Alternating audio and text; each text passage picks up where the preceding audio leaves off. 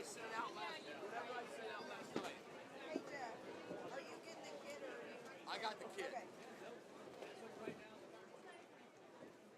Oh wait, these go. I think these are ours now. I'm just glad we got that open pair that we didn't have last night. Jeff, I think these are ours. That's the advice that I can give anybody.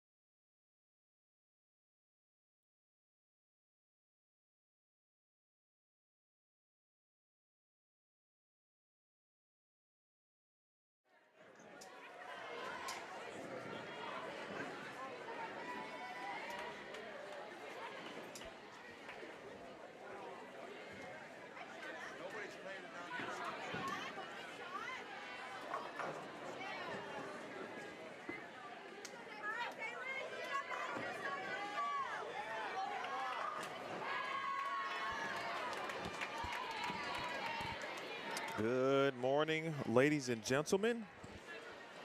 Good morning, ladies and gentlemen. Welcome back to Smyrna Bowling Center here in Smyrna, Tennessee. As we continue on with the Music City Classic hosted by Vanderbilt Bowling. It is the final regular season event of the NCAA season. And as we talked about yesterday, for many teams, for all teams really, but certainly for many and some specific, it's the last opportunity to improve the strength of schedule, improve the RPI numbers as they head into conference season or tournament season, I should say, next weekend. If you don't win your conference, you'd like to get an at-large bid into the NCAA tournament. And the only way to do that certainly is to make sure you improve your record as best as possible here this weekend. My name is Emmanuel Williams Jr., of course, courtesy of and with Bowlstream TV. We've got Central Missouri, North Carolina A&T to start the day, along with Kentucky Wesleyan and the University of Alabama-Birmingham as we begin our competition. Day 2 will feature 5 traditional team games. So you see the difference, of course, in scoreboard. Baker yesterday, traditional team games today. And the same 40-foot pattern. Now, of course, it's always, we say it's the same, but, and by definition, it certainly is. There's always some small tweak, right? And not a tweak of the lane machine, but the way things work, may play a little bit different as each day goes on. And good thing I've got somebody who knows all about lane maintenance and what it takes to be a guru, if you will, in that department. And he is a legend, Hall of Famer, Team USA member as well. And if you watch Team USA trials, you heard his name called again. And the emotions were cool to see from my end of it as well. Please welcome JJ John Janowitz to the broadcast here this morning. JJ, how you doing? Good. Good. About yourself, Emil? I'm doing well. Good. I'm doing well. Thanks for having me on. I appreciate it. Thank you, sir.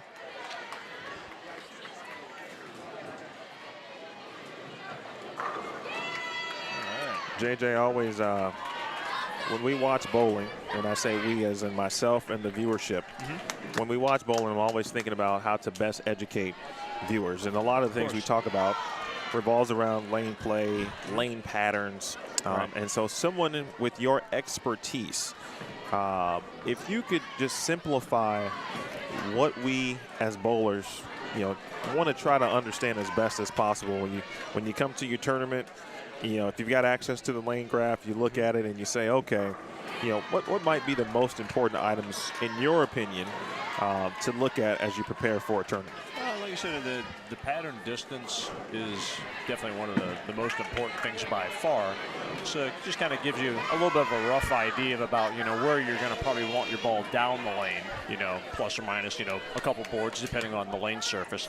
I'm one of those people that still feels that actually, the lane surface and how old it is really the biggest factors, because if you know a lot about what kind of surface it is, whether it's like a higher friction surface, like some of the AMF HPLs or SPLs, or it's one of the little bit lower ones like some of the Brunswick Anvil lanes, that'll tell you a lot. And then also same thing with the age, because over time, synthetics, they get scratched up just like the old wood lanes did, years ago when you didn't resurface wood lanes for 4 years. You could definitely tell, the front of the lane looks like peanut brittle, and and the ball track was pretty defined. Well, same kind of wear happens with synthetics. It just takes it's a much slower process. But when you know that a synthetic surface might be 25 years old or whatnot, that the front of the lane is going to hook a lot. Panels are pretty scratched up. The ball track on the right side is going to be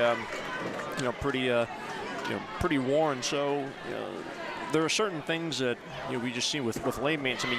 You can't cover up with lane oil. So and the surface here, from what I remember, it's still in pretty decent shape. It's not really old here, but like anything, it's those are things I look at. But going back to the actual pattern, you know, 40 feet kind of gives you an idea of how far you're going to be down the lane. Yeah, I tend to look at the volume a little bit too, you know, just because it might give you an idea about maybe how strong of a ball you might be able to throw in relation to the lane surface as well. And then I tend to look a lot at just the pattern structure of, you know, once, you know, the 2-2s are applied, you know, I mean, where do the rest of the loads tend to fall? You know, I mean, is there more shape between like 6 and 11? Is the shape farther inside, closer to like, you know, 10 to 15? You know, so, you know, where is that heavier concentration of oil in the middle? Is it closer toward the middle of the lane? Is it more in the ball track, or is it maybe a little bit outside the ball track? So the combination of those three things between like the four things between the surface, you know, the actual volume, the pattern shape, and then you know, the distance. That combination is kind of what gives me, at least that's what I tend to look at when I go to tournaments, and you know, this information is available. Got a look at the pattern. 40 feet, as we mentioned, 27.71 mils. It's about average in this day and age. Yep, about average volume for competitive patterns. The only thing I can say is, you know, it's probably a little light for this format because, you know, they're bowling, you know, 5 full team games. I mean, you're getting 25 games a lane and practice. So that's a pretty good amount, you know, for this day and age. You know, a lot of times, like when we base it off of, you know, like say 27 mils or whatnot as being average, you know, we're usually kind of looking more at like about maybe 12 games to 15 games per lane, you know. So, I mean, yeah, this is definitely a higher, you know, a higher lineage event before the next oil. And, you know, in that situation, the lane's going to go through a lot more transitions by far, you know, by the time, you know, we get to closer to, you know, the afternoon time, you know, compared to a normal event where, you know, okay, 12 games a lane, you know, like 2 on a lane, 6 games, and, you know, then they're going to re-oil. Yeah, there's going to go through a lot more, you know, more than double the amount of transition. In the booth with John Janowitz. He is a, what all do you do? Like, we see you at, well, first of all, we know you bowl. Yeah. And some people may not have actually known that. Yeah. You do bowl. I make an attempt to bowl. I mean, you know, sometimes I don't always look like I know what I'm doing, but, I mean, yeah, I do try to, I still try to stay at least active, so. So you still get on the lanes when you can. Obviously out at various events, running the lanes. I know you probably provide some type of consulting, you know, when tournament directors say, hey, I've got a tournament, I would like to develop a lane pattern, and they call Kegel, and they may talk to you, and then you help them out. Yeah, my main job for Kegel is technical support. So, and it's phone support to where, you know, if people have a lane machine issue and they can't get it to run, I'm one of about like 4 or 5 people that they'll call, be on call for that. If they're having to try to make their oil pattern, you know, score a little bit higher for their house condition, or they've got a tournament and they're trying to develop something a little bit more specific, tailor it to a certain scoring pace or whatnot, I'm basically one of about like probably 2 or 3 people that they'll call for that. So that's basically when I'm not on the road, you know, performing lane maintenance like I am this weekend. That's what I do at home. So I'd say probably like, you know, 66% of my job, 2/3 of my job is home doing tech support and in the related email and stuff that comes with it. I'd say probably like another 30% of what I do would be on the road taking care of lane maintenance for a lot of the championships that you know, we have contracts with, like USBC and Asian Bowling Federation, and then we also take care of like the NCAA, the national championships, and then probably like the remainder would be like, you know, doing maybe a few like educational seminars, you know, talking about lane patterns and whatnot. I do a couple of those over the course of the year too. So that's basically kind of more what my job is, but the main job still is, you know, technical support though. There was a small delay on 25 and 26 during practice, so this pair got probably an extra minute or so. Okay. Which is why they are about a few frames behind, almost a full frame behind me, 27 and 28. We welcome in all of the fans who may be watching and supporting North Carolina A&T, Central Missouri, UAB, and or Kentucky Wesleyan. These are essentially the featured pairs here on Bowlstream TV, so when the teams do arrive to these pairs, they respectfully do not stream on their respective Facebook pages, so we can have and help grow the viewership on behalf of Vanderbilt and the entire Music City Classic tournament. And so far, especially on 27 and 28, it's looking pretty solid. You know, the fresh can be tricky, you know, sometimes I feel like on any lane condition, but I didn't really see a lot of hiccups from a lot of teams yesterday on the fresh, which sometimes can be surprising. And, you know, sometimes you anticipate, depending on what's out there, not having a ton of struggles on the fresh. Yeah, I didn't think the fresh was, I think if it was going to probably be the hardest, it probably would be the fresh on this condition, where, there was a couple different angles I thought that you could kind of play, just kind of based on what I'd seen a little bit yesterday and kind of like watching a little bit this morning, where, you know, if you're a little straighter, it seemed like you can kind of just shove it up the lane around like between like 7 and 10, and you could kind of find something there. But it seemed like most of the girls who's have a little bit more rev rate, they seem to be a little definitely more inside the ball track. They're definitely closer to 15, it seems like, at the arrows, and you know, kind of swinging out to, you know, like probably around that same 7 to 10 range down the lane. Seems like that's kind of where most everybody's trying to throw it this week. So, but yeah, I mean, they don't look too bad. I mean, you know, on the fresh, you know, but I think, you know, once they start to develop a little bit, you know, then I think it's just, you know, going to be collectively, everybody's going to start kind of just chasing left and going from there. And then I think more than anything, when you start getting to the end of the day, I think managing the wet dry side to side will probably, especially on the right side, will probably be the bigger challenge more than anything else. When you watch college bowling, and obviously you get a chance to see it pretty often now, especially from your work with Kegel, what differences do you see perhaps from maybe when you started working around college bowling till now? And that could be, you know, obviously skill level. It certainly could be equipment, those kind of things. The big thing that I see compared to like when I first started, like taking care of like the ITCs, and you know, I first started also doing the NCAA Women's Championship in 2005 was my first year when it was in Orlando, and the skill level in the coaching is way better now than it was, you know, when I first was exposed to college bowling. I mean, these girls, you know, they throw it so much better. They're smarter with equipment. You know, like I said, the coaching is way better all the way across the board.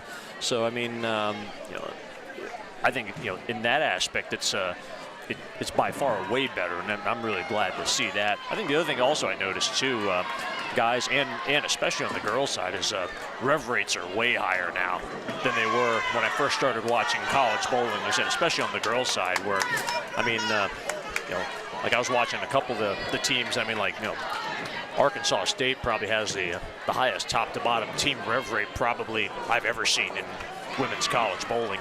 You know, and I know definitely some of them hook it a lot more than I do. So, you know, I was kind of jealous actually sitting there watching some of it.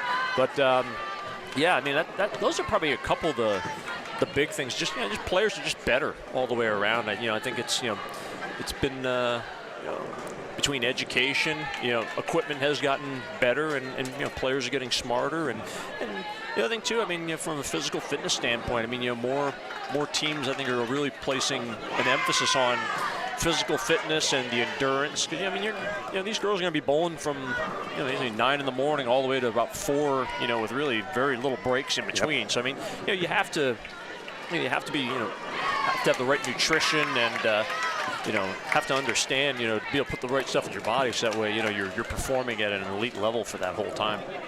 Appreciate Scooby and Eric. We got Hosan. I'm assuming that's Hosan in the chat. I only know based on your comment there, Hosan. Shout out to my man Brian Valenta checking in this morning. Thank you so much, BV, and everyone else for tuning in. As you can imagine, especially with traditional team format underway, every strike, there's more opportunities to throw strikes today as opposed to Baker. Yep. So there's going to be a few more cheers, and it's going to get pretty loud in this building. And it's already getting loud, again, based on some of the starts we're seeing. UAB off to a great start, as is Kentucky Wesleyan. Already had a few parents come up and ask where to watch the stream this morning. Actually, a few of the Kentucky Wesleyan players as well. So, again, thank you all for tuning in early. We got 5 games, traditional team games today. I've got JJ in the booth for game 1. If you have any questions For JJ, feel free to throw them out a little bit. We'll get a few answers if you have questions, and obviously talk about what we're seeing here. As Melanie Caton with a strike in the third frame for NCAA, led by Coach Kim Kearney.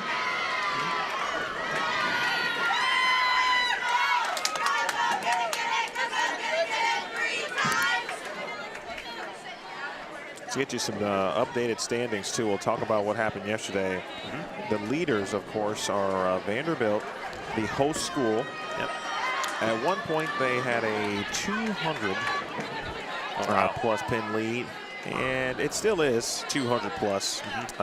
Dwindled a little bit, but they got to 54-37. And they went undefeated yesterday, along with Louisiana Tech, who also went undefeated at 5-0, and they are second at 52-01. McKendree also undefeated at 5-0, third 51-46. Sam Houston State was fourth at 50-87, followed by Youngstown State fifth at 50-24. So 5 teams were plus yesterday. Sixth place was Maryland Eastern Shore at 49-22. Maryville was 7th at 49-20. Arkansas State was 8th. Had a bit of a slow start for Arkansas State, but we will see them actually on the featured pairs today in a couple of games. They are 8th at 48-90. North Carolina A&T, who we're watching now, at 48-80 in 9th, and Wisconsin Whitewater 10th at 48-69. And then Kentucky Wesleyan in 23rd at 43-55, and UAB 24th at 43-44. And Central Missouri 14th at 46-26. So some varying scores. Again, it just depended on, at least what I thought. 5 Baker games is actually a lot, and a lot can go on in a 5 Baker game set. Yeah. And so you saw some teams kind of start well at the beginning of a set and then kind of tailor off near the end, or vice versa.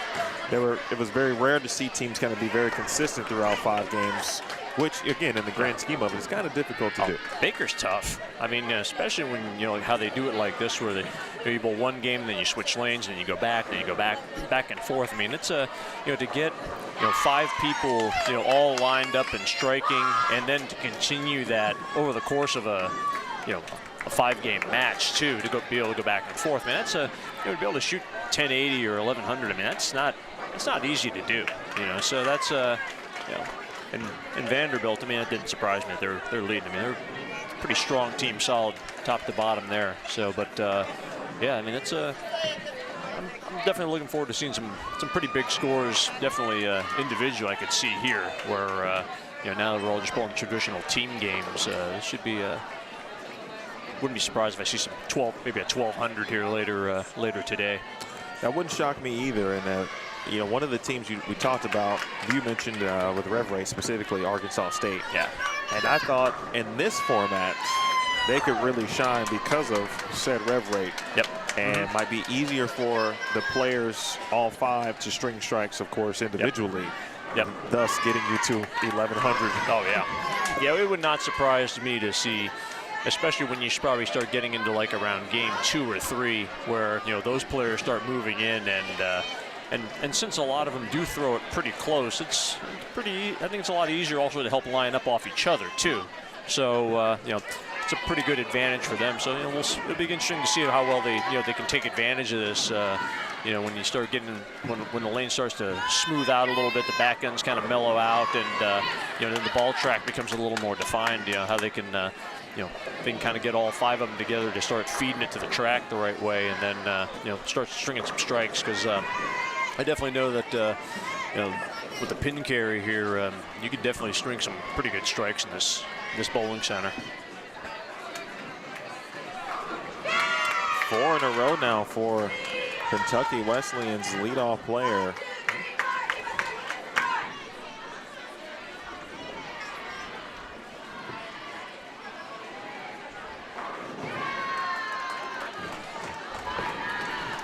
That is Dalen Talgo from Madison, Alabama. She is a sophomore, and You know, the leadoff spot is always one that I pay attention to because I bowled in that spot a lot when I bowled collegiately. And we always talk about, you know, what certain positions require, in a sense, outside of just the actual bowling. Right.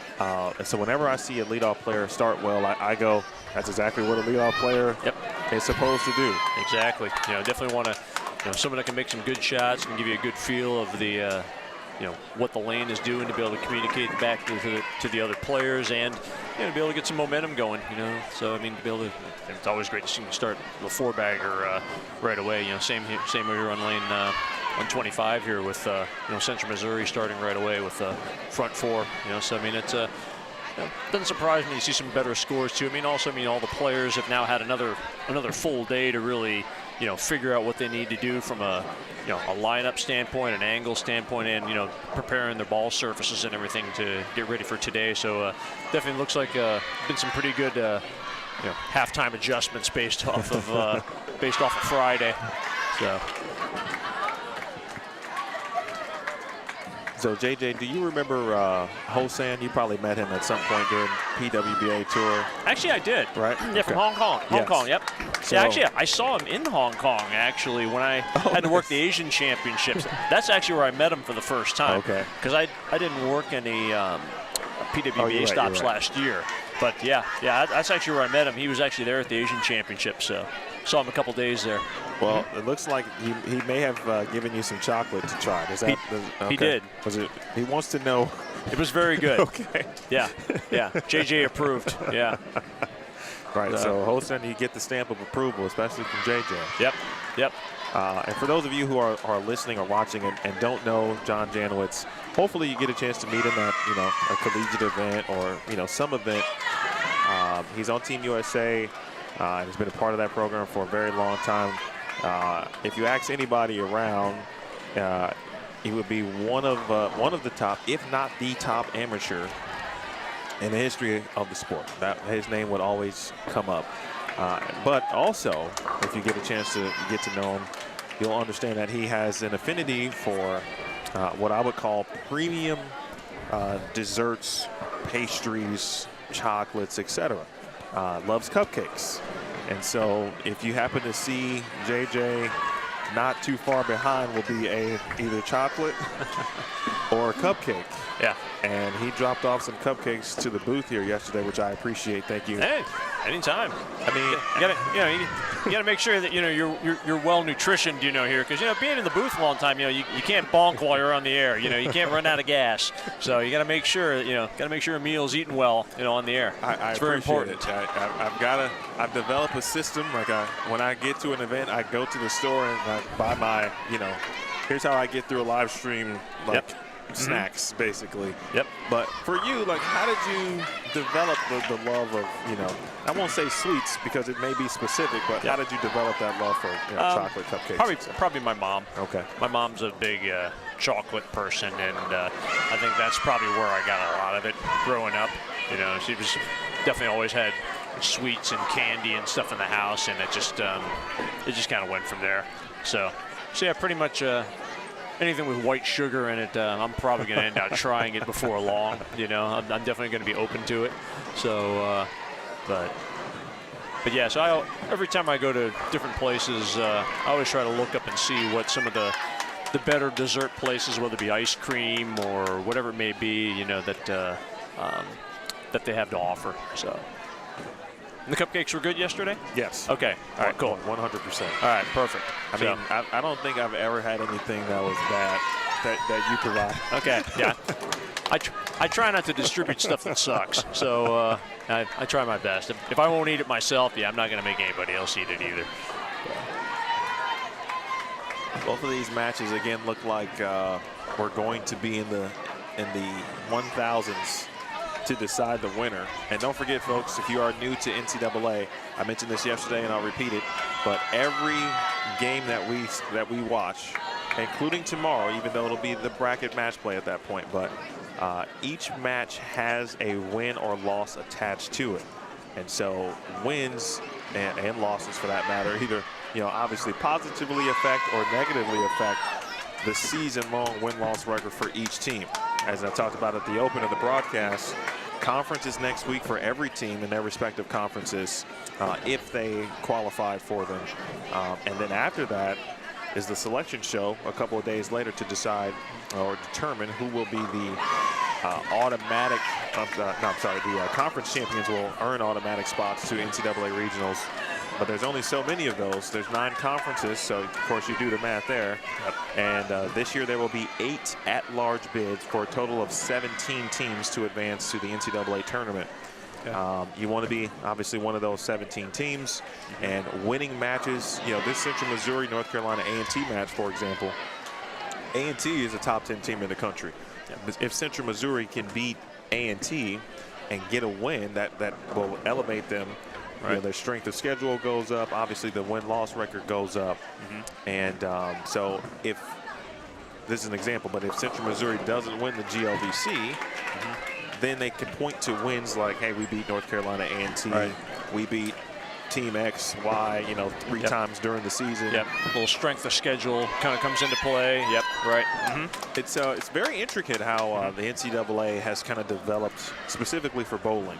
Yep. You know, they've tried to replicate a lot of the things that we see, and I use basketball as the best example of both men's and women's. Right. Strength of schedule, the RPI, those things now exist in the NCAA bowling world, and which is how teams kind of, you know, view themselves, and they look at the stats throughout the season. It's like, hey, you know we got to be in the top, you know, for this case, let's just say 17, right, to really be in the conversation of getting an at-large bid if we don't win our conference.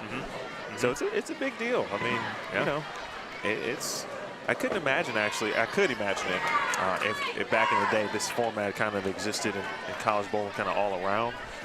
But when you got something to play for every time you lace them up, not that you don't, but you know what I mean. Yeah, right? of course. Yeah, just a little extra instead of you know, just piling on total pins or whatnot. You know, there's you know, a little bit of match game involved in there. You know, little things to help spruce things up. Yeah, something else to, you know, to keep in mind. And yeah, absolutely.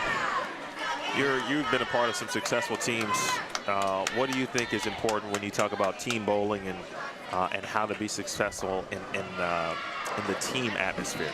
I think communication is, to me, really one of the big things, and just being really observant about, you know, what your teammates, you know, their ball motion, and communicating, like, you know, if someone goes high, leaves a 6-10 or something like that, you know, did you throw that good, or do you feel like that was the lane starting to bust down? And I think that's really a lot of the, to me, I think especially when you get into 5-person teams and whatnot, where that really definitely helps, because you know, at the same time, you know, you don't want to be behind the move, but you also don't want to be moving off bad shots and getting there too fast either. You know, I always like to say that, you know, that when it comes to keeping up with transition, you know, it's almost kind of like NFL wide receivers, you know, running these routes. You know, I mean, like, it's all about timing. You know, you don't want to get there too early, you don't want to get there too late, and you know, a lot of that to me is the communication and just being observant. You know, like, oh yeah, she didn't throw that one really good, I'm not going to move off of that. Or I'm like, that may not have been great, but that's close enough to where I just need to move 1 or 2 just to be safe, so I'm not going to hit the nose, potentially hit the nose again. Because, you know, in this day and age, I mean, you know, the transition happens fast now, and sometimes it happens a lot faster than you might think it might. So, I mean, you just have to be ready for that more than anything. So I think that's one of the things I think is very, very important when it comes to teams, is just being observant and just communicating what you're seeing with your teammates and your coach. I always like to say that in being specific on how you communicate, using effective communication, and then obviously I think knowing your teammates is important, because the way you communicate with one teammate and, you know, how you guys decipher what's happening on the lane may be different than how another teammate may absorb that same information. Is that difficult sometimes, you think? I think it can be. It can be. I mean, you know, like, there are some, I've had some teammates from like, dude, you got to move. I'm like, yeah, I mean, I kind of knew that, but I mean, all right, I'll move. You know, I mean, where some people can take that pretty, I can see where some people could definitely take that a little, like, you know, no, I just got to throw it better. You know, I mean, that really was a bad shot. You know, so yeah, and I think that's also where it goes back to, you know, the observing part. You know, where I'm like, you know, yeah, that's that probably wasn't really good enough to, bad enough to move off of. But yeah, I mean, just say, hey, just so you know, probably might want to move one just to be safe, or it might be, I think that ball is pretty much expired by now. I think you need to look at another little color change right here. So just things like that you just make sure you communicate with each other and definitely collectively come to some good conclusions, and so that way you're not stuck behind it, and then all of a sudden the momentum train comes to a halt, right. And it's that part is so easy to do. Like, it's as much work as you put in to create the momentum. It only takes one shot to almost completely destroy it. Oh yeah, absolutely. Between somebody not communicating, missing the move, and then the next thing you know, usually guaranteed someone's going to chop a spare right behind it, and then the next thing you know, here we go. The downward spiral begins. So. Well, I tell you, I'm not sure I've seen Kentucky Wesleyan at any point during the season, but very impressed with what they've come out, and they're ready to bowl. Like, yep. I see readiness from them. And I got to give a shout out to Samantha Bugno, who is the anchor for Kentucky Wesleyan. Not only did she strike, well, for a couple of reasons. One, my good friend Aaron Smith, Aaron Smith very well. Absolutely. Is from Highland, Indiana, and so is Samantha. Oh, wow. And I don't know a lot of people from Highland, Indiana. I live near the area, but I still don't know a lot of people actually from Highland, Indiana. Yeah. So shout out to Samantha. Yep. And she's also wearing a number that, she's sporting 65. And when I see kind of abstract numbers for NCAA players, I go, there's got to be a meaning behind that. And now I'm so curious, I want to find out. Yeah, yeah.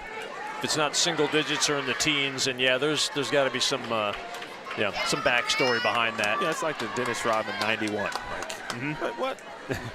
So I want to know now what does 65 represent? If anyone knows in the chat, please be sure to let me know.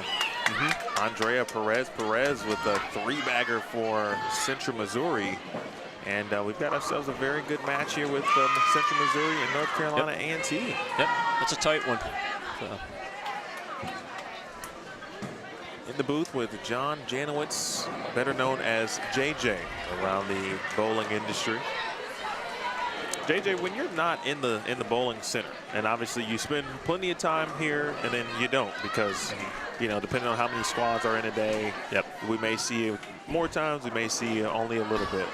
But things away from the bowling center, like what does JJ like to do?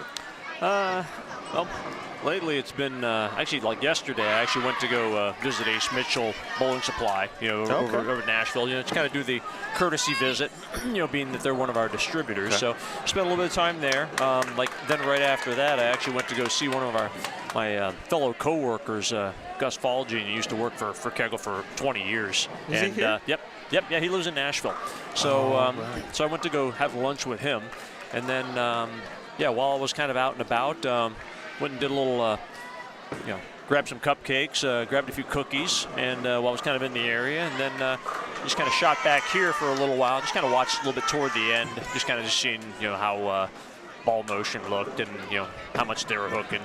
Because, I'm still pretty reasonably active bowling. I'm still into this stuff, and kind of knowing when you know what the pattern looks like, and you know what the surface is, and you kind of know what the players. Okay, how deep did they end up going? How cliff wet dry did they get side to side? It's just little things I like to just kind of like to just observe on my own, just for future reference. But like today, I'm probably going to go back and just make sure everything from an email standpoint is pretty well caught up at work, and then I'll probably get out, just have a decent lunch, and I probably might do the same thing. I might end up coming back, maybe a little bit late afternoon, just to watch some of the bowling and just kind of see how the transition looks more than anything else, because like I'm still kind of a bowling nerd myself here, and I've always felt that the more that you watch bowling, then you kind of understand the pattern. I think it kind of helps with my job too. Just to be able to see, this, maybe we might need a little bit more volume in this age of a surface, for this kind of tournament, for a women's event for the future, and or maybe we might need a little bit different oil, maybe to be a little bit more durable. There's just a lot of little things I just like to observe, when it comes to for future, just to also make myself and Kegel better, for the next time we have to do lanes for another NCAA event. Interesting. And quick shout out to Cynthia Bugno. And Cynthia, I assume you might be mom. She just shared that 65 for Samantha is in honor of her dad, who passed away her junior year of high school. But her dad was the one who got her started in bowling at 2 years old. Wow. So I knew that 65 is just it's just a very obscure number that you don't see a lot of. Yep. But shout out to the Bugno family. And I'll be watching now for 65 every tournament that I see them at. Well, it looks like she's a 5th year, if I'm not mistaken. Yeah, 5th year senior. So maybe this might be the last time I see her. Yeah. That's pretty cool. I hear a lot of stories. We all have a story or two on how we got started. Yep. A lot of them I've certainly heard have been around parents getting the kids started. Same thing with my dad too. Okay. He got me started. Not at 2 though. I think I first started when I was about 5-ish. Yep. And still didn't really take it serious. He didn't really bowl a league until maybe 3 years later. Okay. And now here I am. Yeah. All right. You still throwing the rock? A Much? little bit. Okay. A little bit now. I'm back to bowling league. I would say this is my 2nd year bowling in a league after like 5 years of no bowling at all.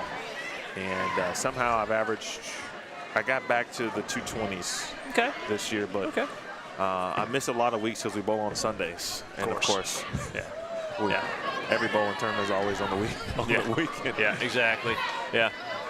The job kind of gets in the way there. So. How did you get started in bowling?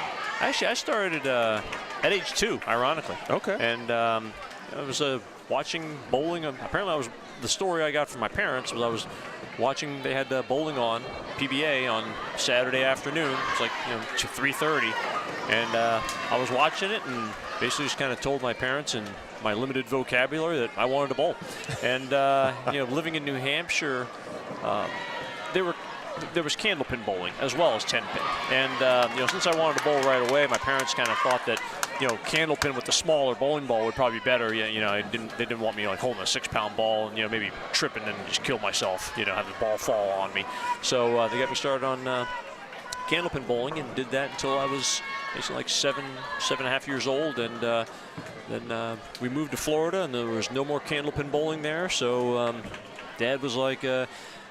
I wanted to move back to New Hampshire because I was actually pretty good for my age, and Dad said, you have to learn to bowl with the big balls here. That's all they have. So I'm like, all right, and then just went from there, and I liked it. So just as much as candlepin once I started getting involved in it. So yeah, that's basically how I got started. An intriguing question, because it's one that now I feel has way more meaning as we watch a two-handed player from Central Missouri who I met her parents actually a little bit earlier today. And at any point did you throw the ball with 2 hands when you were a kid? Of course, times are way different. Shout out to my guy Brian Valencia, who knows all about bowling two-handed. That was Grace Chan, by the way, the two-handed player for Central Missouri. But did you ever at all experiment like too heavy, as we were just talking about, and then you obviously got back to one hand? When I first started with the 10 pins, like I said, when I was about 7, I just remember throwing some 8-pound bowling balls, and I didn't remember using 2 hands. I didn't remember it. I mean, I know you screw around with it, sometimes playing around in practice, but I mean, I never remembered actually like trying it very seriously. I actually did mess around with it about like 3 or 4 years ago, just myself at, back at Kegel, at the training center.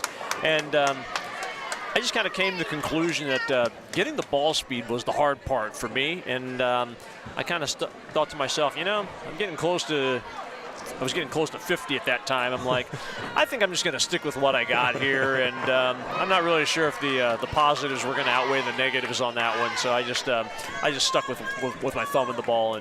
But if I was definitely starting, if I was like in their age, I would be definitely if I wouldn't be throwing it two-handed all the time, I would definitely have that in the arsenal, though, by far. Yeah, that part seems to be, being an addition, right, for some players. People are adding it to their arsenal as a tool to use and still be right-handed. But hey, if I need to go to my two-handed release, they're good enough to be able to do it. Which, to me, that's a real example of how the game has actually changed. Not necessarily those who bowl two-handed all the time, like my man Brian Valenta. But we've gone to the point where one-handers are working on the two-handed release to use it when necessary. And one of the best examples, at least that I know of, especially living in Florida, was Walter Ray. You know, where, I mean, like, it's, I always give him a lot of credit because, I mean, like, he's continued to evolve with the game, and, and he'd show up at these tournaments, he'd bowling two-handed, and then, like, it's so funny to, see, arguably one of the greatest of all time, and then all of a sudden, you see him, with no thumb in the ball all of a sudden. It's kind of like, is this the same guy I remember was player of the year in '93, throwing the nitro R's and all that stuff and the crush R's, and then, now you see him with, throwing two-handed and he's striking. So it's just, there's no doubt that, I mean, when it works, I mean, it's something else. I love watching him bowl. I really do. So it's still very fascinating to me this day, just to, how they can get the ball speed and the rev rate, and how they can see things as a result of how they can see things in the lane that, like, I know my ball won't see. So I'm biased, but watching some of the things that Brian Valenta did in college, and this was now a little over, just under 20 years ago at this point. But in 2003 or 4. When he first met, and I tell the story all the time, just like anyone else, when you first see the style, completely unprepared for it, right? Oh, yeah. Just like, he was definitely one of the few at that time too that, like in college bowling especially, that was two-handed. He was quite good at it too. He to me, and obviously I watch Belmont a lot. Oscu, he's still the best to me because I just watched him perfect the loft game. That and I've seen no one else replicate it like the way he did it. Oh yeah. He could definitely clear it. He could clear the front two panels pretty easy on the fly. I mean, it's no like doubt shooting about a jump that. shot. No doubt. It's the old Roger Federer top spin lob there, just right over the opponent's head. I mean, it was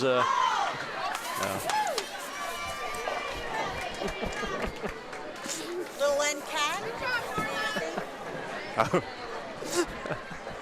Carolyn Dorn Ballard has invaded the booth in here. the area with a little pom-pom action going on. Vanderbilt does have props, actually. This is their home tournament. Yes. And so, they've got some pom-poms. They've got some, I think they got some foam fingers that you can use. Oh, yeah. They got all the, they definitely got the local support. There's no doubt.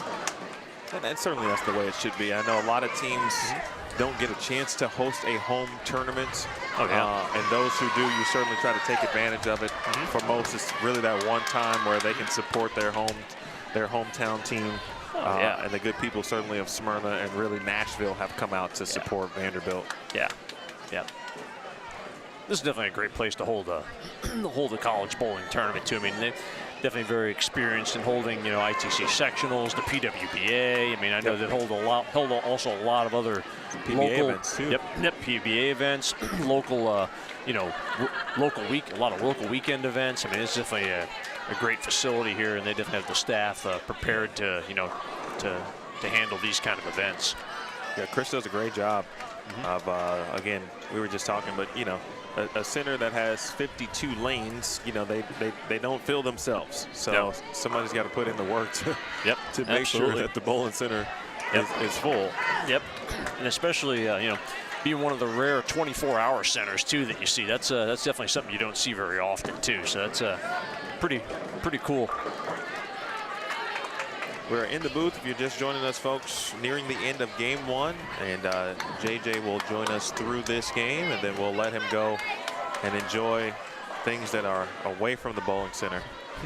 So if you have any other questions regarding, hey, lane maintenance, lane graphs, or just general questions for JJ, let us know. We'll drop them in the chat. Got questions on the format. We got 5 traditional team games today. Of course, each match carries a win-loss to it. And we're all essentially bowling toward tomorrow. Now, after today, the top 4 teams in the standings. Again, the standings are based on pinfall, but you do see the win-loss record associated with it. But the top 4 teams regarding pinfall will have a chance to win the tournament tomorrow. Those are the only top 4 teams that will have a chance to actually win, because they would then be at the top portion of the bracket. So essentially there'll be, at some point there'll be obviously a championship match, there'll be a 3rd place match, there'll be a 5th place match, so on and so forth. So basically you get different pods of 4 basically, for tomorrow. Yeah, and you can win the pod, but you're not going to get any 15 seeds winning the tournament. Yep. So right. So keep that in mind as the day goes on. So right now, if we would just look at the standings after today, that would be Vanderbilt, Louisiana Tech, McKendree, and Sam Houston State. It very well could be those 4 in some order, but Youngstown State, Maryland Eastern Shore, Maryville, actually you could probably even go down to 10th or even 11th actually with Stephen F. Austin, who could still have a great day today and find themselves in the hunt for a 4th spot tomorrow. 200 pins, man, so less than, it's actually not that many, and over the course of as many games, they're going to be 25 games total pins. Of course, UAB led by Michelle Cruz, former collegiate bowler herself at Central Florida. Yep, my alma mater. They had some very, very, very good teams during my day bowling collegiately at Central Florida, both men and women. Yep. And she was definitely a part of a 4-year run of some of the best in that era, too.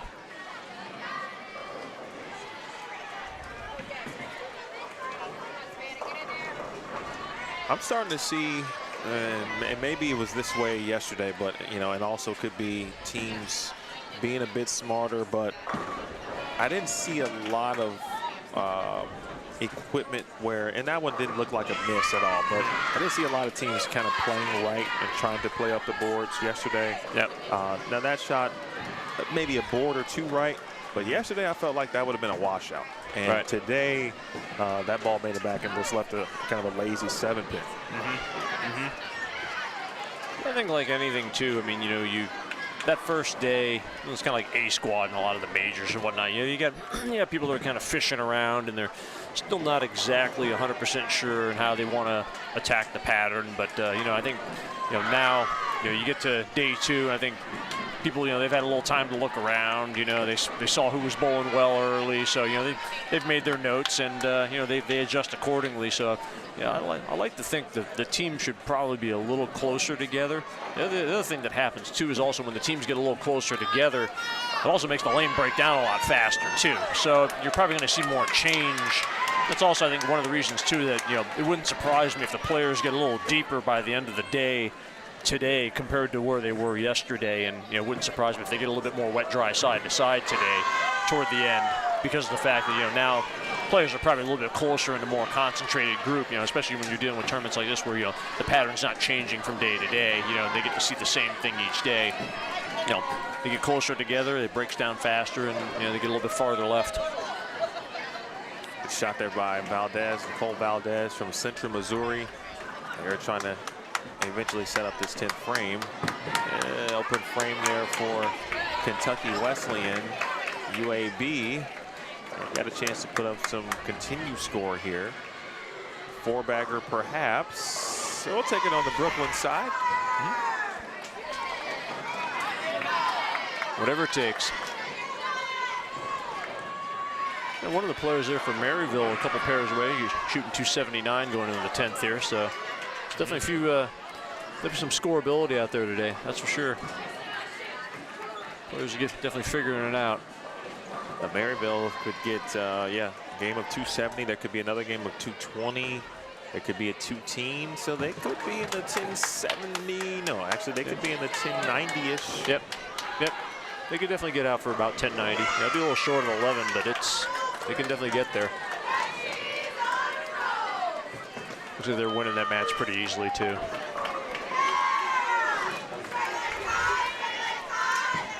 Nice shot there. Yeah. The anchor position, Madeline Oliva from Palm Coast, Florida. Yeah, it's 2 hours from me. Palm Coast. What are the where should one go to visit Florida, right? Like, you know, there's the Miamis, Yep. the Fort Lauderdales, Orlando. But like, if you want to get away from high traffic areas, for example, where does one go in Florida?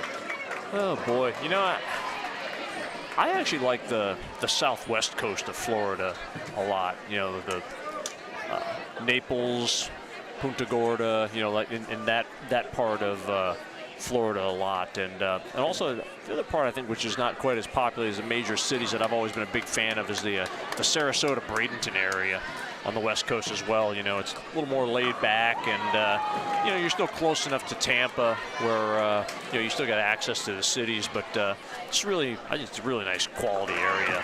You know, good quality of living, and you know, you're still near the beach. So I mean, it's you know, I really enjoy that Sarasota, Bradenton area quite a bit, honestly.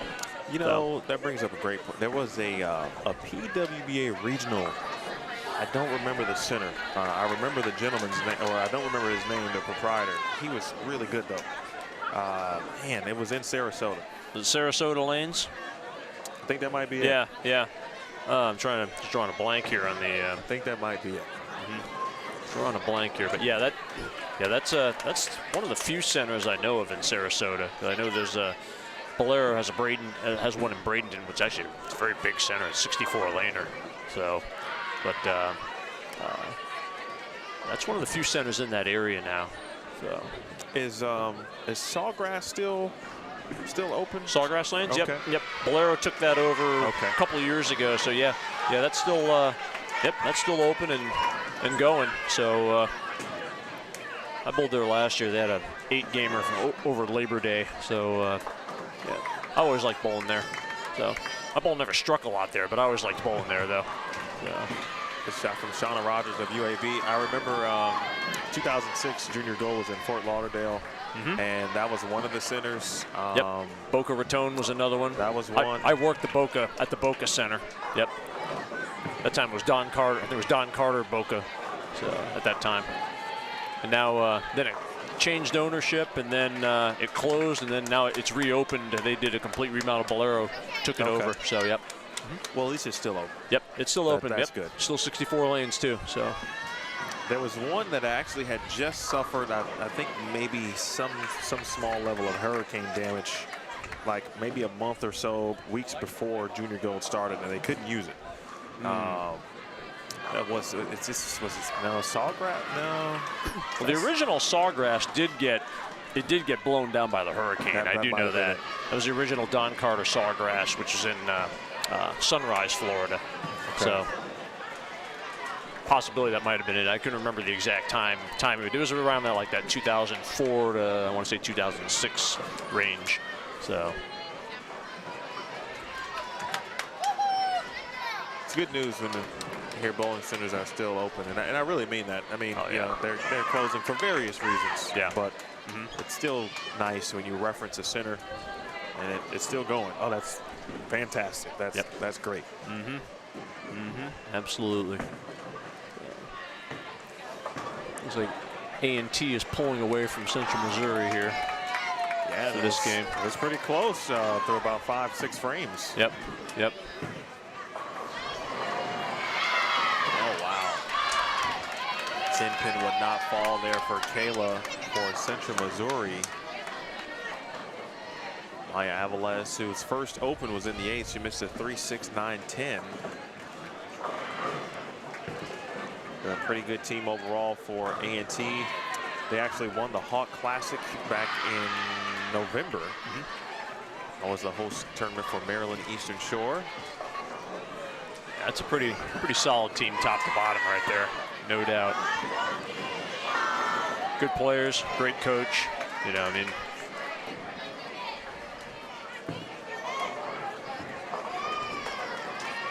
Good morning to Chris Pulliam, too, by the way. Appreciate you tuning in this morning. Hope everyone's Saturday is off to a great start. If you've had breakfast already, hopefully you're not working, but, you know, some of us are called to work on Saturdays and the weekends. So whatever the case may be for you, I hope it's enjoyable for you. Thank you for sharing some or spending some of your time here with us. So we were talking about, and this will be a topic of conversation throughout the day, another one on the board too for UAB. I'm trying to get a look at her jersey number, but I can't see it. But we will get to it in 1 second. But this NCAA Power Index ranking, or essentially what is in the RPI, but this is that rating that we've been talking about, where it includes you know, wins and losses, percentage of wins, the percentage of your opponent's wins, and that creates this sum rating, right, which will help determine which schools will be advancing to the national tournament. McKendree, of course, has been the top-ranked team, I think, the entire season. And it's rare that you get a preseason one to end the season as the number one. That very could happen this season. But McKendree leads the way in that regard. Vanderbilt is second in the Power Index rating. And then I'm going to go down to some of the teams that we have in front of us. North Carolina A&T is seventh on that list. They entered this weekend with 77, or at least through March 5th, with 77 wins on the season. Central Missouri is 18th. So they're kind of right around that bubble-ish area. Yep. Kentucky Wesleyan 36th, and UAB is 45th in that rating. Wesleyan a game over 500 throughout the season. I love the way the NCAA bowling statistics have come along, because, you know, and I think it's been always trying to make or have viewers or you know, players who don't, or sorry, people who don't maybe know bowling that well. Yep. Right, and you introducing them to NCAA bowling, really bowling in general, but this particular format and how it works from a metrics perspective can give you some terms that people have heard of and may understand from other sports. Oh, yeah. Right. So, you know, if you're saying a team is one game above 500, well, most people will know what that means. Yeah. Throughout the season, and that's where the win-loss record comes into play. Right. It's an easier conversation to have to say, hey, we've got 80 wins against 30 losses on the season. Of course. Of course. And then, too, you know, we talk about the rankings, the strength of schedule. You know, people can relate that to college football, college basketball, you know, understanding that. So, yeah, I give them a lot of credit for how they've developed some of the metrics and things that they use to rank squads. Yep. Along with, of course, the coaches poll as we get into the 10th frame. That's like a little crossover shot for the Jennies. Again, that is Grace Chan from Medford, Oregon. Now, Oregon, obviously a long way away from Missouri. Yeah. But that's always been one of the cooler things watching recruits, even when I was bowling. You know, just seeing people come from like Pennsylvania to Missouri was like the interesting thing, right? Oh yeah. So we have people from literally every part of the country all converge on this one place, this one school in this one state. Yep. And it's like, oh, we all came for the same thing. Like you rallied around whatever the sport is. In our case, bowling. Right. To get an opportunity to go win, have fun, get education. Yep. Absolutely. JJ, if you had the opportunity to bowl collegiately, maybe you did. So, I did not actually. No, because when I went to University of Central Florida, that was a few years before they had a bowling team. So it was about 5 or 6 years short of that one. But no, I mean, I definitely. I definitely would go that route. There's no doubt. You know, like I said, you know, just the way things worked out for me, it was actually better to, you know, stay a little bit more local. And also I had a sponsor at that time who was willing to put me in, you know, basically just about anything I wanted to bowl in. So I kind of got my bowling education, you know, just through, you know, bowling mega bucks and, you know, a lot of the bigger events, you know, that were going on at that time between New York, Oklahoma, the old Super Hoinky that was in Cincinnati. I get to bowl a lot of those events as opposed to collegiately. But yeah, I would highly, if I had the opportunity and the way things are in the way the environment is now, yeah, I would absolutely bowl collegiately. I got to be honest. Sometimes that I do forget that you're actually as old as your birthday. The birth certificate does state. Yeah. The driver's license doesn't lie as much as I'd like to. Kind of wish it didn't. Looking forward to bowling a couple senior stops this year. So. Have you kind of mapped out your competition calendar around a couple PBA 50 events? Yeah. I'm kind of working on that actually. So we'll see how it goes. We're trying to arrange a few things at work, but definitely, like I said, the majors for sure. In June. So looking forward to those. So bowling against people my own age.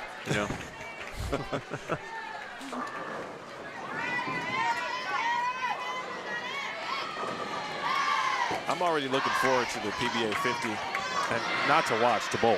And I've got, a little over a decade still left. But every time I keep saying that, people like yourself then reach the proper age to be eligible for that, and I go, oh. Maybe that's not a good idea still. It's funny, too, because, like, when I had to work the senior masters last year. And I'm watching, the title match, Dino Castillo and Chris Warren.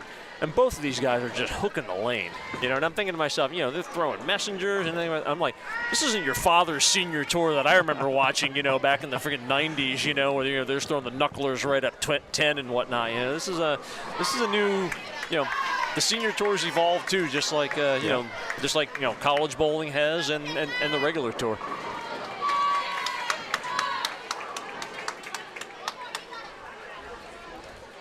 Jada Bassett's going to be in the 2-0s after her double in the 10th for A&T. And still a relatively close match, but UAB does have the advantage over Kentucky Wesleyan, especially with they've got a 5-bagger and a 3-bagger still left on the scoreboard. Yep.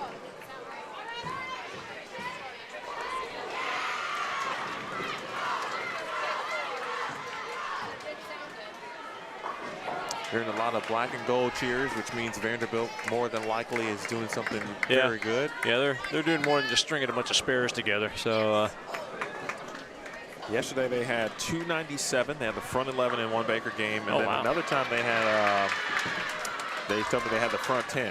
Wow. And they shot 289. Wow, I believe. That's why they're leading by 200. All right. Wow. That's some really good bowling too, to be able to shoot. String that many strikes with Baker. That's some really good bowling.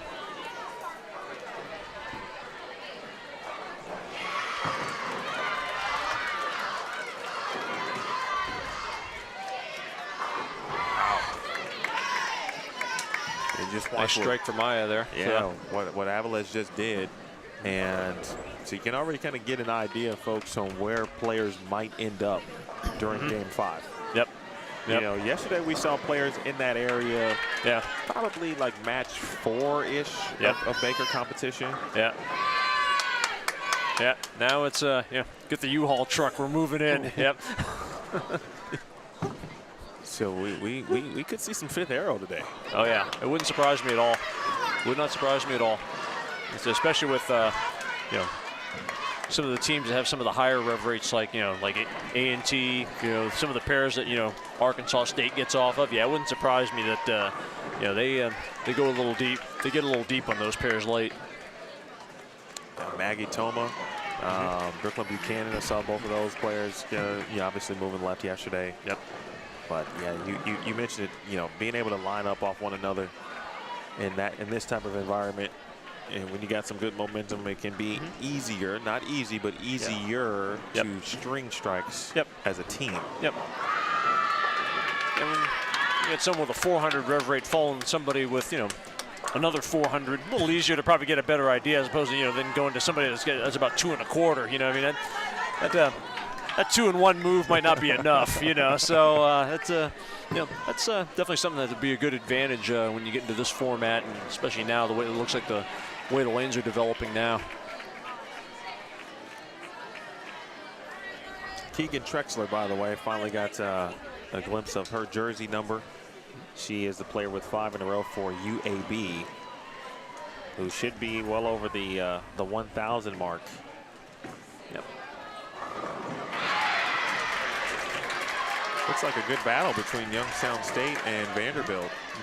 Youngstown State's a squad that has been on the rise the last few years. And Doug Gaberski has done a great job, not only with his coaching part, but again, the recruiting is obviously so important in collegiate athletics. I was watching their team yesterday, and you know, I hadn't actually watched them close, but I'm like, they definitely have some players that throw it pretty good. I mean, they really throw it pretty good. So I mean, just continue the the advancement of NCAA, like I said, the better coaching, and just you can see it. It's just coming in all. Everywhere. I mean, so it's great to see a lot of these programs just continue to develop and get better and continue to get more and more competitive.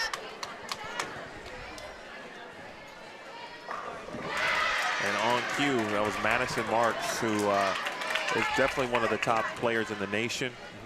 She anchors Youngstown State more often than not. And of course, I jinxed Keegan Trexler. I went the whole game trying to figure out who she was, and then when I finally figure it out, I give her the Black Cloud situation. My apologies, Keegan.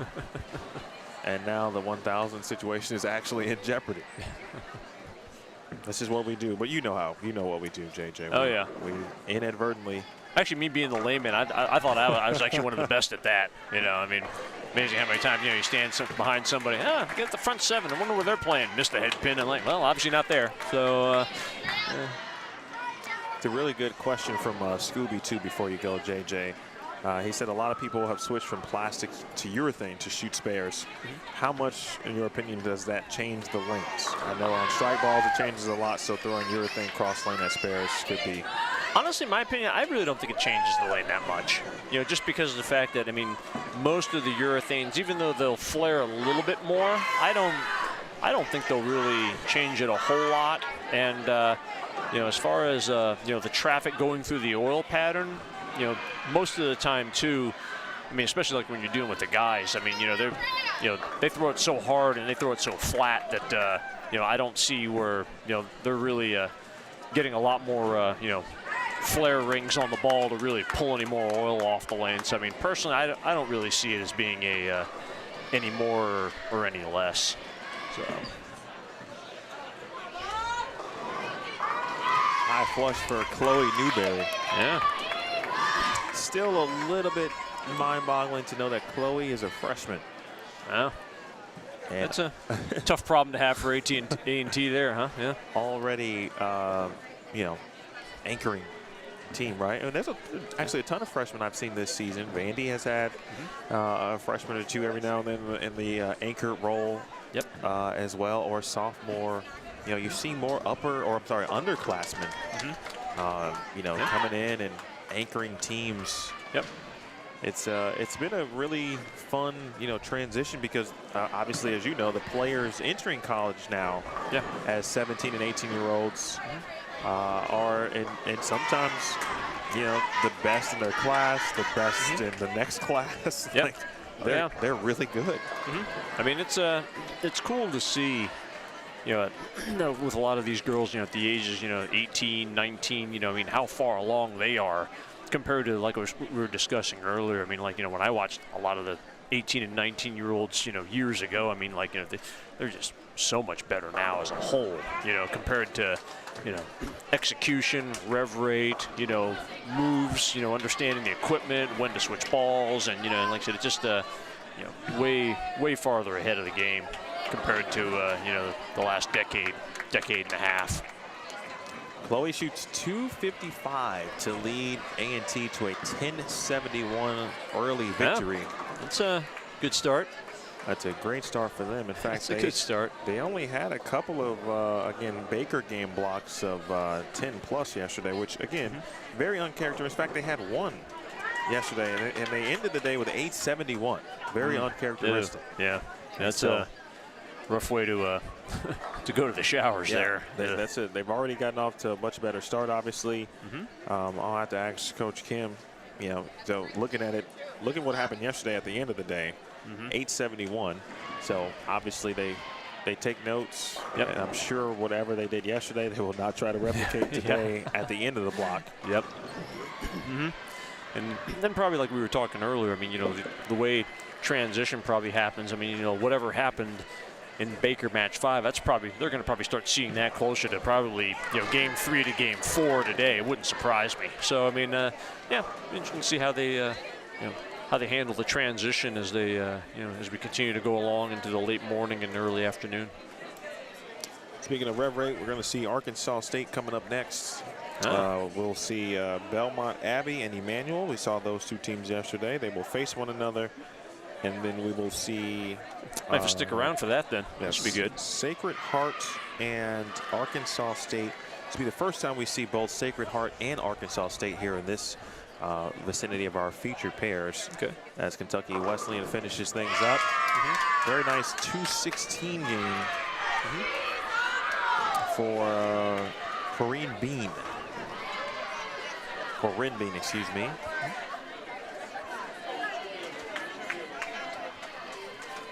Kentucky Wesleyan, where are they located?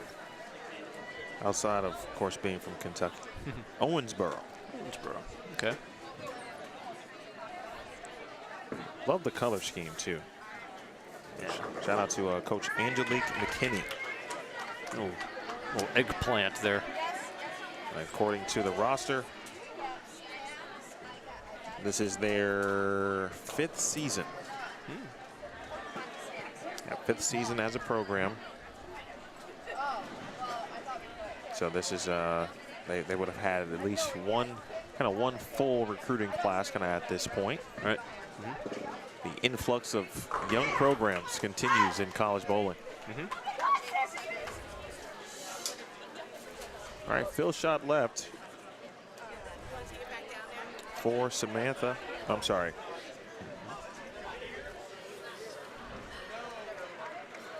Oh no, that's right. And they go right into the next game. I'm looking at right the after wrong this. year. Yes, they get 3 minutes. Yep. Warm up. They get 3 minutes to get to their next pair, and then once that 3 minutes is up, they are beginning. Okay. They start.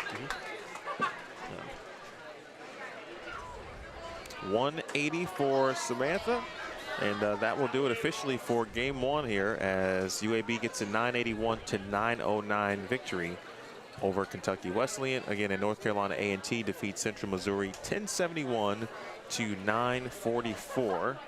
And I don't see any more bowling, at least I think. I have not heard Rick Barbero's official announcement that match 1 is officially over. Yep. Whenever I hear the official's voice, that's when you know. That's when I know. It's a done deal. Yep. Actually, and see, there's bowling going on the high end. See, that's why you don't do it. Yep. I've learned my lesson. I've learned my lesson. So, but for you good people of Earth watching, you do get a chance to have a minute or two if you need to get yourself a refreshment, get some breakfast or some brunch at this point, depending on what time it is. If you're on the West Coast, you're probably just getting that coffee here on a wonderful Saturday morning. So you can go do that. We've got game 2 coming up next. And JJ, I guess this is it, right? Yeah. Maybe I might stick around a little bit longer. You know what I mean? All right. Well, depends on what you want to do. You know what I mean? Hey man, I'm here all day, so it's completely up to you. If you want to stick around for about half a game or whatever. If anything, I wouldn't mind just watching Arkansas State a little bit, just kind of see how deep they're at this stage of the game, and then maybe compare it to the other pairs and whatnot. So excellent. Well, let's do that. All right, so we'll take a small break, and JJ will return. Got more questions for him. Get those ready, and we'll come back shortly. Music City Classic, Game 2 next here on Bullstream TV.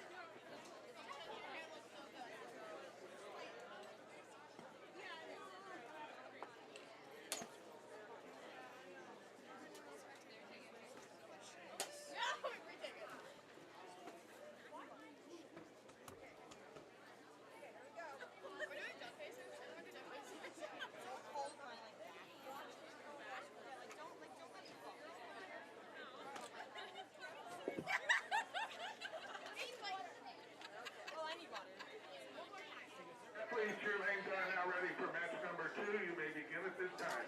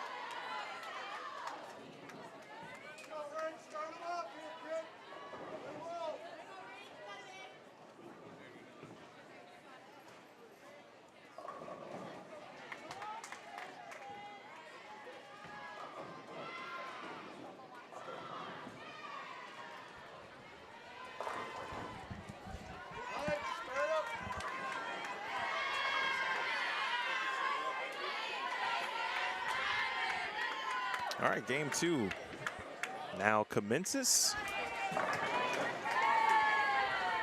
And JJ is back with us. We've got Emmanuel and Belmont Abbey, a squad, or 2 squads that we got a chance to see yesterday. 2 new squads we welcome to 27 and 28. Sacred Heart and Arkansas State, as we talked about or mentioned prior to leaving you for our mini break there. Emil Williams Jr. again, John Janowitz.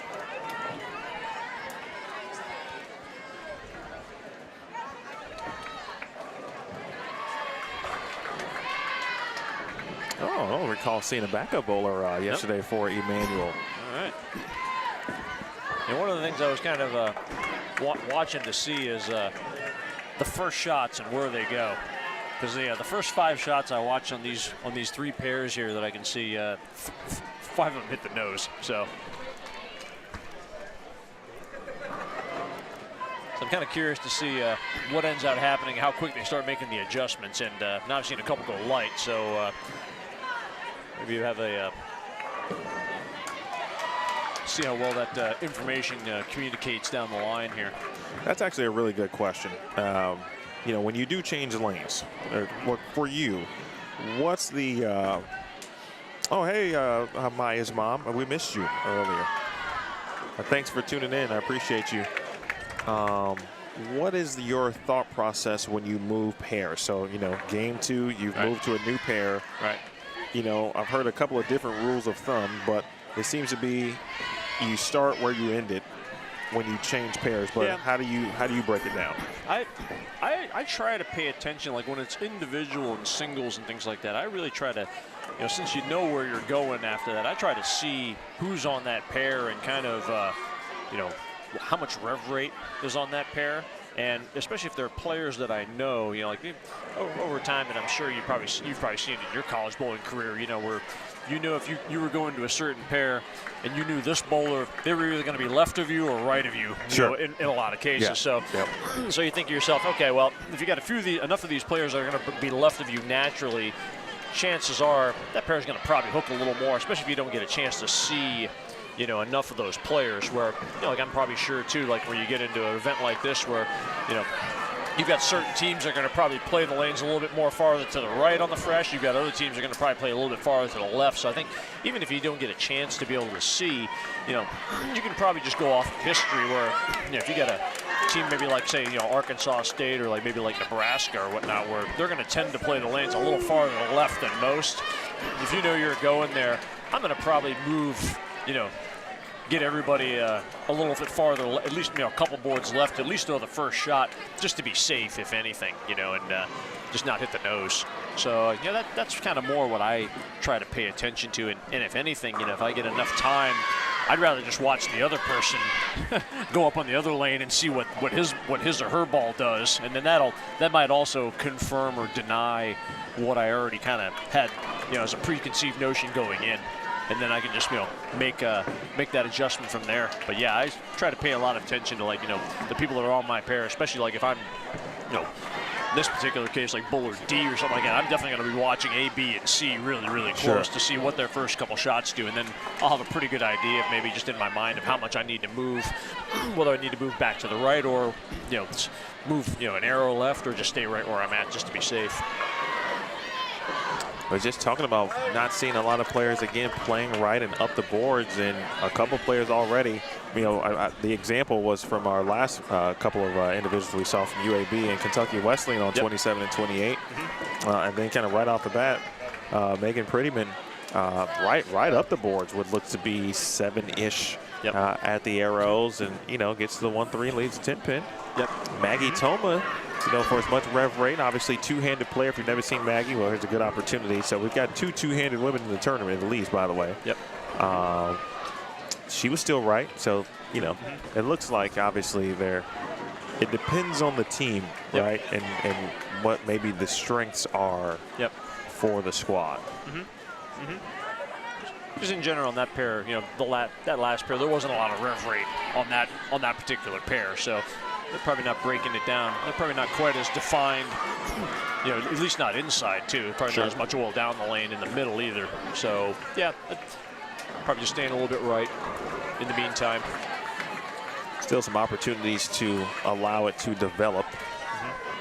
We were talking about earlier, especially in this environment where if you do jump left too early, you really can mess up a pair of lanes for the rest of the day. Oh, yeah. Yep. I always wondered about that part where, you're not necessarily thinking about other teams, but it's kind of like, and you probably won't get back to a pair that you bowled on already during that day. Yep, exactly. But if you're like, well, if the rest of the environment is kind of practicing in the same parts of the area, typically then, every pair is going to be different either way, but they're not going to be drastically different. Right. And that is one of the things too, which I know definitely a lot of individual bowlers have that, definitely that attitude where I ain't going back to that pair. I don't care. You shimwreck it right away, and freaking milk every strike from inside, and that's the next bowler's problem, to deal with. So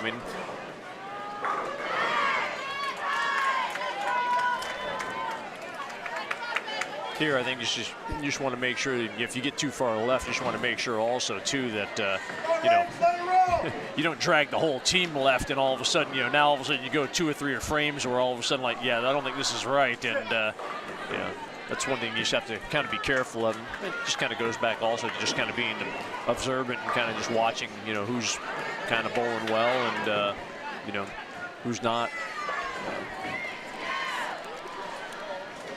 Hello, Sammy. Appreciate you tuning in, too. I am a little bit of a smaller operation, I'd like to say, at this point in the juncture. So we do have some featured lanes, which are 25 through 28. And then that's really our main. We've got some cameras in the 17 through 20 range, but they are not streaming separately. And we'll go to those periodically when something is happening down there. We'll have all the matches, well, at least the top of the bracket stuff for tomorrow in that area. But so if you're looking for a pair or a team and you don't see your favorite team on these pairs, every team is streaming like normal on the pairs that are not right here. So I would definitely take a look at every single or your favorite team's normal streaming, whether it's Facebook, YouTube, etc. And then if they happen to be on these pairs during the day or certainly tomorrow, and this is where you'll find the rest of the broadcast. So we basically got about 31 broadcasts essentially this week. We've got one, which is me trying to, my goal this week is to help get some more eyes on the event as a whole. With Coach Williamson and Vanderbilt's, collective partnership to try to help, just put a few more eyes on what really is a cool event. And then obviously every team is still streaming on their own like they normally would. So you got access to really, it's a really good way to, I guess, it's a good network actually, to where that you get, even when we're, even if I'm with Bowl TV, there's only still small cases where we get every lane. Oh yeah. So in this case, you can go to every team that's here. Oh yeah, I'm sure you've got pretty full coverage for the most part if you know the teams and everything. That correct. Yeah, you can definitely find how your favorite team is doing, and this really is a cool event. This is the first time I've worked this particular event, the Music City Classic, and yeah, between the format and the quality of the teams that are here, I mean, yeah, this is definitely must-see TV here. That's for sure. Appreciate you, Sammy. Hopefully by next collegiate season, my goal is to be able to do 3 channels in a normal quote-unquote event. That's my personal goal for what I do. Which, and hopefully I can figure out ways to make them smaller because, some of the things that I enjoy with Bowl TV, I have to actually worry about when I'm streaming for myself. Right. The logistical part, shipping stuff, flying with stuff. So yep. I'm like, okay, I actually might try to add a few iPads to my repertoire if I can figure out the proper way to integrate them. Right. Yeah.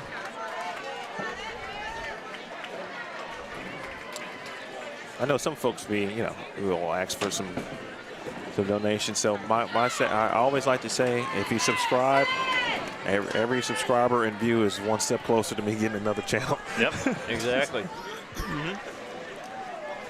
Arkansas State has flipped along with Sacred Heart. Appreciate you asking though, Sammy. That's a great question. We do live in the world now. We've all created this great world to where we typically know that there's probably another channel or two somewhere on how to watch. And so that's my goal too. Oh, wow. Goodness. Yep. Brooklyn Buchanan. Real nice shot there. Couldn't see what ball that was she was throwing, but a little shinier ball. Just trying to play a little closer toward the ball track. A sophomore from Washington State. I don't know how to pronounce the city name. Snohomish? Snohomish. I think it's Snohomish. Okay. Yep. It's a great city name. Oh, yeah. I like it. Snohomish. Yeah.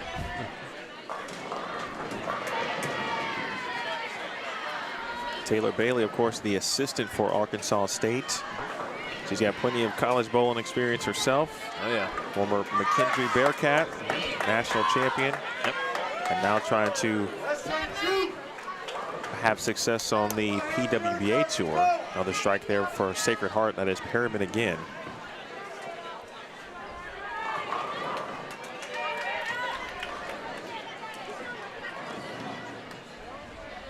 Emmanuel, decent start, as well as Belmont Abbey. We saw Shannon Bademsi nearly lead Belmont Abbey to a match victory. I don't remember their opponent at the moment, but she left a stone cold wrap 10 pin yesterday to she needed to strike the first shot in the 10th and wrap the 10 to essentially lose the match. She was bowling anchor yesterday. This morning she is the leadoff for Belmont Abbey.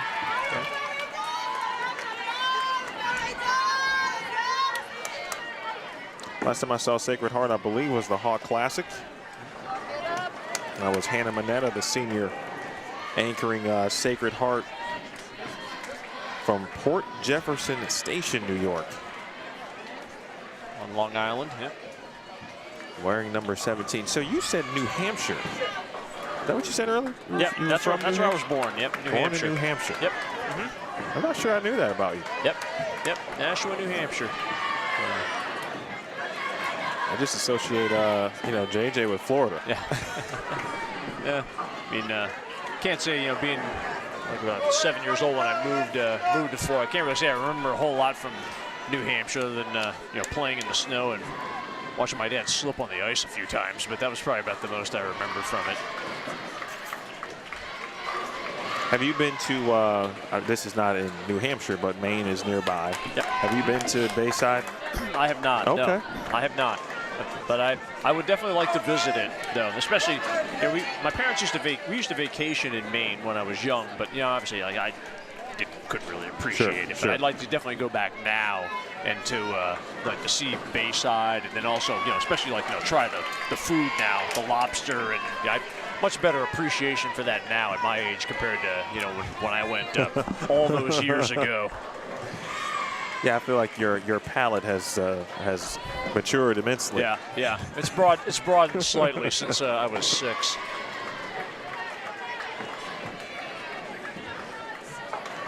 In the booth with again John Janowitz. He's hanging around for a little bit longer, and we want to see maybe how this pair develops with Sacred Heart and Arkansas State, specifically talking about 27 and 28. We've got Emmanuel and Belmont Abbey on 25 and 26. Got a really good question from Scooby. If there are any other questions, I do have actually a question, JJ. It's one that people ask me a lot, just from being at various events. And they always talk about the distance, or not the distance, the amount of time that is ideal, if you will, to for lanes to sit after they've been dressed. And I imagine there's probably been tons of research perhaps done on what is ideal and what are the ramifications either way on if you oil the lanes but then someone bowls on them like 3 minutes later as opposed to someone bowling on them 20 minutes later. Yeah, ideally you would like them to sit for at least 15 minutes to help allow the oil to bond with the lane surface, because whenever you get done with the lane and then you start throwing balls on it right away, I mean, the oil doesn't have a chance to really, it sits on top of the surface, doesn't have a chance to bond. So the more balls that go down, basically all you're doing is you're plowing it down the lane much faster. So the ball's you're going to see carry down happen a lot faster if you don't allow the proper sit time. The big thing though is just to, allow for the same amount of sit time on a daily basis, or like when it comes to leagues and whatnot. You don't want to on a Wednesday for your league, oil them like literally right before your league, and then the day before oil them 9 hours before. You want them to be pretty consistent more than anything, whether that time is 20 minutes or 2 hours. For ideal. Like I said, for ideal consistency on a day-to-day and a week-to-week basis, you want to try to keep that time the same. But yeah, sit time, we always try to shoot for at least 15 minutes from the last lane done.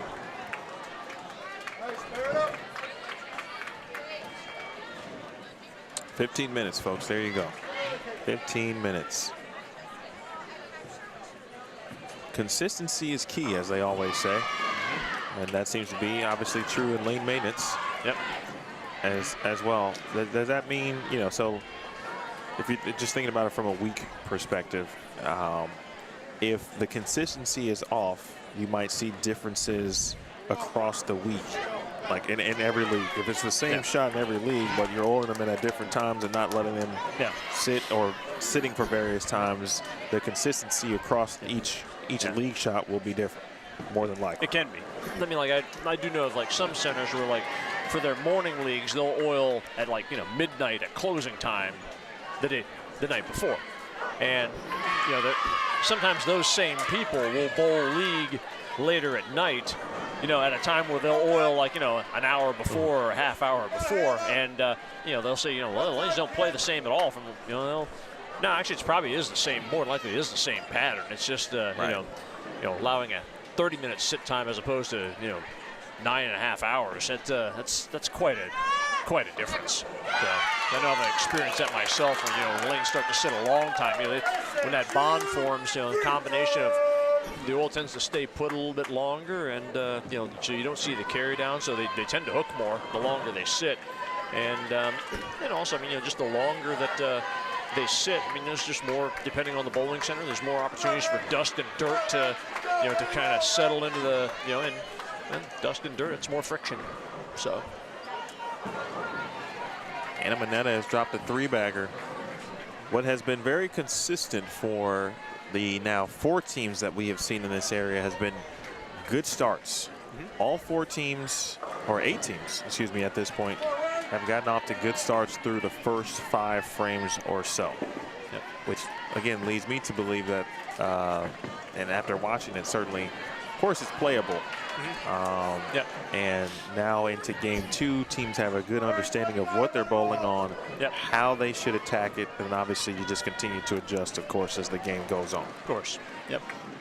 And sometimes, like with a couple of these pairs, you know, where they're not off to exactly flying starts right off in front of us, but that's not uncommon where, you know, they'll start good in game 1 because, you know, they got a lot more practice on that pair where now they're coming in cold to, you know, they're bowling on, you know, what, you know, those particular teams, you know, whether they're lined up, whether they're, you know, a little farther right, a little farther left, or whether they use more surface. And, you know, so they're going to be a little slightly different from side to side, front to back. And, you know, there's a little bit of that adjustment period there for a few frames. But, yeah, it wouldn't surprise me if, you know, by the time you get to around frame 5 or 6, that, you know, that you start seeing a lot more 3- and 4-baggers kicking in.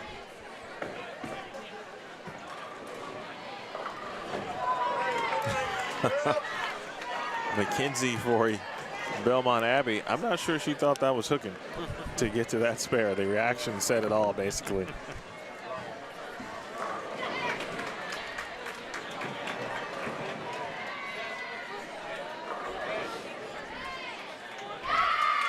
Yeah, nice late hit on the light shot.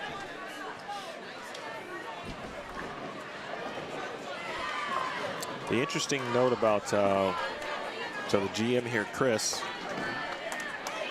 started the program at Arkansas State. Oh, really? Yeah. Nice. And was the coach there. I forgot which years. But he started the program, obviously got him off to a great start. And historically, Arkansas State has been one of the top programs. Oh, yeah. Many years. In the country now. And they are one of the programs, you know, there's a ton of NCAA programs now, but thinking about prominent ones who have yet to win the NCAA championship. Yep. And, you know, Coach Justin Kostick has been close. Oh, yeah.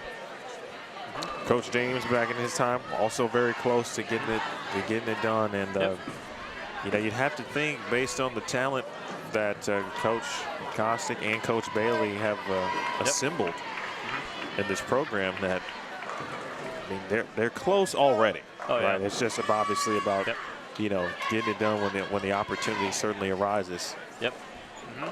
But having players like, I mean, I would have to ask him, you know, which to me is always a funny question when you ask coaches, like, which team do you think is was your best or your most talented team, right? And then typically they don't really want to answer because, you know, you don't want to offend any of your former players. Of course, yeah. Right. Yeah, you don't want to throw any shade on some of the Right.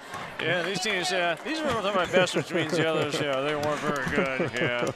But so, you know, I'm going to ask him at some point, but I'd have to think that, you know, for him, I would assume that one of his teams, like any team with Jordan Richard on it, would be probably a very good roster overall, along with Haley. Like the Richard twins were very good, obviously, on Arkansas State. Yeah.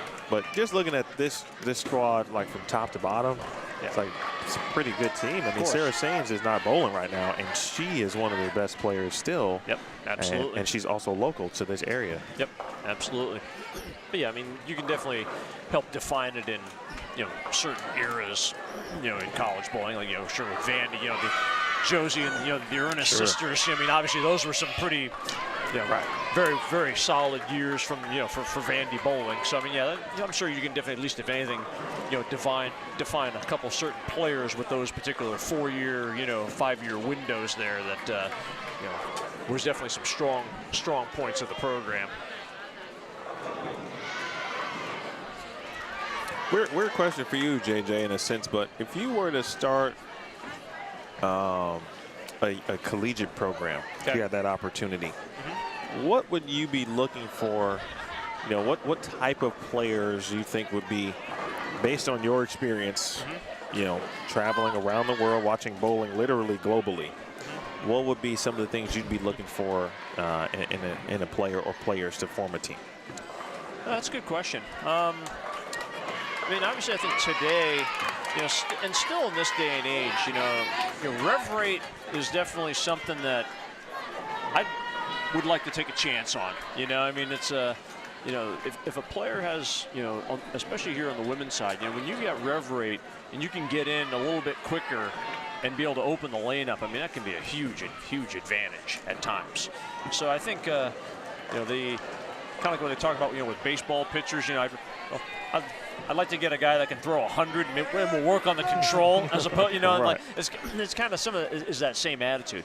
Now, also that being said, you know, I've just watched so many of these college tournaments over the years, and, you know, so many championships and matches have been lost on spare shooting. And, you know, shooting, you know, just being able to, you know, to be solid on single pin spares, especially single pin spares more than anything, you know, someone that has that ability to just, you know, keep the ball on line, and I think you kind of need a good blend, honestly, of both. You know, to where, you know, you get some, maybe have a few straighter players, some that are really good at keeping the ball in play to get a good feel, especially when the lanes are a little on the harder side and they're a little tricky, because, you know, sometimes with the, you know, the higher rev rates, you know, sometimes it's a little harder to control on the fresh at times. So, you know, I think that I would definitely try to find a good mix of both, but I would definitely want to try to recruit some players that had some rev rate, because, like I said, it's especially nowadays with, you know, the way the game is now, with the combination of the, you know, the lane oils, the surfaces, and the equipment, and the way the lanes break down now, it's a huge advantage to be able to strike, you know, much more so than, you know, just kind of putt along at, you know, a 205 pace. Because, I mean, like I said, it's, you know, that's one of the things, you know, when 230 or 240 is out there, you need to be able to take advantage of it, and you know, that's a huge advantage to be able to have that. The freshman Amanda Grimsley, again, the backup player from Virginia Beach, Virginia, for Emmanuel, strikes in the 5th frame, and that's an early team double for Emmanuel. Would you ever consider coaching in the future, you think? You know, honestly, I love what I do at Keckle, and I have, you know, no intentions of leaving. However, if something were to, you know, to happen, though, there aren't honestly, there's not a lot of things I would want to do in the bowling industry. This would be one of them, though. You know, collegiate coaching would be one of the things I would be more interested in, and you know, just trying to help develop the young players of today, and just try, you know, share some of the experiences. And even if it would be like an assistant coach or something like that, I mean, that would be one of the few other, you know, aspects of the industry that I would be pretty interested in. And could I see myself doing it down the road? Yeah, I could. Well, that's like, folks, I mean, you might want to get on the horn right now. You got an assistant coaching position open. Even if you don't, maybe you want to create one. I think you would. JJ's coaching would be a benefit to any school program, and certainly as a head coach. I do here and there, you know, just try to, you know, I don't work super close with Weber, but obviously, you know, with the affiliation, though, I do, you know, try to help a couple of the players out here and there, and, you know, if they have any questions, you know, more than anything, you know, just try to be open to, you know, be able to help them out, you know, whenever they do have any, you know, anything that they might be a little unclear about. I was just giving my my 2 cents on those topics, whether it be bowling balls or lane play or whatnot. So yeah, I'm not afraid to give my 2 cents. I was going to say, what are common questions, not just from Weber, but any player who may see you out and about? What's a common questions that you get? Reading oil pattern graphs. Sure. That's usually probably number one. Yep. Yeah, that's yeah, I've definitely, as Lynn Nicholson used to say, I've definitely given more than my share of concourse seminars, you know, when it comes to doing those things. Yeah, I mean, it's it just becomes kind of part of the job, you know, but that's okay. You know, like I said, if it's an opportunity to help educate, you know, whether it be, you know, players or coaches or something, to make them be a little smarter and help them, you know, get better quicker and enjoy the game more. I mean, I'm perfectly fine with that, you know. But I would say that's probably the thing I get asked the most, you know. And then, you know, I get the other question, like, you know, which is kind of related to that. Well, how would you play if you were bowling? How would you play the lanes? You know, based on what. Those are probably the top two things I get asked when I'm at tournaments doing the job that I'm doing. Is if you were out there, what would you be doing? You know, where would you be playing? You know, would you be hooking it? Would you be throwing it straight? What kind of balls would you be throwing?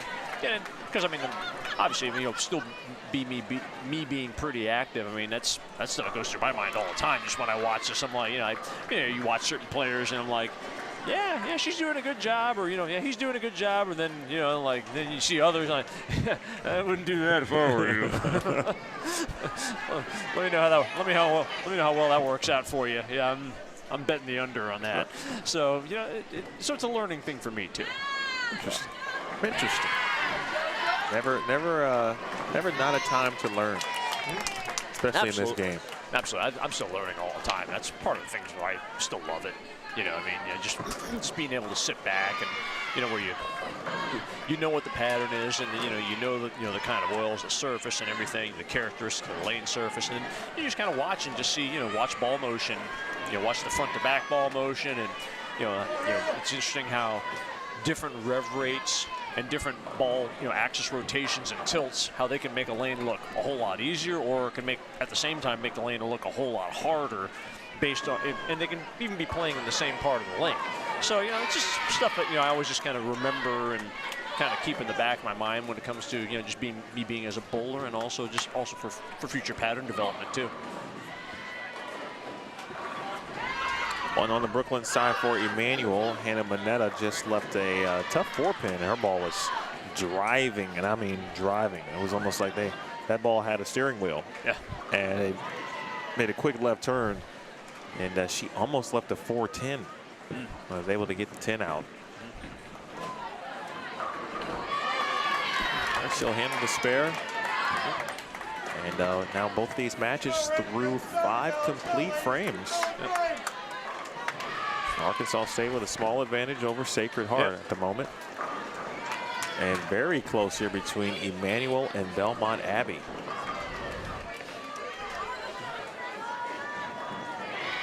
This is game 2 of 5, the Music City Classic, hosted by Vanderbilt Women's Bowling. Vanderbilt, the #2 team in the nation, and they've been, I think, #2 for the majority of the season.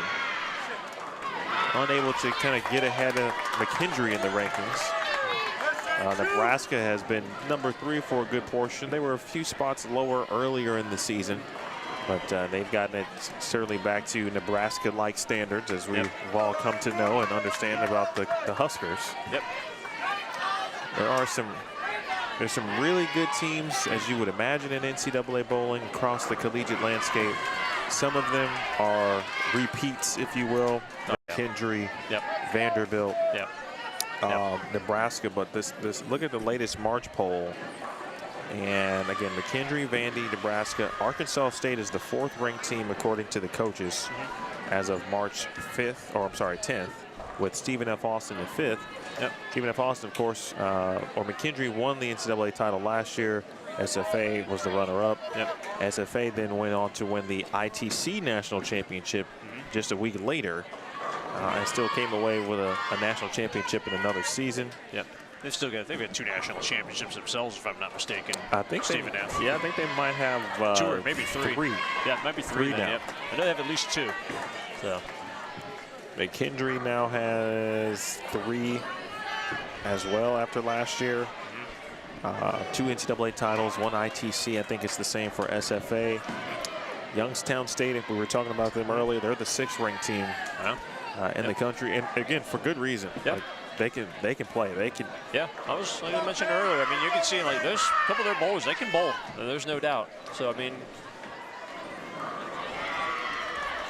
North Carolina A&T 7th, Maryville is 8th, Sam Houston State 9, and Maryland Eastern Shore 10th. That's your top 10 in the NTCA coaches poll as of March 10th. And we've seen several of those teams here this week. I think there were 15 or 16 teams of the top 25 that are bowling this tournament.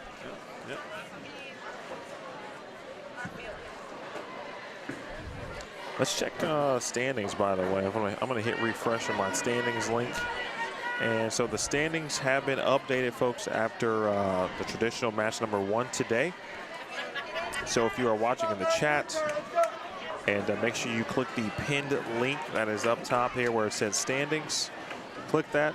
Standings have been updated, and we'll walk through those right now.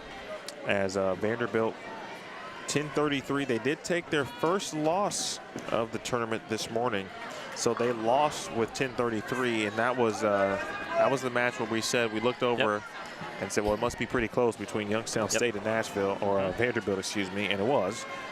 And Youngstown State got the dub. So Louisiana Tech is still second at 62-18. Vandy at 64-70. McKendree third at 62-16. They're 2 pins back of second. Youngstown State is fourth at 60-89. Sam Houston State fifth at 60-52. It's getting interesting. That huge 1071 for North Carolina A&T moved them up several spots. Yep, that was the high game of the block. Absolutely. So far. Yep, that was the high game match 1. And now it's 59-51 for A&T, with Maryville in 7th at 59-15. Maryland Eastern Shore is 8th at 58-73. Stephen F. Austin 9th at 58-28, and Arkansas State is 10th at 58-09. Arkansas State shot 919 in game 1, but that doesn't look like it's going to be the case here in game 2. No, just like we were talking about earlier, like, you know, it wouldn't surprise me if you start seeing a few more 3-baggers and 4-baggers from them once you kind of get into frame 6. And that's kind of what's already started. They're getting lined up, and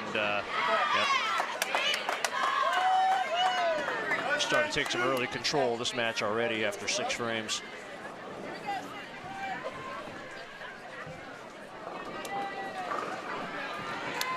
A team that can strike. You always love a team that can strike, but you know, sometimes in college bowling, we talked about it, you know, spare shooting is always a topic across the sport. But college bowling, team bowling, you know, high school bowling, it's generally spare shooting that ends up separating teams from winning and losing. And it always comes down to that, no matter what the case is. Nice energy up top the lineup for Sacred Heart. Triple 4-7 for a double.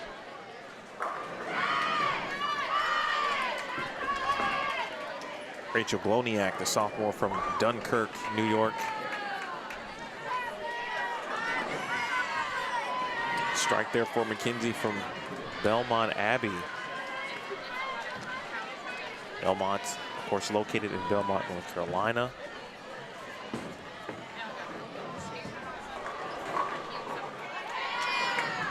You know, I don't see backup players that often, but this is fun for me. I've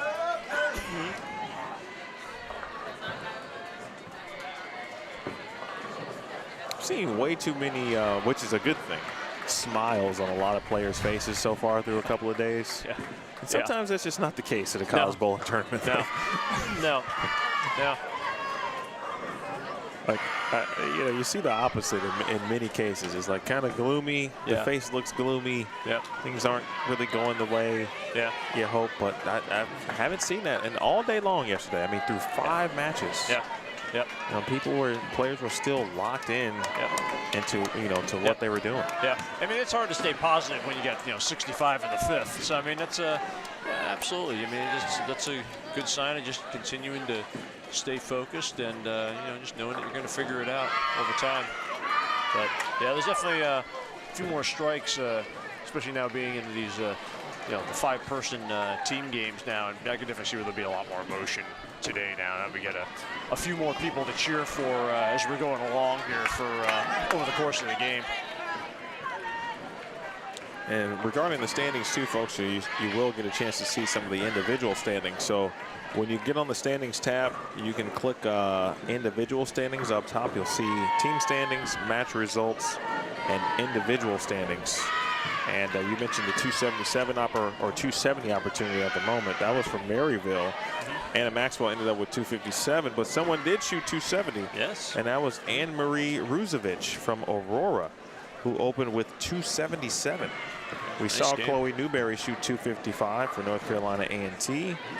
That was third. Rebecca Hagerman from McKendree shot 253. Team USA. And Michaela Clardy was fifth at 249. So I'll be intrigued to see how the individual totals will end up. What's going to win the Music City Classic individual title today?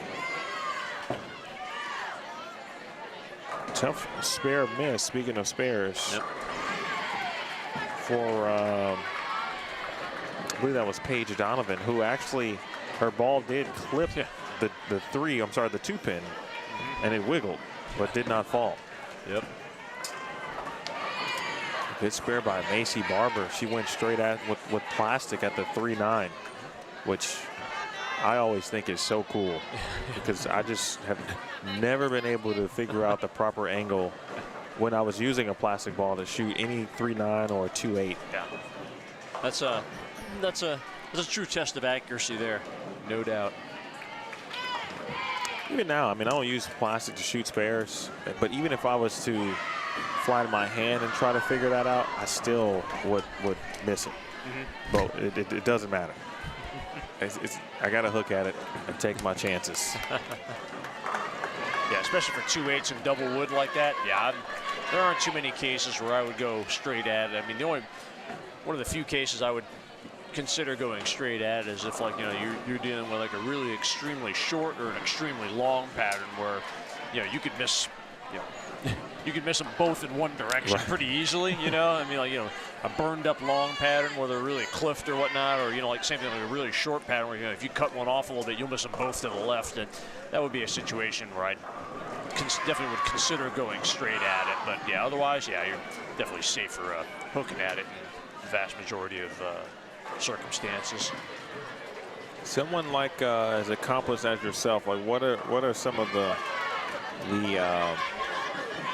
your pet peeve type spares, right? Like you don't like to shoot this spare, it just gives you or has given you. 3-6-10 is probably the one. I mean, for the 3-6-9-10, actually, I tend to actually don't mind shooting that spare as much as the 3-6-10. I'm not really sure why. I mean, you know, it should be easier, you know, but yeah, that's probably the one, especially lately. I seem like I've chopped a lot of them lately, so I gotta work on that, make sure the swing's right. But that's probably the one spare though that still bothers me the most is, you know, 3-6-10. 3-6s are okay. Like I said, 3-6-9-10 buckets. I don't worry about the bucket, but yeah, like I said, probably more 3-6-10.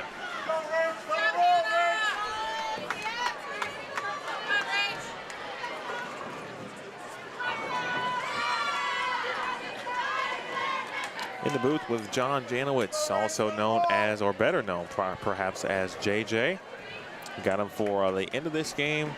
A couple of you have dropped in some good questions for him if you'd like. You still have that opportunity to do so. Give you a sneak peek at what's coming up next too as far as teams go, so you're prepared. We will see Louisiana Tech for the first time. They'll be on 25 and 26. We'll see St. Francis, PA for the first time. We will see Sam Houston State for the first time, along with, we saw Maryville yesterday, but so two really good matches coming up here in game number 3. Right here on Bowl Stream TV, and well, the strikes just continue to mount for Arkansas State. Yep, it's feeding time. 4-bagger, a couple of 5-baggers. Yep, it's just get in and throw to it. It looks like now. Carly Van Dunen with a 4-bagger up top. Currently working on a 5-bagger. I think that's Faith Welch. Yeah, I think it's Faith Welch too.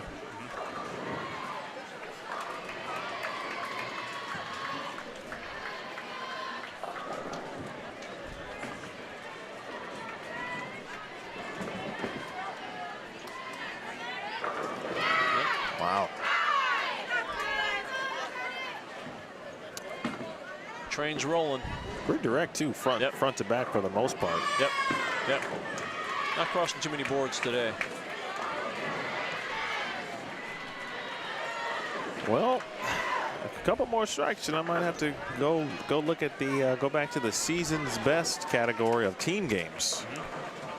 Nebraska put up 12-19 not too long ago, which was, it might have been I think it was a record breaker. That's a lot. Oop. And therein lies a 2-8. Yep. I just talked it up.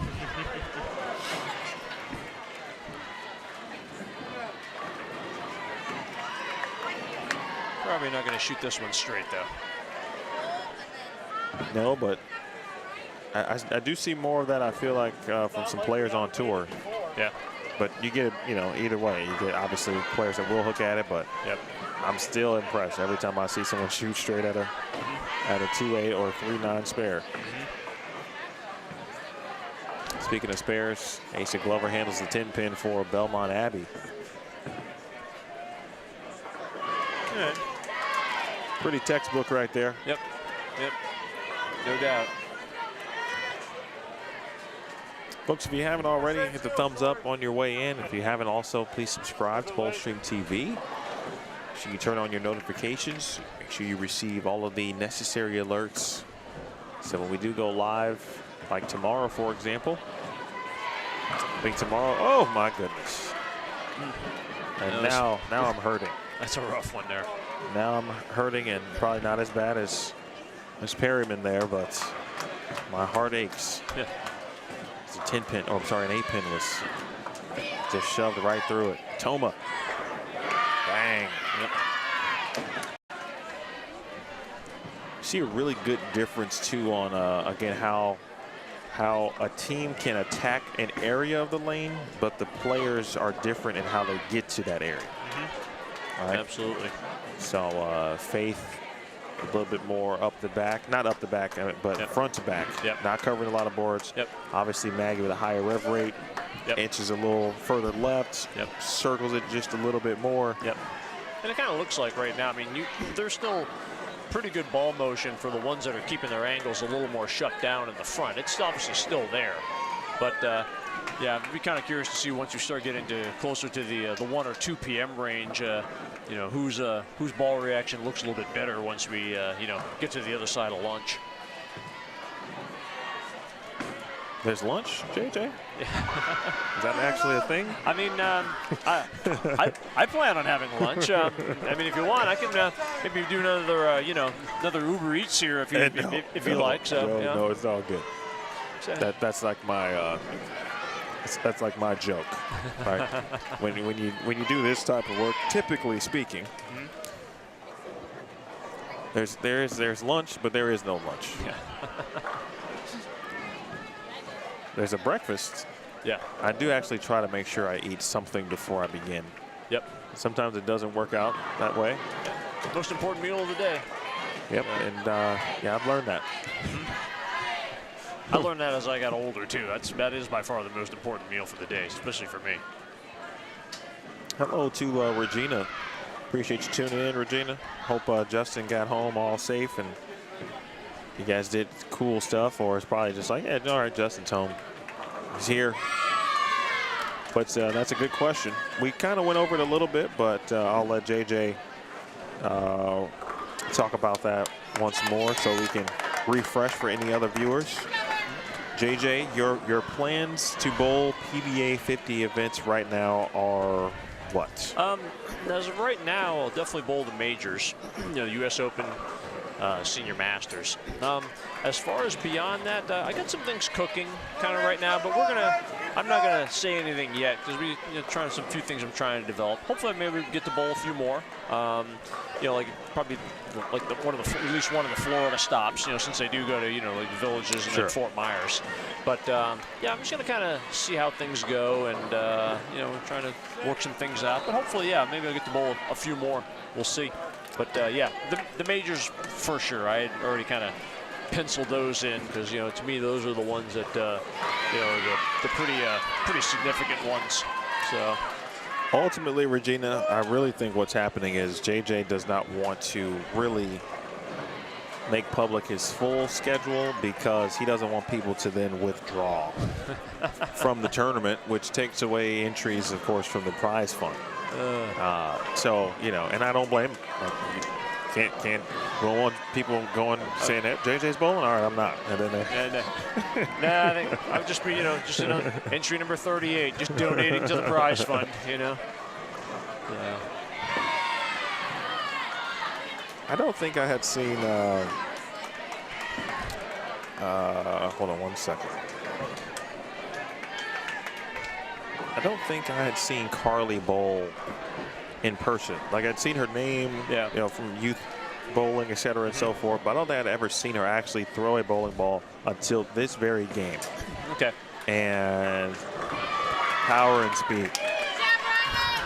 You just see it kind of just roll right off her hand. Yep. At the bottom, and the A-pin somehow almost stood up for her.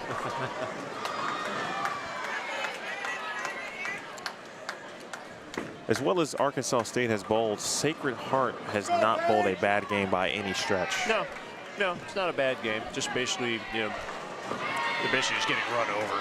I mean, there's no other way to say it. I mean, just 3 5-baggers in the middle of the game, and really only 2 other opens. I mean, that's pretty solid play there. So I mean, it's just part of what happens. And just unable to string them, but they've thrown it well, just like that. Yep. I mean, that shot has been almost a repeat right there for Paige Donovan. There's definitely an area of the lane where you can kind of just watch your ball hook if you get it to the right spot down lane. Yep. Yeah, you can definitely see now, especially with the added lineage of, over the course of these full team games, that you can see that area is definitely starting to get a little bit more and more defined now. That hook spot to throw at it down in that kind of like close to that 8, 9, 10 range. Shot there from Perriman for Sacred Heart. That last shot for Arkansas State was from Emma Stoll from Raleigh, North Carolina. Shout out to my good friend Nolan Hughes, who leaves no expense when talking about Raleigh, North Carolina, and how good youth bowling in that area is and has been. He's got to hook a lot.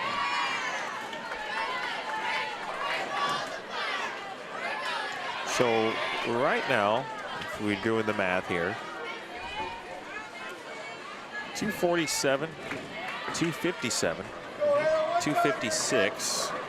Depending on what Maggie does here, but if she spares, that's 202. Yep. 226 at the bottom, so potential, if they really go out, that's a 1180 range, somewhere right in that range. That's pretty solid play. Hook a little for Macy Barber. And no messenger on the 10.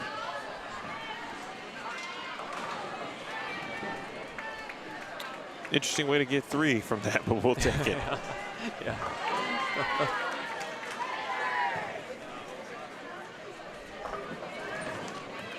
So Asa Glover for Belmont Abbey has put together a very nice game, and she can get to 236. Yep.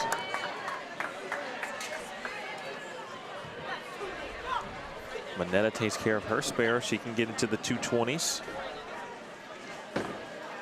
So no matter how much talent you have, in my opinion, if you do have some upperclassmen, some senior leadership, players like a Hannah Manetta, for example, like you need players like that who understand the ebbs and flows of a season and can get you through a block or a day's worth of tournament.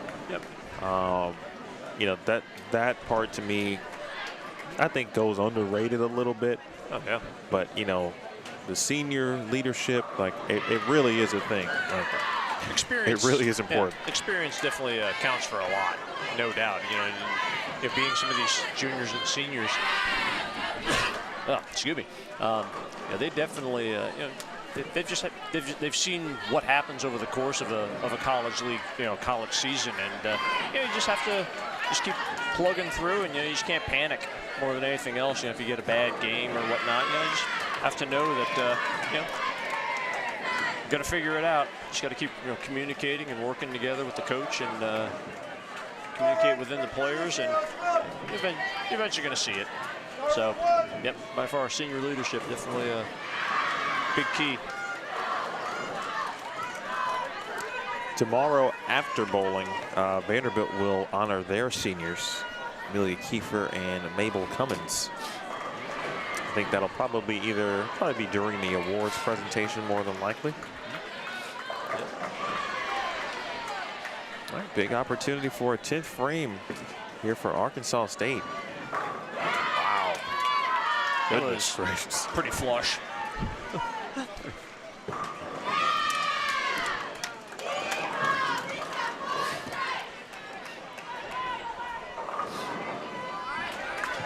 I feel like 25 and 26 has seen the most players, the highest number of players who are getting closer to fourth era. Yep. And it could just be this pair. Yeah, could be. I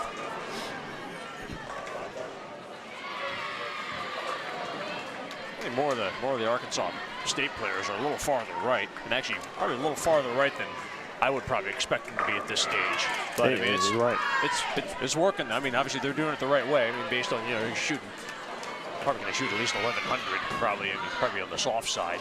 So I mean. Speaking of my good buddy Nolan Hughes, his sister Isabel next door just shot 266 for Stephen F. Austin. Oh wow! Wow, nice game. They hear that name, Nolan. He works with the PBA and handles a lot of their content creation, and see his name and bylines on the website. Nice game here, of course. 245.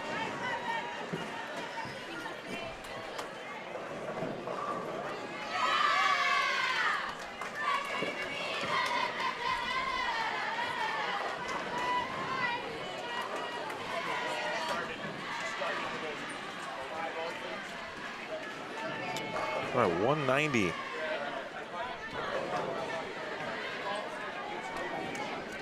For Rachel Gloniak and for Sacred Hearts. Seen a couple of players from various teams now on the warm-up pairs. Just to our left, actually on 23. So if you see bowling balls going down the lane on the left side of your screen, that is a warm-up lane, warm-up pair. Forgot the number of shots that you can get as a player when you go to the warm-up pair. You can't spend like a whole game over there. You get a couple shots. Yeah, I wasn't sure what if there was any limit there, but I mean, there is a limit. Yeah, I would like to think, if anything, I think probably 2 to 3 shots just to make sure your hand feels okay and don't need to add any tape or take any out. I think that's probably ample enough. Yeah, there are sheets down there as well. You put your name down and you mark off each shot that whatever the limit is, it's listed there, and you mark it off as you go, and then you turn it in. Okay. Yep. The pitch count. You a baseball guy? Not really. Not really? Not really.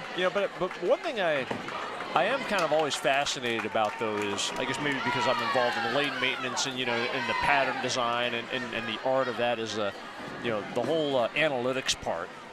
To me, I find that quite fascinating, about, certain pitchers' tendencies and, same hitters' tendencies on, whether they need to, whether they swing on, on the first pitch or, I mean, I think that's some pretty interesting information, and I'm sure like some of that, I mean, maybe some of it does exist, but I'd kind of like to see some of that involve more in bowling, and player tendencies and team tendencies and things like that. We kind of know about it, but it's kind of cool. It would be kind of cool to see some of that in, actual print. So. Faith Welch puts 3 in the 10th to shoot 257. Another potential 250 right behind him. So. And our match between Belmont Abbey and Emmanuel right now is still close. This one's probably going to come down to the final 2 players for both squads to get a win here. Stoll with the first one in the 10th.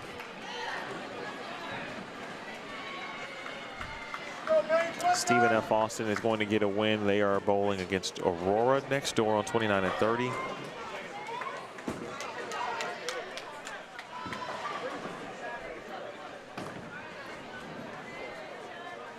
Good teams getting closer and closer to NCAA championships. It'll be in Las Vegas, the South Point Bowling Plaza.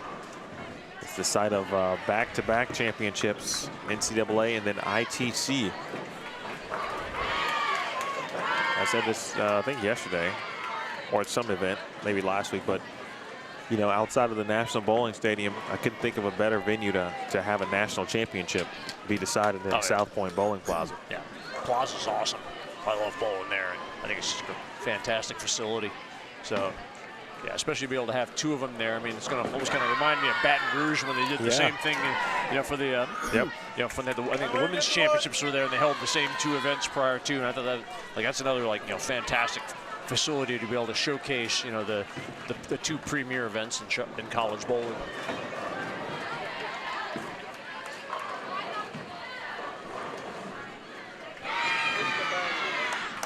Yeah, just like bowling league here, you know, 240, 250, 250.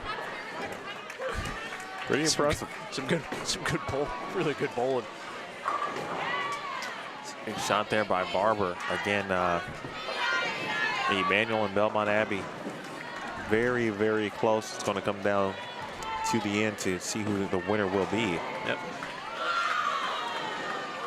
That's definitely coming right down to the wire.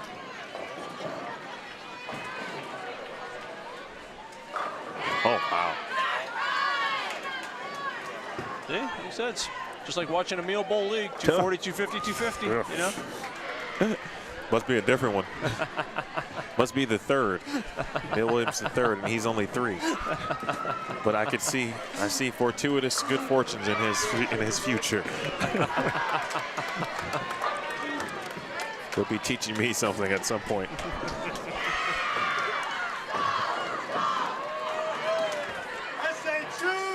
But tough shot. First, a good shot, tough break. Yeah. For Asa Glover. Yep. Really good shot. First one of the 10th, that's for sure. Well, I tell you, I've seen seen Maggie. We watched Grace Chan earlier. Seen players always talk about it. I'm talking about 2-handed young women. Taylor Kretz. Yep. I've seen Danielle Henderson. She's going to McKendree next year. She throws really good. Those are really good. Seen Bella Castillo. Bella Love Castillo. Yep. Well, there's one I feel like I'm forgetting just off the top of my head, but I didn't see Maggie Toma until team trials. Actually, it's the first time I saw her too. Yeah, first time I saw her. Yeah. I'm kind of wondering, how did I not see her prior to this? I'm like, yeah. Like I was kind of living under a rock there for a while or something. And like, yeah, she throws really good. 180 for Toma, but we'll see more players again like Grace and Maggie. Yep. In college bowling, and then again, it's just going to take a few more years, but we'll see more on the PWBA tour, and that could be a moment where, you know, the game will change again slightly because the lanes are going to change a little differently. Oh yeah. Yep. Yep. Buchanan to kind of put the icing on the cake here for the Red Wolves. Potential 11:49. Yeah, it's good. It tends to win a lot of games. Or I should say, for JJ's sake, the icing on the cupcake. Yes, absolutely.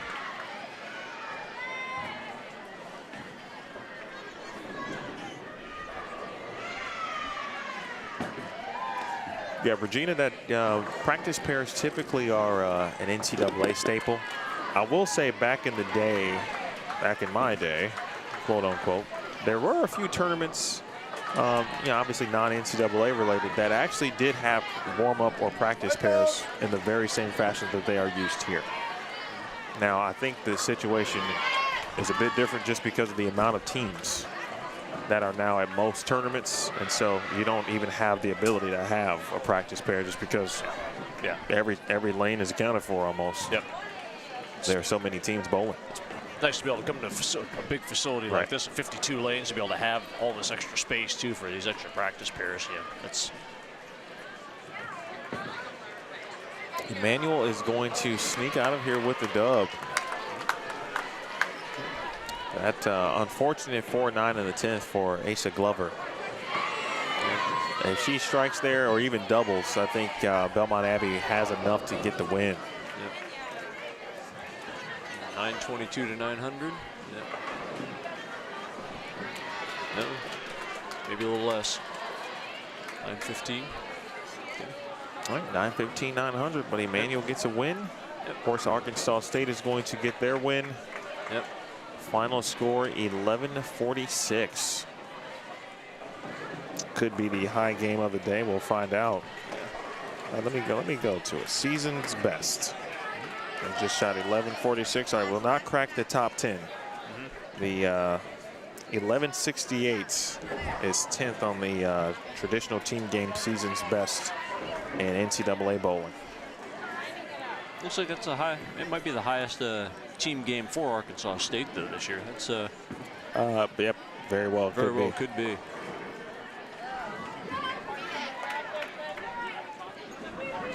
$12.19. That's a lot. Isn't it? I mean, that's like a lot. And just like that, folks, 2 games down, and now we officially will say goodbye to JJ. Yep. He's going to get lunch and do what he does. JJ, appreciate you hanging out, man. Yeah. Thank you so much for sharing your world with us and the viewers. Absolutely. And giving some insight as well. Yeah, thanks again for having me, Emil. You said if you need some lunch, let me know. I'll bring something back for you. No, I should be good. I appreciate you as always. Thank you. Thank you for thinking of others all the time too. Absolutely. We appreciate you. Thanks again. So. That is John Janowitz, folks. Game 3 is next here on Boldstream TV.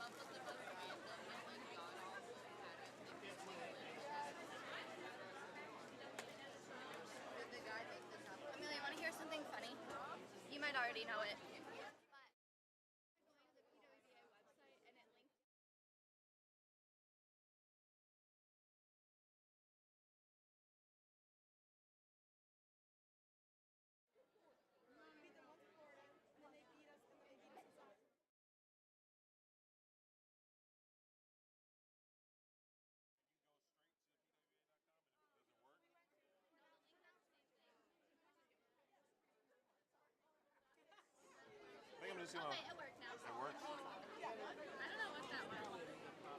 I'm so glad you remember. Oh, I'm not using this much yet.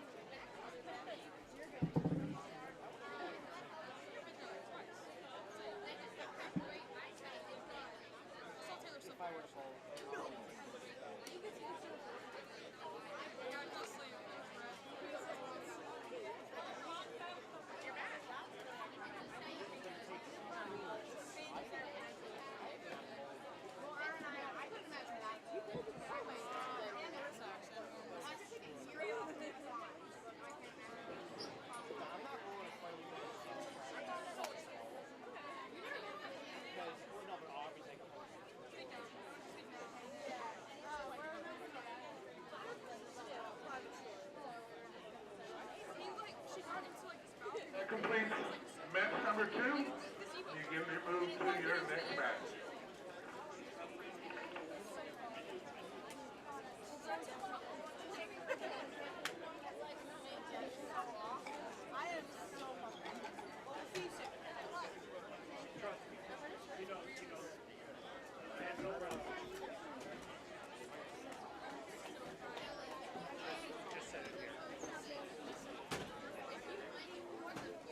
Be gentle, Emil. Just call it how I see it. What?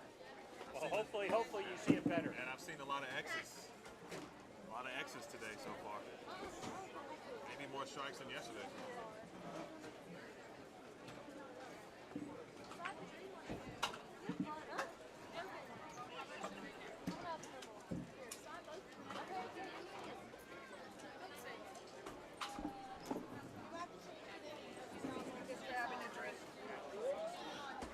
Hey, you like my incoming recruiting class here? They're all here.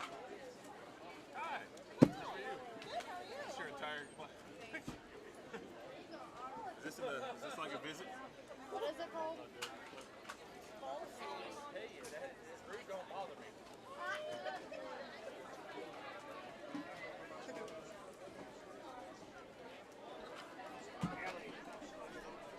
When you post, can you put that we're on hold? We just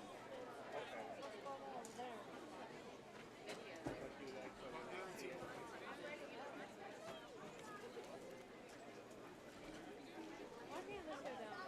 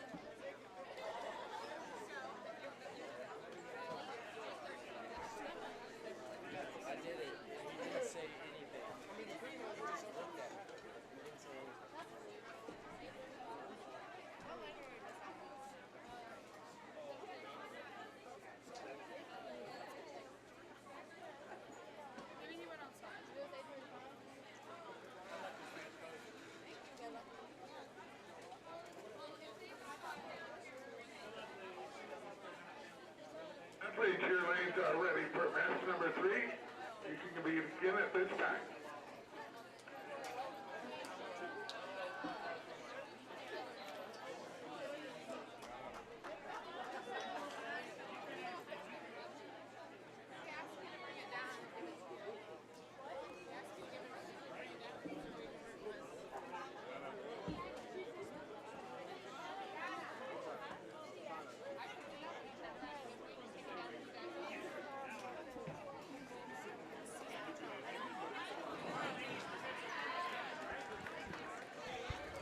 All right, a couple of new teams. Which is fantastic. Fantastic here.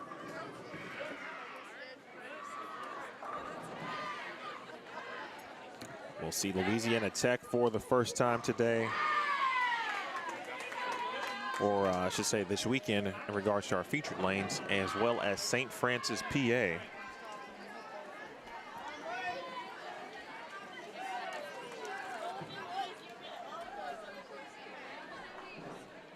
Sam Houston State.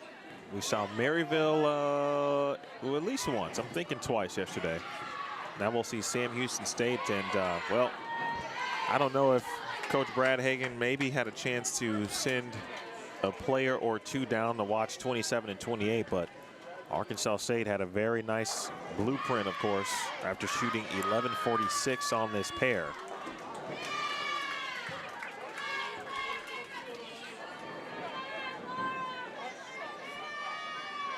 Big thanks to John Janowitz for joining me.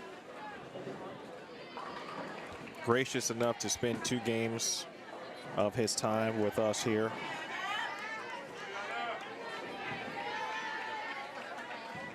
Make sure you say lots of good things now.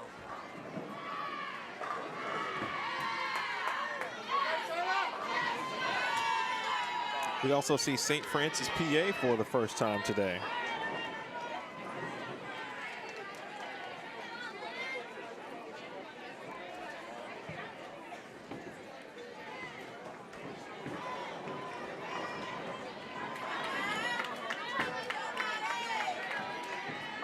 Ayanna Carroll, the freshman, majoring in nursing, gets it started.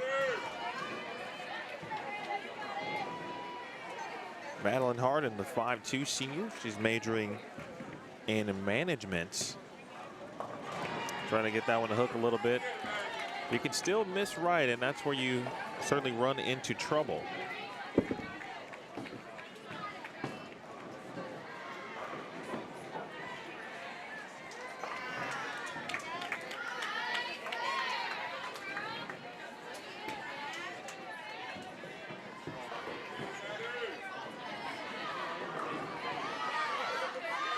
Shot 2 for Maryville.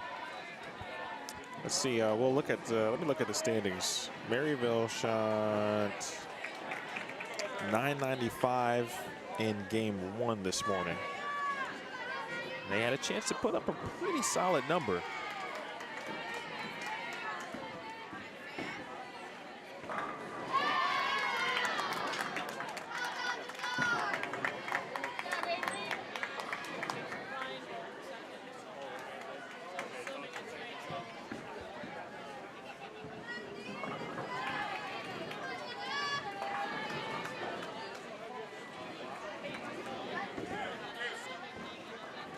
Again, the importance of winning matches, and all of the above.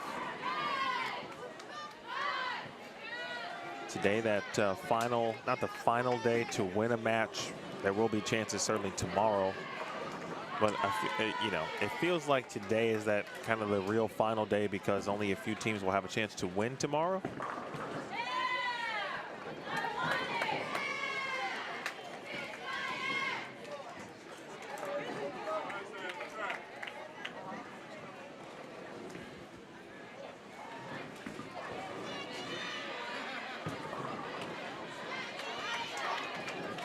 Learned something from, I don't know who told us in the chat. Someone did. But we learned that Rose, who works here at Smyrna Bowling Center, works at the front counter. Her granddaughter is Danielle Jedlicki, who is bowling right now on lane 26 for Louisiana Tech.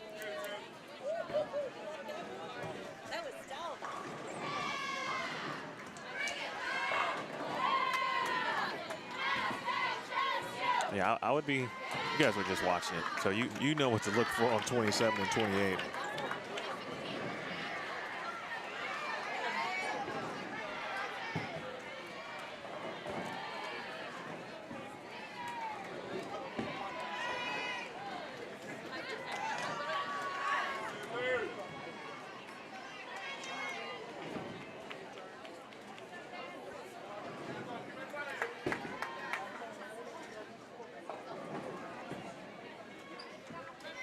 The only question is, I think, is kind of where or how both Maryville and Sam Houston State will elect to attack the pattern.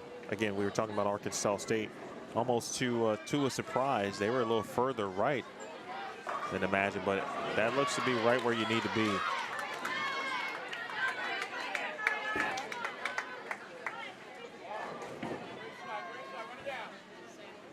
At least today, at this point in time, and again, the smarts, right? What you learn from Friday's competition in Baker.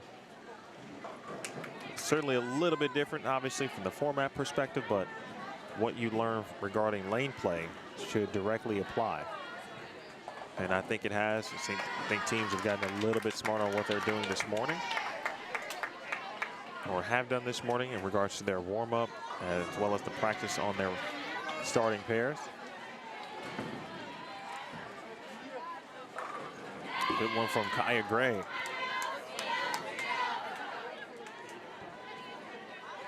Kaya now a senior.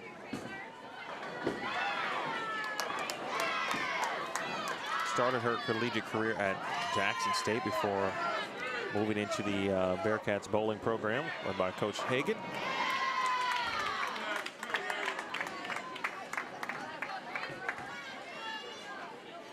Decker puts one down for Louisiana Tech. Is this the year for the Lady Techsters? They certainly have the ability from top to bottom. There are some rosters, some lineups you look at and you say, you know, they've got X, Y, and Z, things that you think you certainly would need to win a championship. Talent, skill, etc., and so forth, and Louisiana Tech has that. It's weird to say, though, just because of where they are ranked. You know, you assume, you never want to assume, but you assume from this vantage point that they would get in even if they don't win their conference tournament next week, which is a very difficult thing to do when you've got teams like Sam Houston State and Vanderbilt and who else is in the Southland? Arkansas State, for example. Probably the hardest conference to win in NCAA bowling. It's Avery Brown on 25. Her parents surprised her. Well, her mom did specifically. Her dad was going to come and she was aware of it. She didn't know her mom was coming.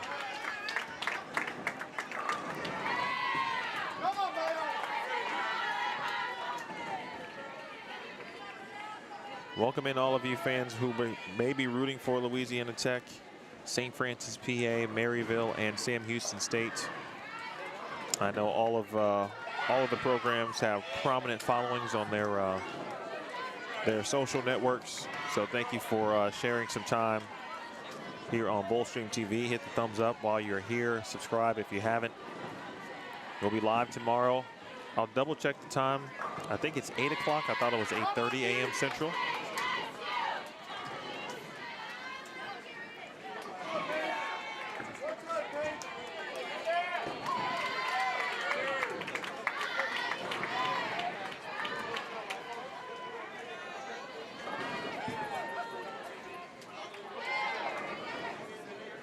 St. Francis, PA, led by head coach Ashley Bingham.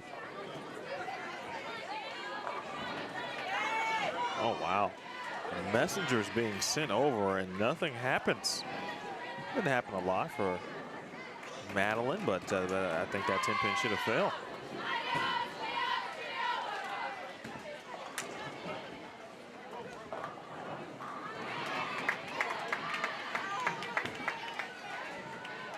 2 frames in a row for Sam Houston State as a team. They've notched 4 out of 5 to start.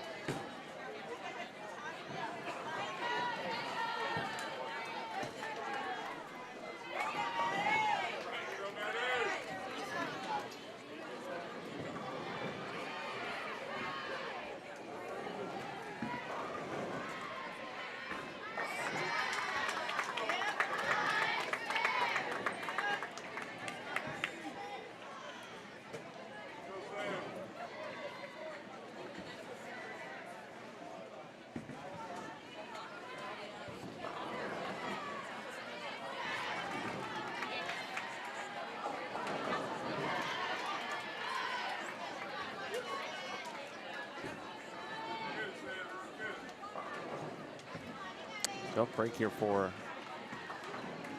the lefty for St. Francis, PA. And speaking of tough breaks, wrapped in for Patricia Rosales.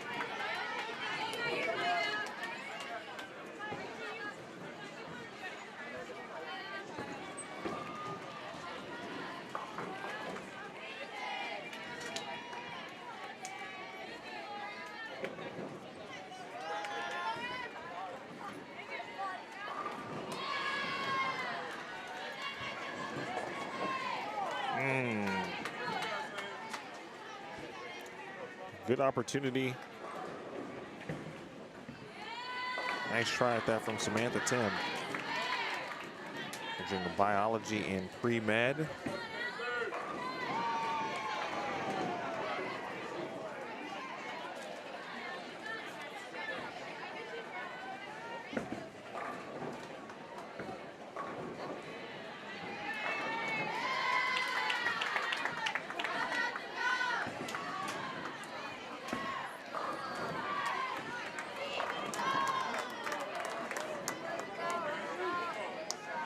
Mackenzie Keene.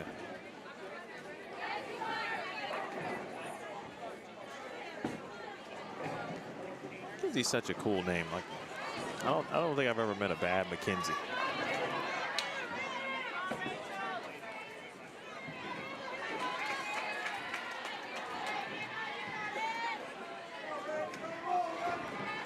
Bowl Dry Greg is in the house. So is Tinder Chat. That's great. What's up, Greg? Appreciate you tuning in. Maryville's assistant coach is not here, but he's watching virtually. What's up, Matt Russo?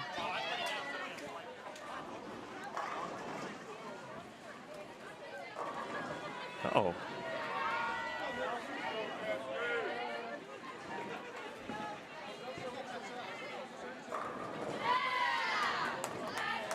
Sam Houston right now is on a similar path that Arkansas State was on. It's still very early, but all signs are pointing to what could be a game north of 1,100. Of course, as we got to the 7th and 8th frames, Arkansas State had three players with 5, 6, and or 7 baggers.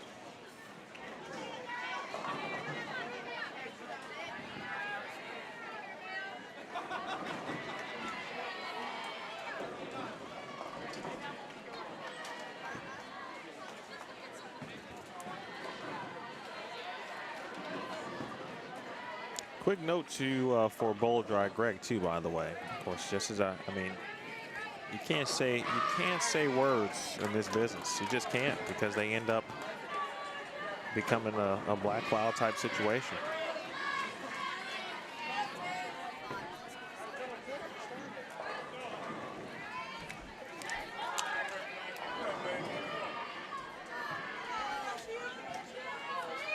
But Bowl Dry, please send me a note.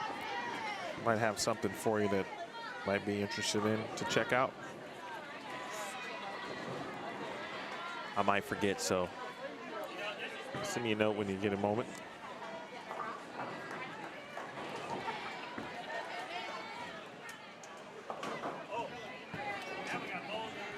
first open frame as a team for Sam Houston State.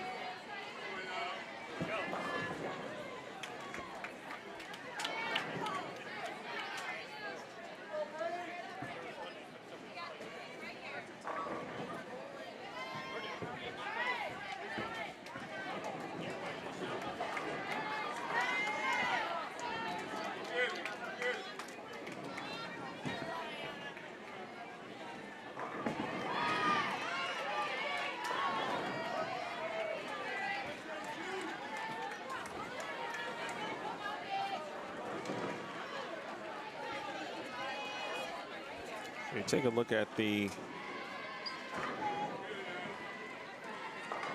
power index ranking from NCCA again, that RPI type number. I mentioned where Louisiana Tech is in that, and they're kind of again, strange to say, but really firmly on the bubble when you look at these numbers. They are 14th in that category at 59,004, which puts them again 14th.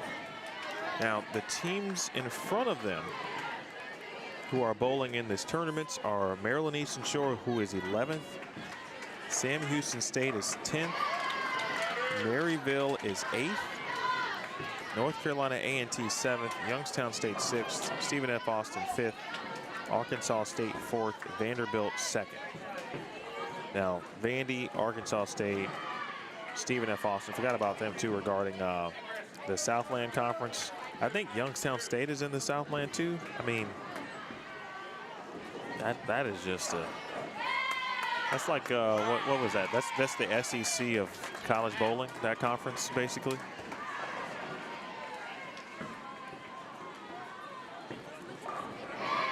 Good shot by Jet Lickey, her first of the match.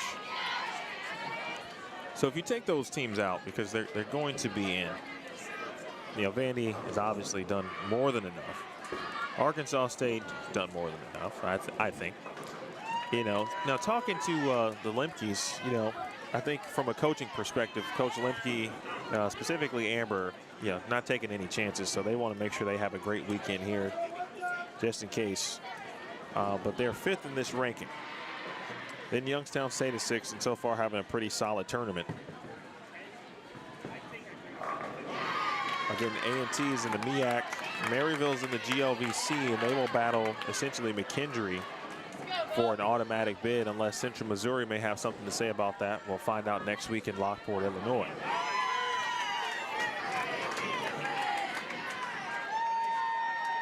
With 17 teams, from what I understand from talking to coaches, it's their 17 spots for regionals. One of those regionals will have essentially a play-in type of game or match, which will then whittle it down essentially to 16 across the board. There are a few spots. There are 9 conferences. So 9 spots with 8 at-large bids. So it's going to be very interesting here the next couple of weeks to watch what's going to transpire here at the NCAA level.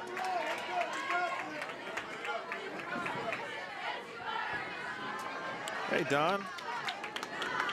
Hope all is well, my buddy. Hello to Michelle, representing Louisiana Tech. McKendree's actually on 29 and 30, bowling Sacred Heart.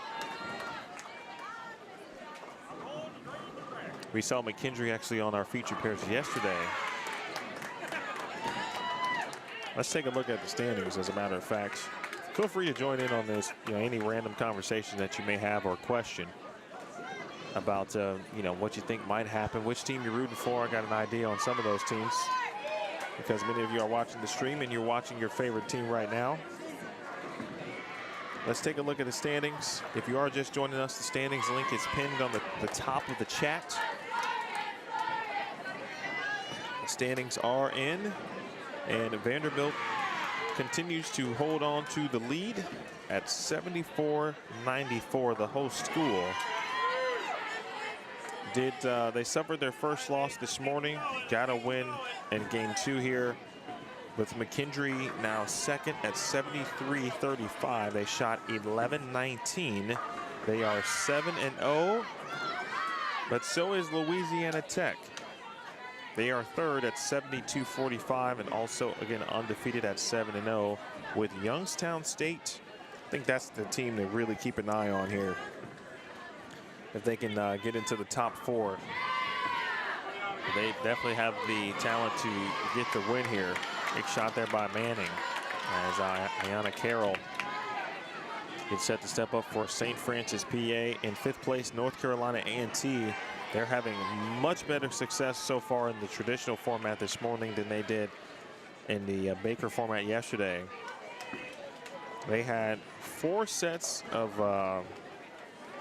under 1,000, so 4 negative sets, including an 871 on the end, but already have gone 1071 as you watched in game 1 of on Boldstream TV, and 1086 to put themselves just 100 pins back of 4th place with now 3 games to go. Again, the top 4 teams will have the chance to win the tournament tomorrow into the afternoon.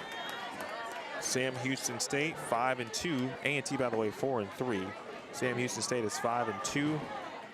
They are in 6th place at 70-15. A&T was at 70-37 again. Then Arkansas State also undefeated. They just shot 11-46 as we talked about, and as many of you saw. They are at 69-55. Will they have enough to try to get to 4th place? Well, another 1,100 certainly would go a long way to doing that. So we'll keep an eye on their progress. Stephen F. Austin is a little bit better today as well. They've gone 10-25, 10-53. They're at 68-81. Maryland Eastern Shore is 9th at 68-77, with Maryville in 10th at 68-34.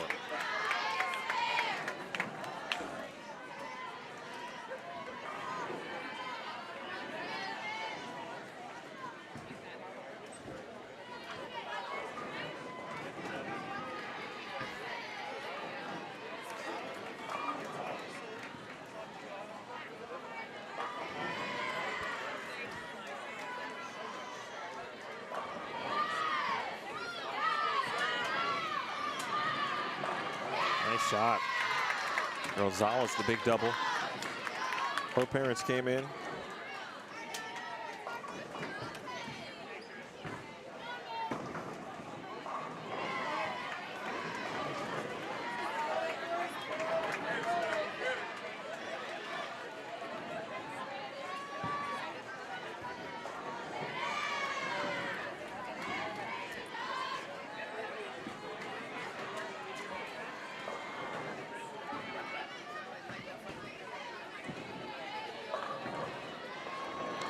I mentioned how 25 and 26, we've seen a lot of the righties specifically be around 3rd or 4th arrow, whereas players on 27 and 28, again through 2 games, have been able to play the lanes a little straighter.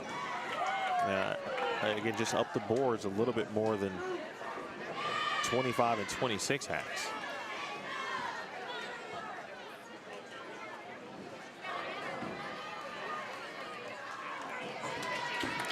No matter what, at least for 2 of these teams. Let me check. I don't remember what happened with Sam Houston State last week. So let me go find out.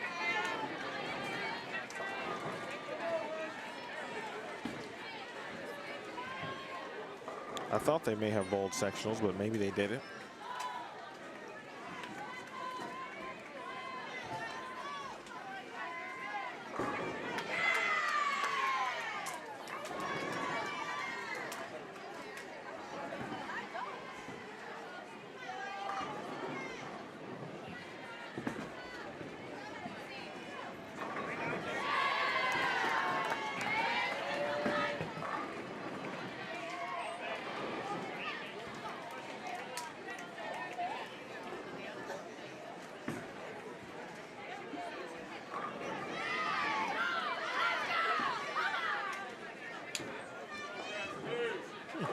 doesn't look like they did.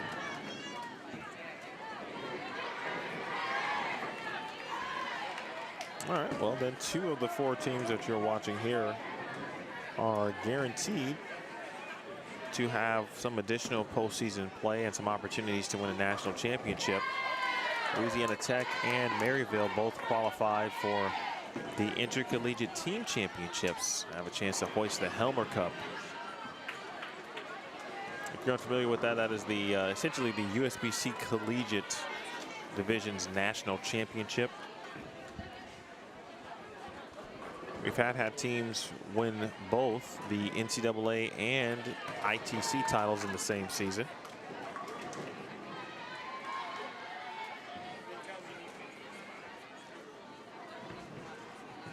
If my memory is right, the last team to do that was McKendree. Maryland Eastern Shore has done it. Stephen F. Austin almost did it. They lost the NCAA title though prior to winning the ITC title.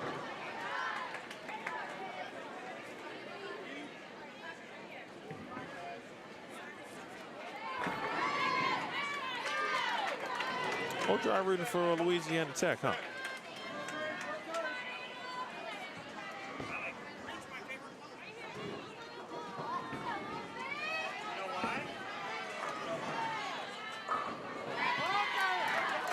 Good shot there by Denise Blankency. Again, minus a few hiccups. Again, Sam Houston State putting on the same or following the same blueprint that Arkansas State just left. I don't know how architects do it. I have to ask, or engineers. Talk to Jordan Bryant, formerly of Lawrence Tech. He's an architect. And we were talking to, when did I see him? At the Bradley recently, but he showed me some renderings of his future house. And he's the only architect that I know. But right now, Arkansas State has left a nice blueprint, and they drew up the plans. Sam Houston State looked at those plans and said, okay, we might only need to make, one small change, but this looks solid, and we're going to follow it, and it's working.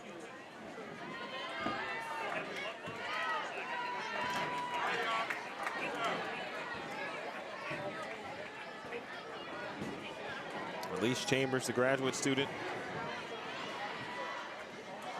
has had a fantastic career. In fact, for Coach Hagan, this is, he's going to lose Bea Hernandez, Elise Chambers. Both of those players are graduate students. I'm unsure if Alexia Castman and or Kaya Gray have and or will exercise their 5th-year options if they have them. So, yeah, he's losing a very nice, big chunk, really, of experience, certainly, and skill and talent, which happens to every coach. Obviously, the cycle of players coming in, obviously staying what you hope to be a full career, 4 years, and in some cases 5, whatever the case may be. And then obviously those players will age out and your freshmen enter your program. Maxwell.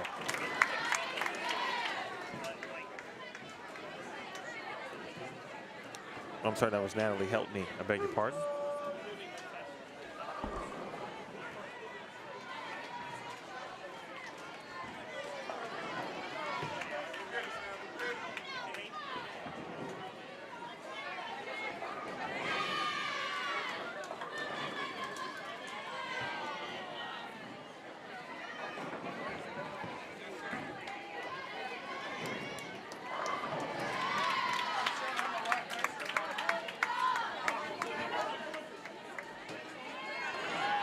Nice spare.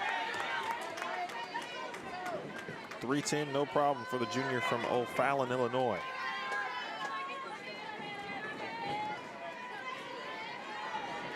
Last year an all-conference second-team selection. All-academic team, the NTCA. Two-time GLVC Women's Bowling Athlete of the Week.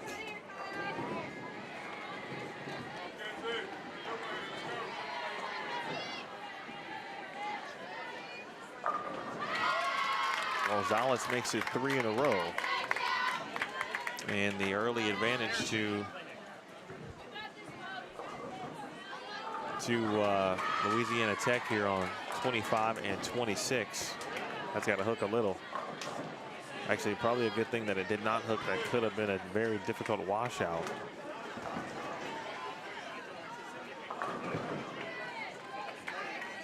For Mackenzie Keene, freshman majoring in environmental engineering.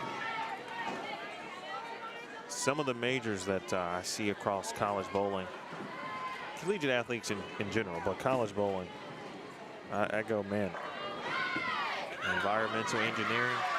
You see a lot of stuff that Great Spare too, that are potential, like, world-changing type of things. Now, I don't know what environmental engineers do, but anytime I see the word environments, I'm like, well, they're automatically going to help protect us, right? Because the environment is important and we need to keep it protected. So I'm going to thank Mackenzie Keene early for her research. As Cassidy Landwehr steps up. She's majoring in, it says history. I also see criminal justice and psychology. And if all three of those are correct, then I'm going to say lawyer in the future, potentially.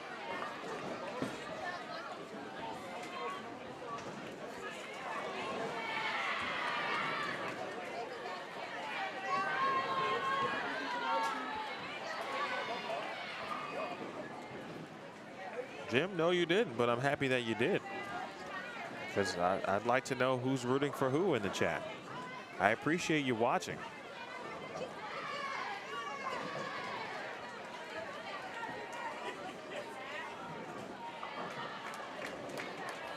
It's nice to know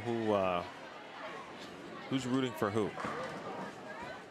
For me, it makes the environment that much better.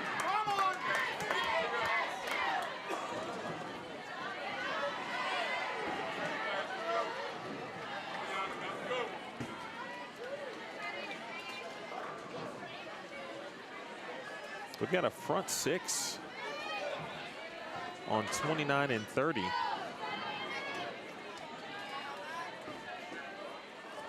And I think it's a McKendree Bearcats.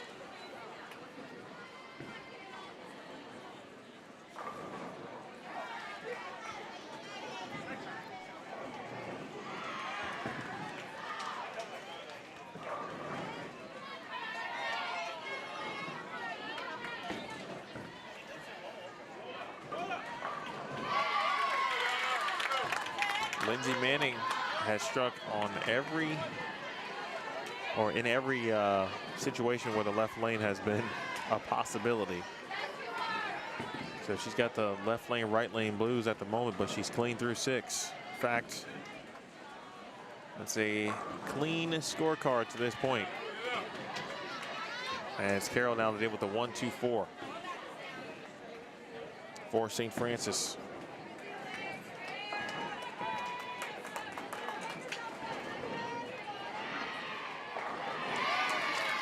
Located in Loretto, Pennsylvania.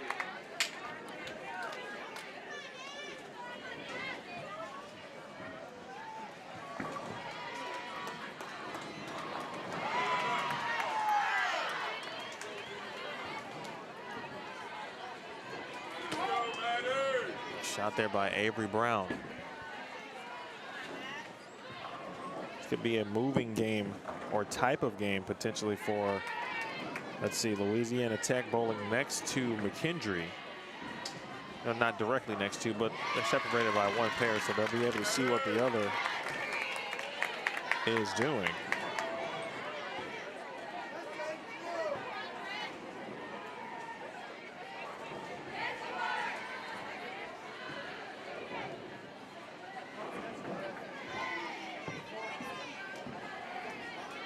.90 pin difference at the moment between McKendree and Louisiana Tech.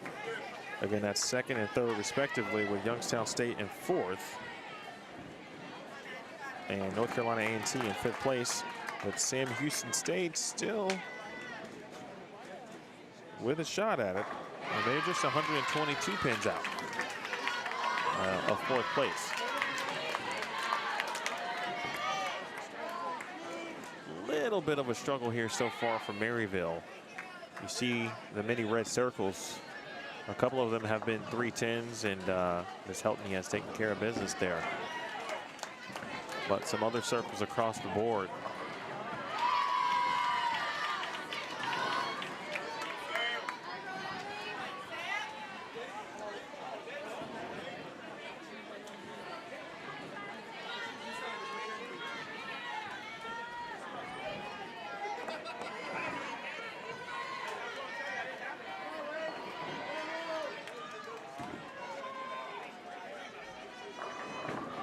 Thanks, James. Anna Warkle with the front six. She's actually stepping up right as we speak. Next door for McKendree. Good shot there by Gray.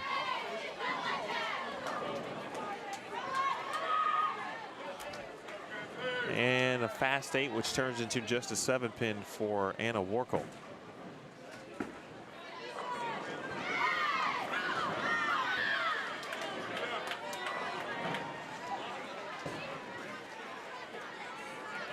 Louisiana Tech well on their way through 6 frames. They've got 1,100 possibilities as well.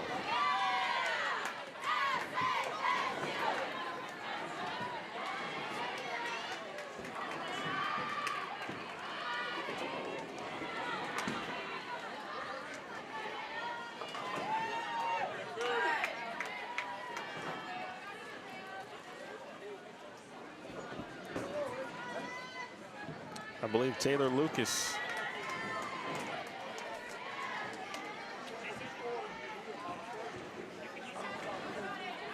bowling in the second position for the Bearcats. Annika Petrovic, the 50-year senior.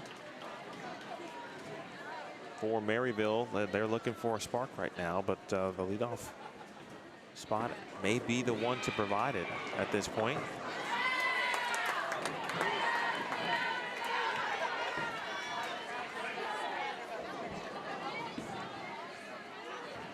Yeah, Hernandez, someone who is, you know, when you start to think about the years or how many times you've seen a player or a team, when you think a certain player, you just automatically know that they went to this school and, you know, accomplished these items.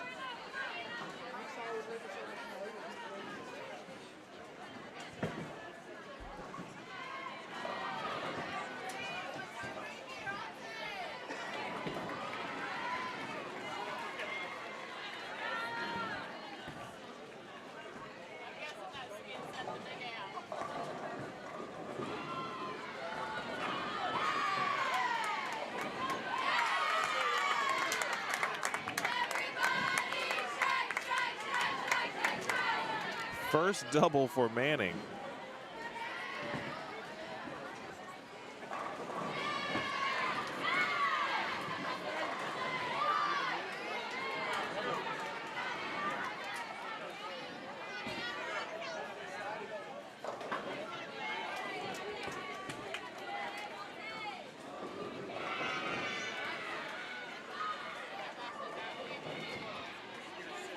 See some players, and we've reached the 7th frame for many matches, and players start to make their way toward the warm-up pairs.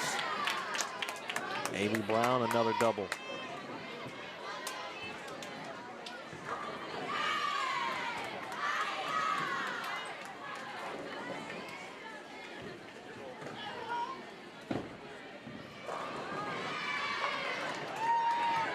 All right, Carroll takes care of her spare. Chambers front 5, 9 spare, 7th frame. That hooked a lot. Ooh, that hooked a ton. Might be an automatic 3 and 2.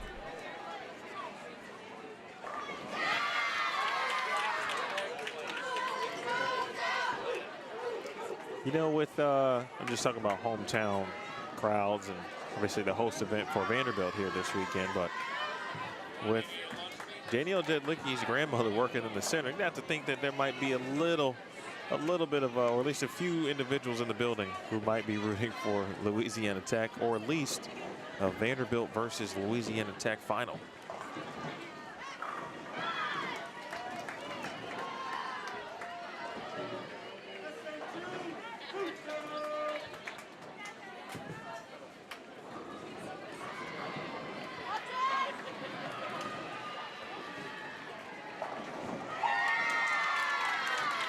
Trip 4 for Rosales.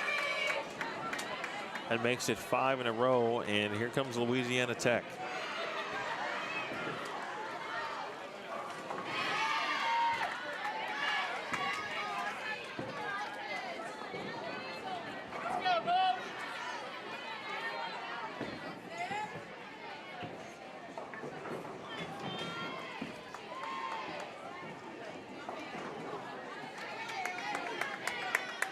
We'll get our first look here on the featured pairs at Youngstown State coming up in game number 4. We'll also see Valpo again. We'll see Sacred Heart again, along with Monmouth.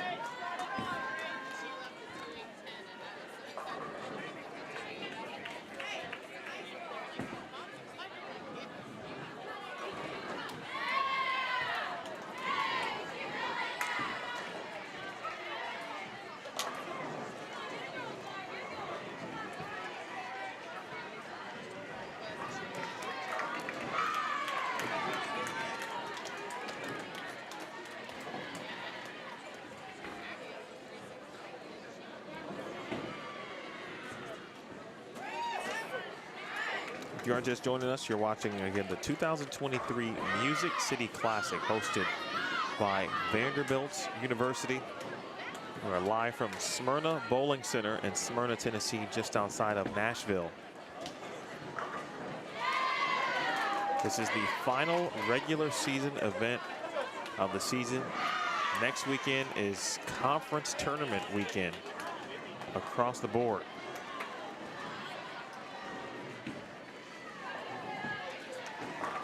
Oh, that's maybe the third 8-pin I've seen today.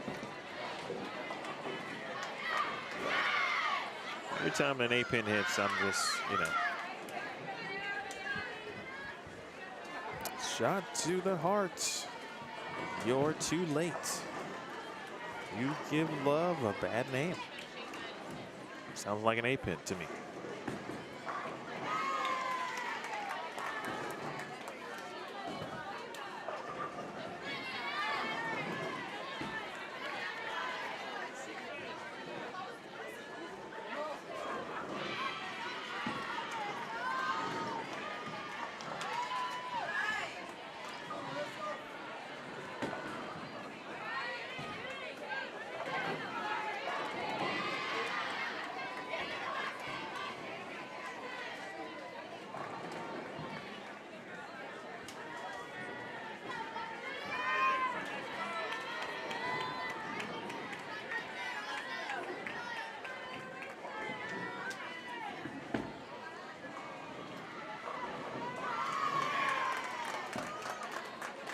Louisiana Tech with a 200-pin lead right now on St. Francis, PA.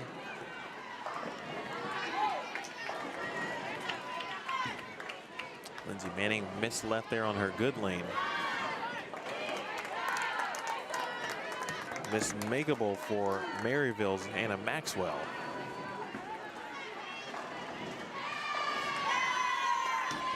There's a good one for Carroll. Her first strike since the first frame. And she's looking at a max now at 190. And Blankensee with some trouble here. That is back-to-back circles for Denise. I do think the lanes are starting to transition a lot on 27 and 28.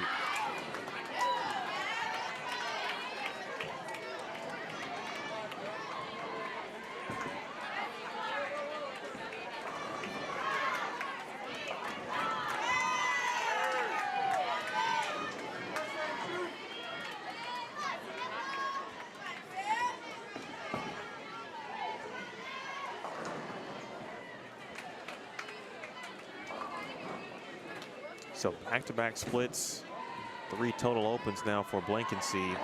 Crossing over and getting a good break there is Avery Brown. That ball hooked early.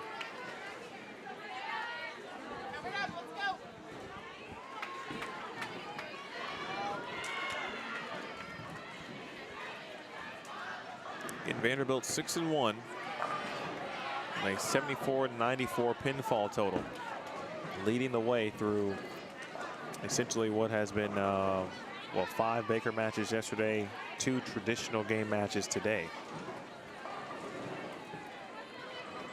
They are in, are looking for a wire-to-wire type of victory potentially. But Sundays can go a lot of different ways, and I feel that every tournament, you know, that would be one thing I'd love to go back and do a little research regarding the season. You know, how many teams who entered Sunday as the #1 seed won the tournament? Now it's not a step ladder, but when we get in tomorrow, the top seed will bowl the 2nd seed at that time. The 3 will bowl the 4. The winner of the 1-2 will earn that automatic spot into the championship match, which would be in round 3. The loser would then fall into what would be a semifinal, and they would face the winner of the 3 versus 4 match. And of course, the winner of that match moves on to the championship. The loser of that match will bowl for 3rd place.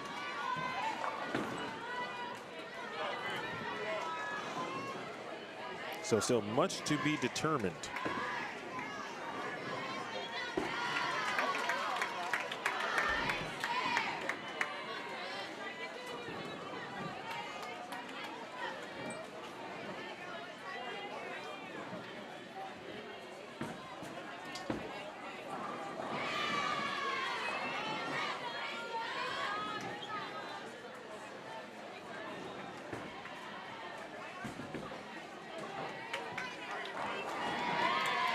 That could have been a wrapped in.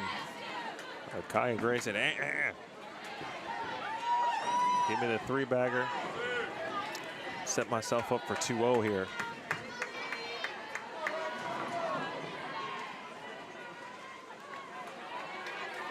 McKendree, led by Anna Warkle right now. Ooh, they've got just max scores of 279 as Rosales strikes again. That's 6 in a row. They got 79, 59, 37, 58, 50 as max scores right now in the 9th frame.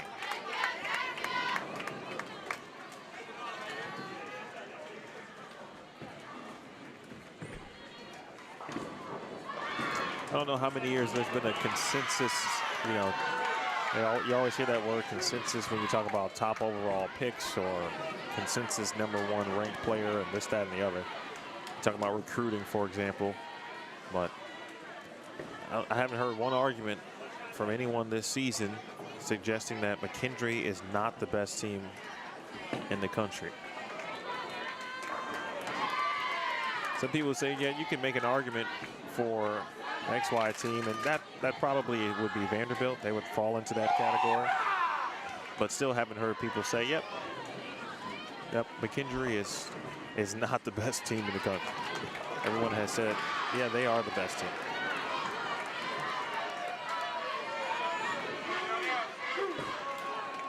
Starting to get louder as the strikes continue to accumulate, both for Rosales, Louisiana Tech, Lucas, and Sam Houston State.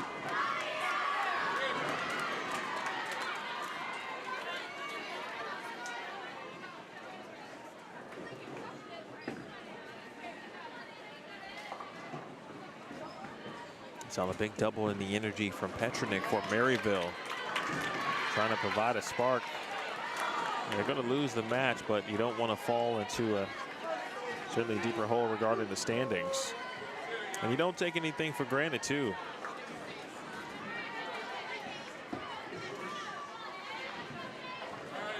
There's always the assumption, you know, based on the metrics and what the data tells you, you know, who's going to be selected and et cetera and so forth, but you just never know. And so you want to control all of the variables that you can control. Miranda Pattison. Big strike in the 9th frame. Boy, McKendree is about to make things a little bit close at the top of the leaderboard, depending on what happens with Vanderbilt this game.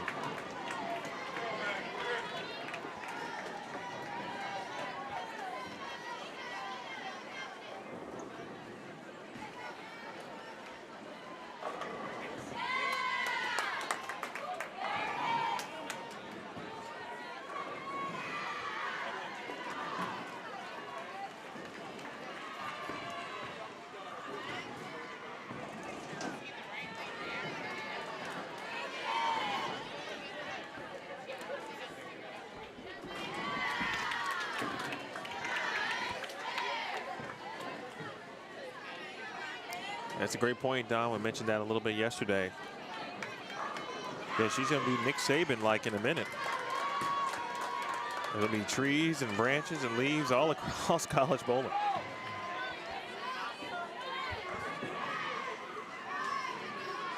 I would be curious which player from her current team might be, if any, would be intrigued or interested in coaching at this level.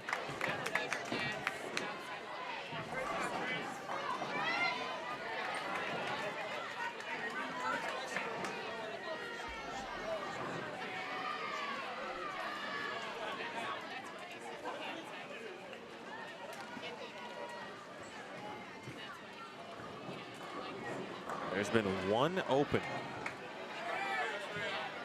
so far for Louisiana Tech.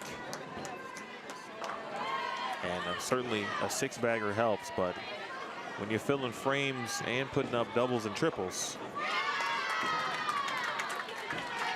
that's the real way to do it. And now an opportunity to get into the 270s with 2 more in the 10th frame, with Rosales' family watching along,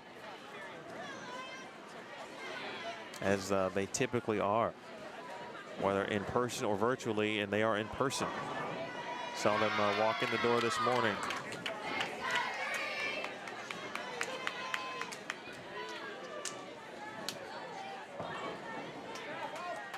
And Allie puts in the double of her own. Got a few recruits looking on. The next generation of Lady Texters. One of those will be Allie's sister.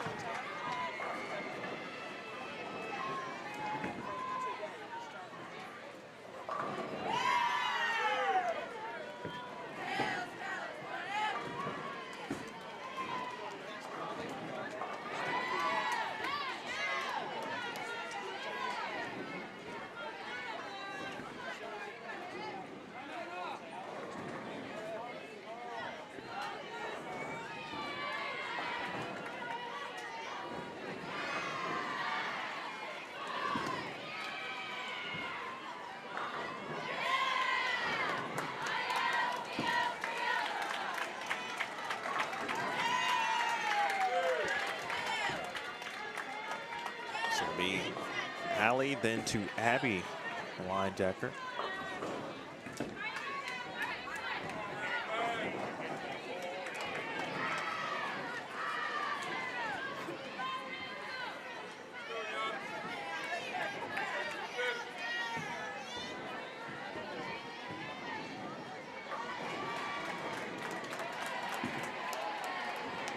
We'll also see Annalise O'Brien next season for Louisiana Tech.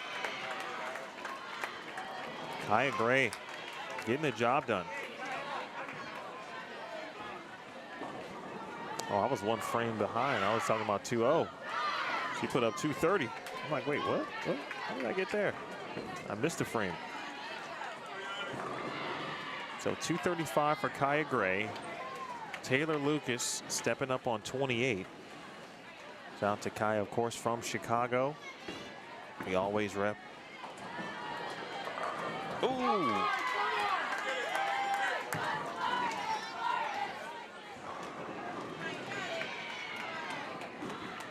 Ten-pin goes for the sophomore from Hilton, New York.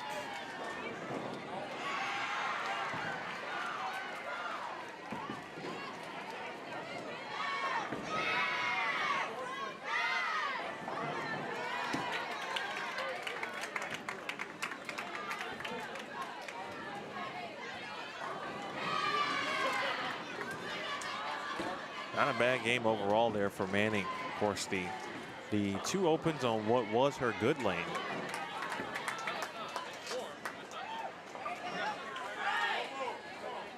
Anna Warkle shot 242, by the way, for McKendree. Angelique D'Alessandro had a chance to get into the 250s, but a spare would put her in the 230s.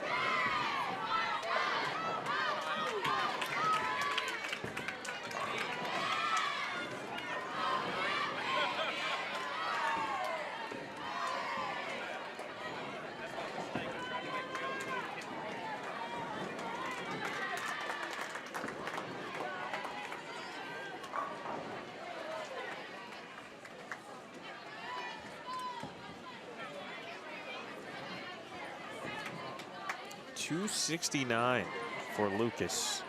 Very similar if you watch the Arkansas State game here on 27 and 28. They had 250, 240, 250 or something along those lines in the first three spots on the scoreboard. And Coach Hagan's got 235, 269, and perhaps another 230 if Bea can throw two in the 10.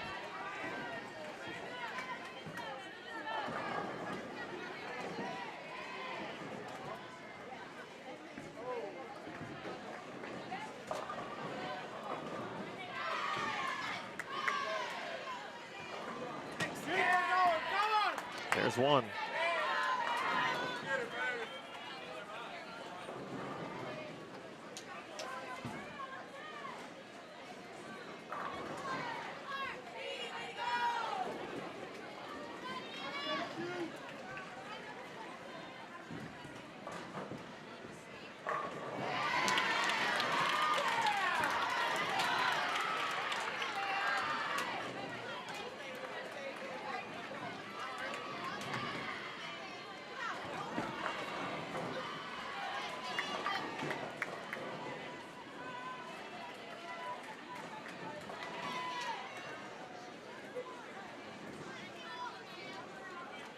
.216 for Avery Brown. Jed Lickey, she's got 236 max.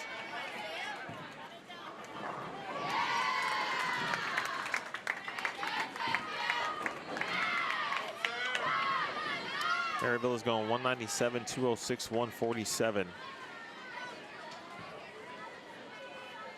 And trying to get into the 9-0s right now.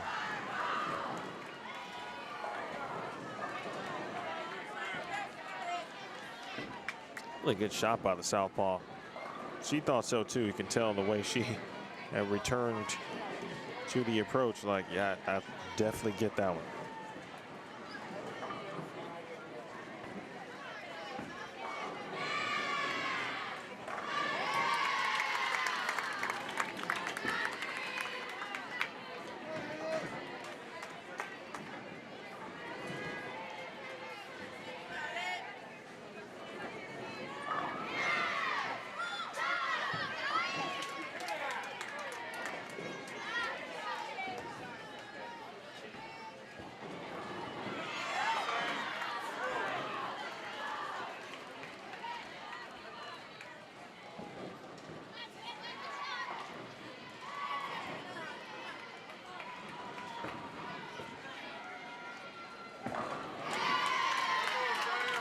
All right, nice finish for Jed Lickey. 2:36. Louisiana Tech already at 10:28. Hernandez finishes with 2:22.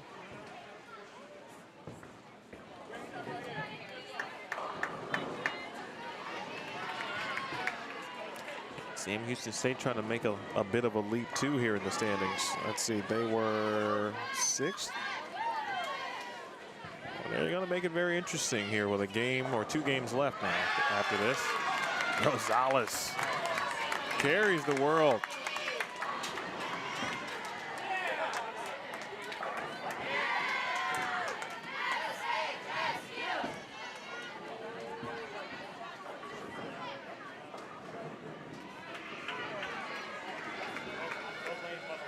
Well, Jim K, you may want to save those.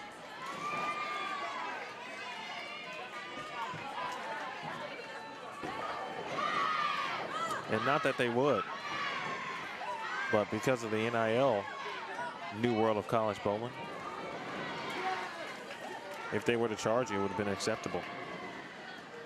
But you should save those, because they will be worth some money, and it may not even be bowling related. A game in the 270s for Patricia Rosales. The only situation that matters now or left to be determined is what that last number is going to be. Blanketsy doubles up. Heltney does the same. And Maryville will sneak into the 9-0s. Ooh, that hurts. Wow, who's coming up on 27 and 28? Starting to hook early over there. The ever popular 275. Nice game for Rosales, the former junior gold U20 girls champion.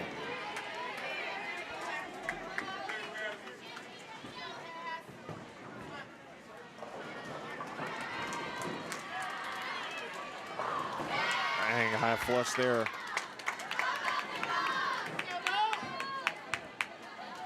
For Allie Linedecker. Imagine Sam Houston State and Louisiana Tech actually facing each other for this game. And one of them having to lose with shooting 1,100 plus, which does happen from time to time in college bowling.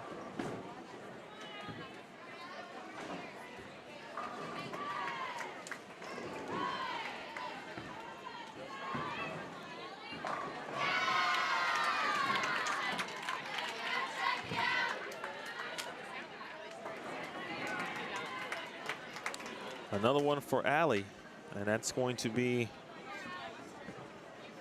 a game in the 230s. Sam Houston State has eclipsed what Arkansas State did a game ago. I talked about the blueprint that Arkansas State left, followed masterfully, and with a small edit. To even go around Arkansas State's high game of the day, Louisiana Tech shoots 1144. Wow.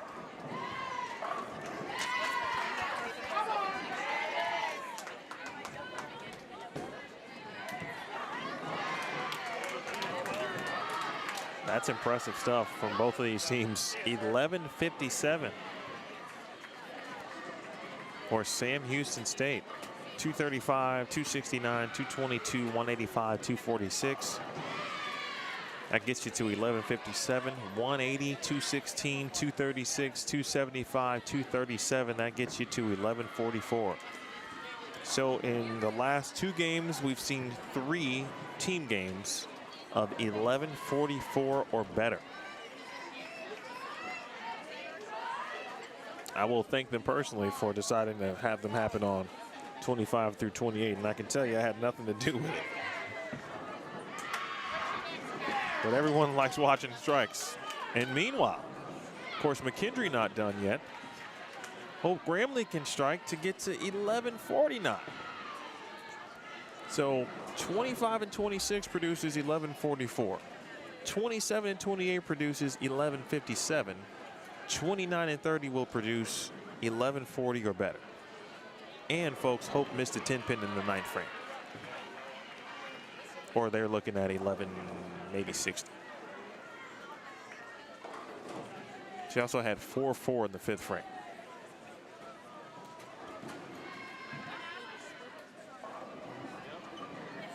That is incredible bowling by all 3 of those teams.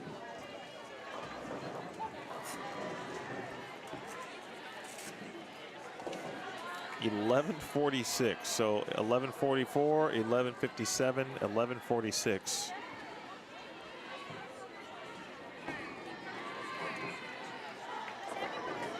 Well,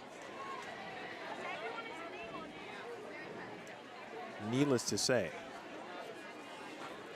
that is, and not to, quote, deviate for their tagline, but that is damn good bowling. Speaking of bowling, there's still a little bit happening on 19 and 20. So let's watch there as Stephen F. Austin is finishing up.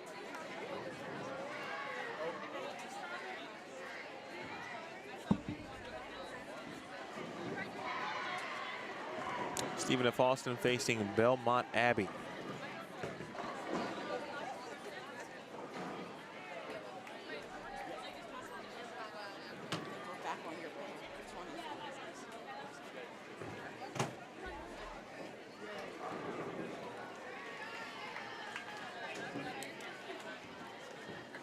I don't know what you had on your bingo cards, folks, but if you had 3 teams shooting 11.44 or better on it, you're a winner.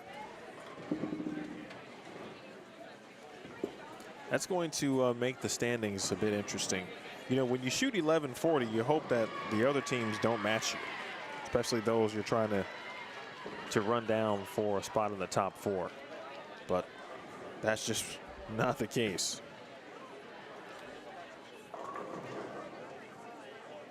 So there won't be a ton of teams. Sam Houston State may end up being the team that benefits the most potentially. Let me look at the standings, because they're trying to move around North Carolina A&T and Youngstown State. Louisiana Tech and McKendree essentially cancel one another out, and Louisiana Tech will not gain. In fact, they lost pins. Louisiana Tech lost pins, and they shot 11.44. Now it was just 2 pins, but they lost them. They gained 0 pins. How wild is that? To go or to try to close the gap between 2nd and 3rd. But, of course, with McKendree's 11.46 and Louisiana Tech's 11.44, depending on what Vanderbilt did, though, that still may shrink that margin from 1st to 2nd and 1st to 3rd. Unless, of course, Vanderbilt also shot 11.40, which we know they're more than capable of doing.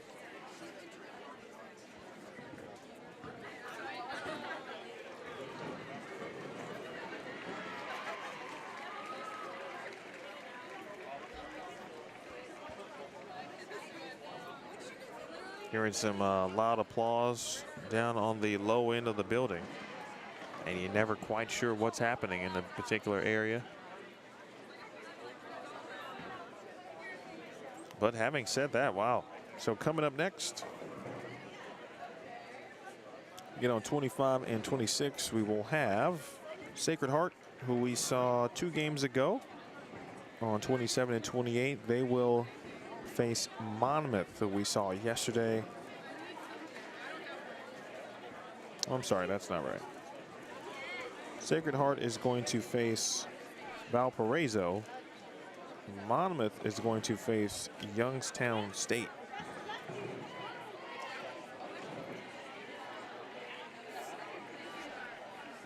And then our finale today will feature, again, the Sam Houston State.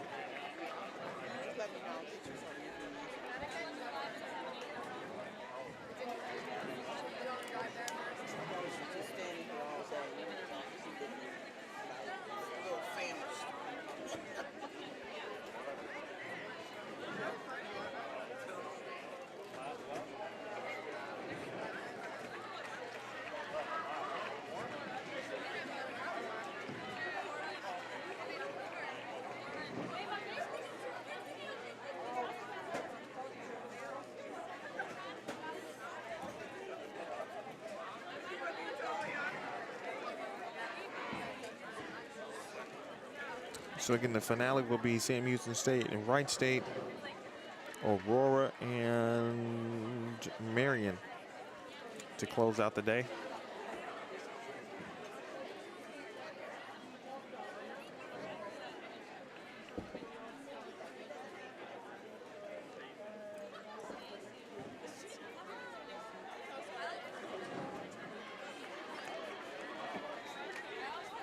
Looks like, what do we have here?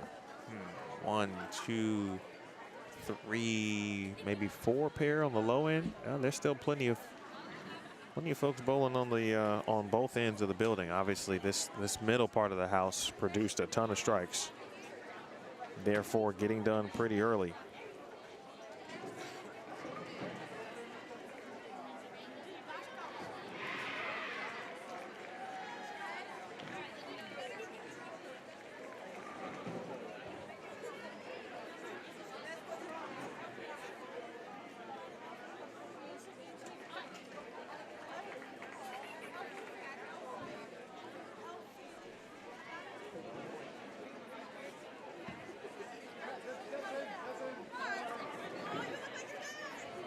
I'm gonna take this opportunity to have a small break while we can. You know who's coming up. Again, hang around, and we can all look at the standings together. Don't know how many of you watched the last night's PBA show, but if you did, I'd love to get your thoughts on it. I actually didn't see the entire thing. I did fall asleep at some point, but I'm interested to hear your thoughts on that. And we'll look at the standings, and then we'll watch some more bowling. All right, folks. Game 4 is next. Watching the Music City Classic, hosted by Vanderbilt University live on Bowlstream TV.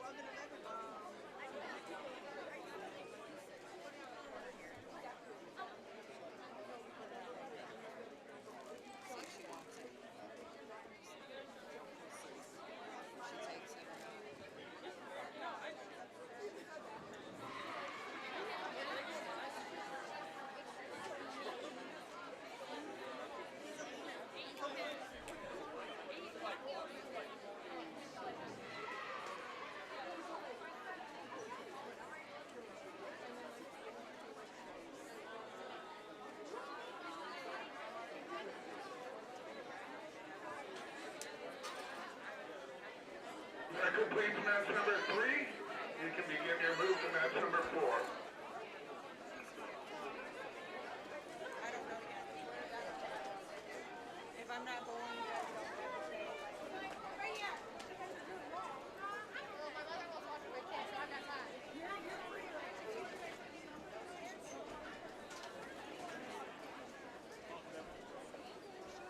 said 5 and 6.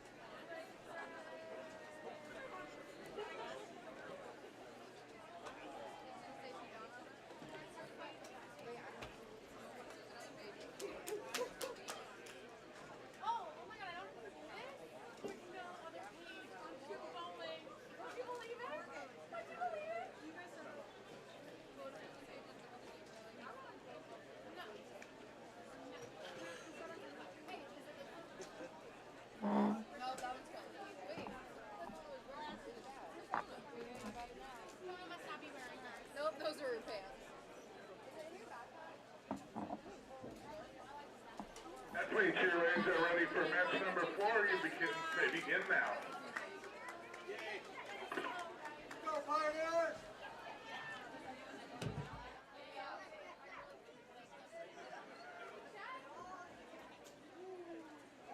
Match 4.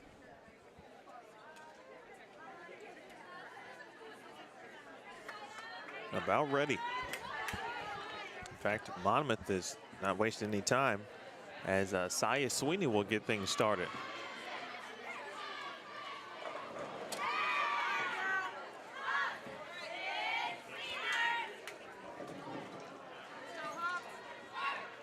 I'll take that break.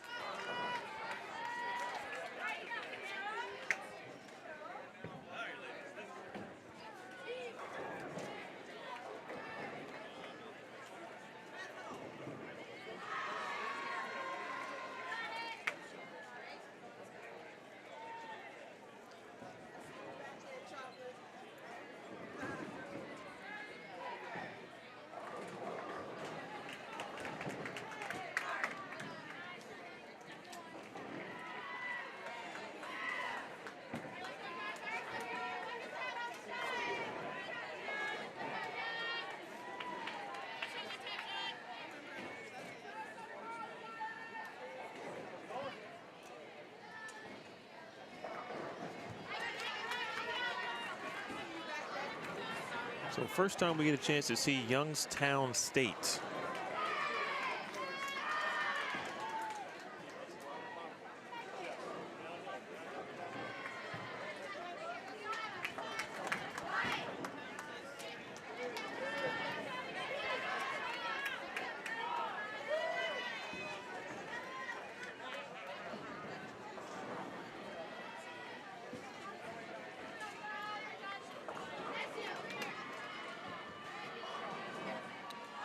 They are currently on the right lane, but their scoreboard will be on the left. They'll be on 27.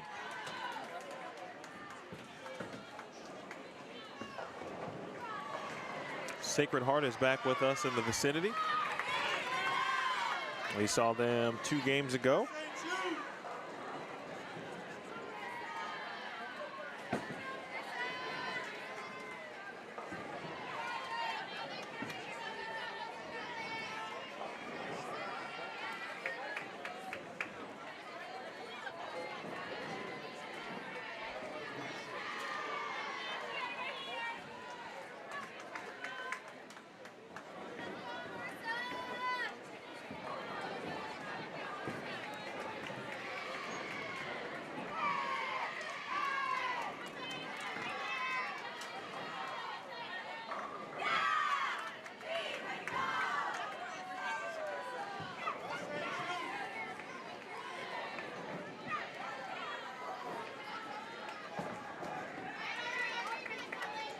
Anxiously awaiting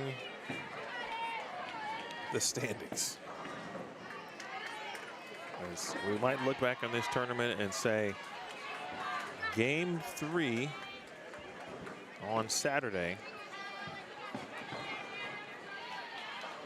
helped win or lose a tournament for someone. Now, again, I know that Sunday is a completely different thing. Match play, it's best of 7. It's a completely different vibe, but for the teams who ultimately will end up having a chance to win the tournament, we may look back on what we just saw with Louisiana Tech, Sam Houston State, and McKendree all shooting 1140 or more. That's just 3 that we know of too, by the way. That's why we don't know what Vandy shot. We don't know what Youngstown State shot yet.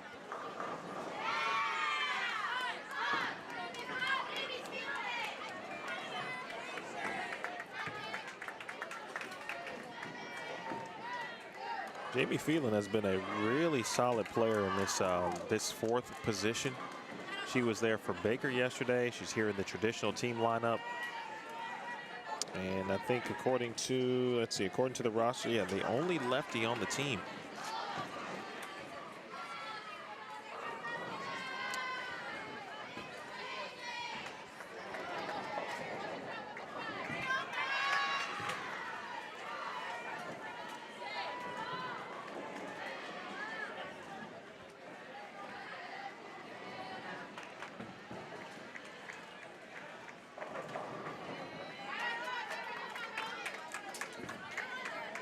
And Valparaiso again has joined us.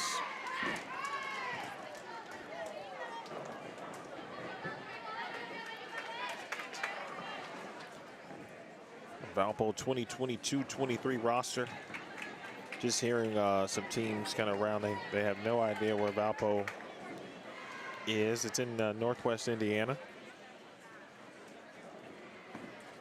They're led by Coach Sean Washington. Their graduate assistant this season is Capri Howard. I mentioned Capri and Sean both yesterday, but Capri, formerly of Jackson State. She got her undergrad. SWAC champion.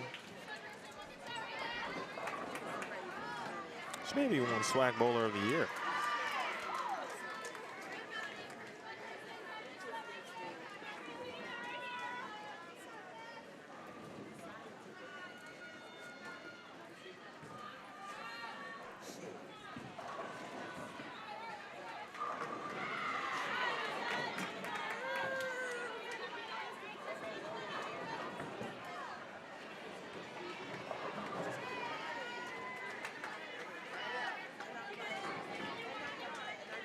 All right, so before I went to break,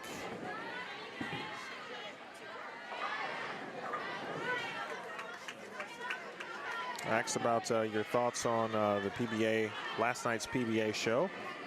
I don't know the times today, but I know they both are live, and I feel like they may be a few hours from now. But Scooby kind of thought about it the way I thought about it. I didn't even know Russ was on the show. And then I certainly didn't know about his back situation.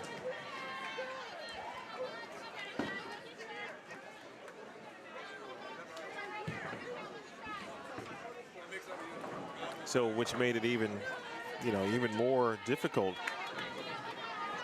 Obviously, not only for him, but you just felt his emotion through the TV screen or your phone or wherever you watched it. He got emotional as soon as he started talking to Kimberly Pressler. And then he went on to win that portion of the stepladder and move on. Good shot by Marks. Madison has, she's been one of the go-tos for Coach Uberski.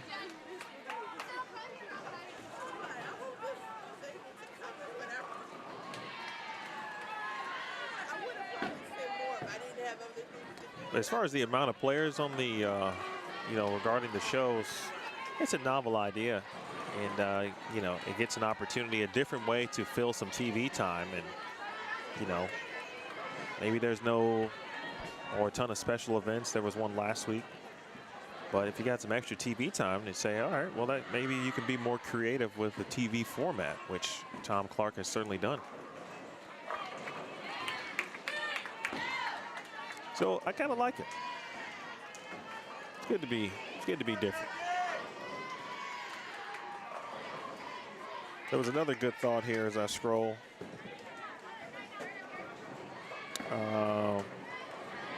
Firegate said he really enjoyed watching Packy Bowl.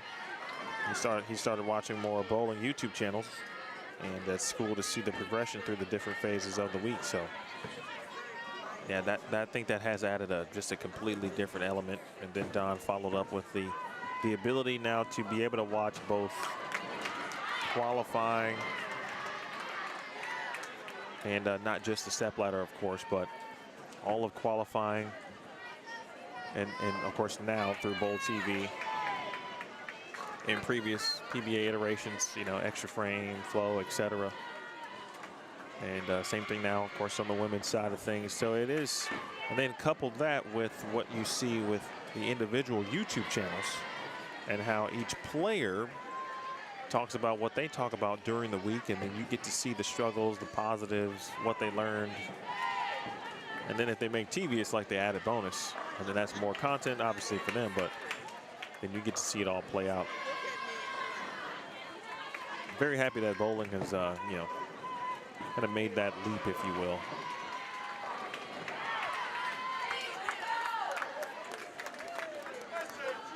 All right, Sacred Heart looking pretty solid here early.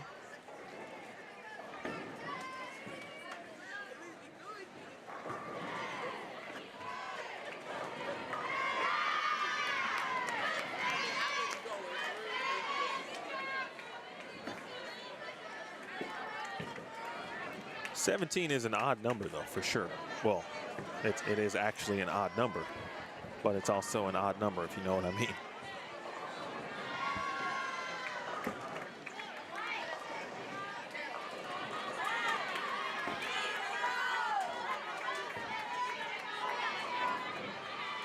I'm intrigued by this. I think the next step ladder, the first one, I should say, today. This one should have, I think it has Stu maybe on it. Well, the one with Jake Peters on it.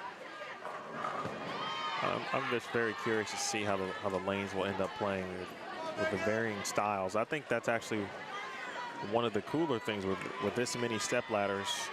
The varying styles that have been showcased and will be showcased, you'll get to see how the lanes will transition through each step ladder.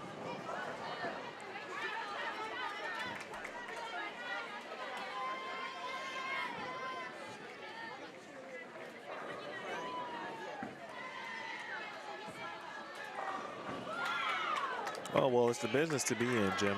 You're probably talking about Bella.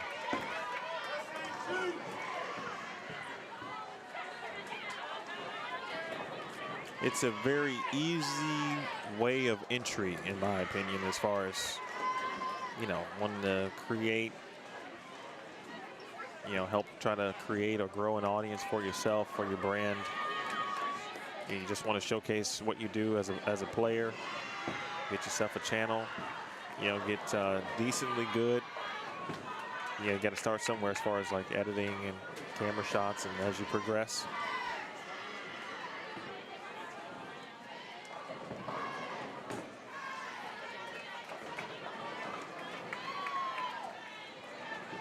Just like anything else, what once was novel is now the normal.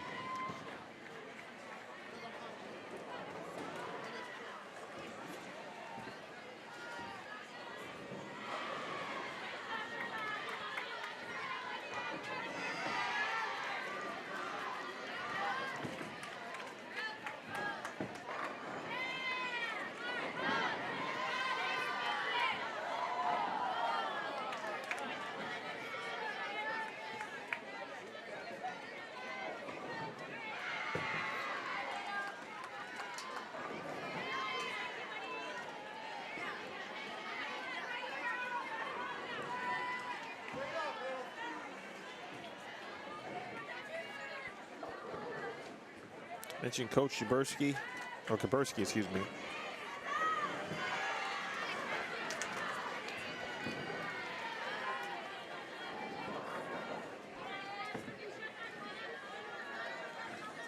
Kaburski's first year was 18-19.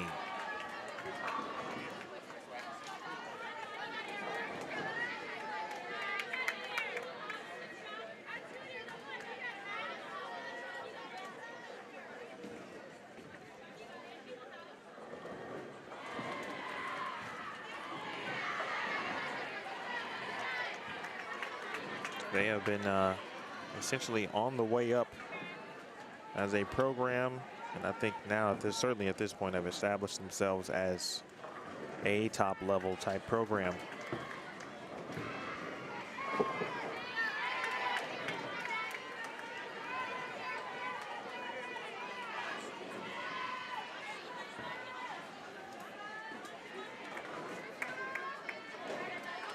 All right, the standings are up. And McKendree has taken over the lead. Wow. And you talk about a difference. McKendree is now in the lead at 84-81. Louisiana Tech is second at 83-89. Vanderbilt had their lowest game or set of the weekend, and it couldn't have happened at a worse time. That 887, of course, now moves them to third, and they are 100 pins out of first, but they still hold a small cushion on fourth, which now belongs to Sam Houston State.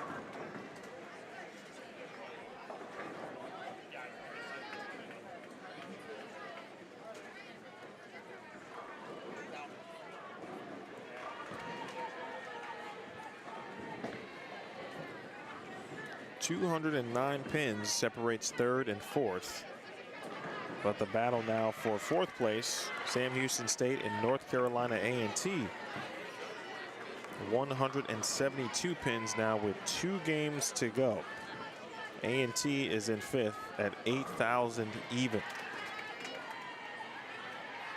Youngstown State is sixth. Boy, they shot 859, and they were just in fourth place. So that could be the game, as I mentioned, folks.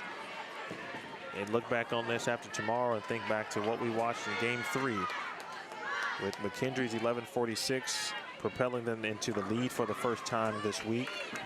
Louisiana Tech remains in second, but could have been in first had McKendree not did what they did potentially. Vanderbilt falls from first to third with an 887. Sam Houston State moves into fourth place with their 1157.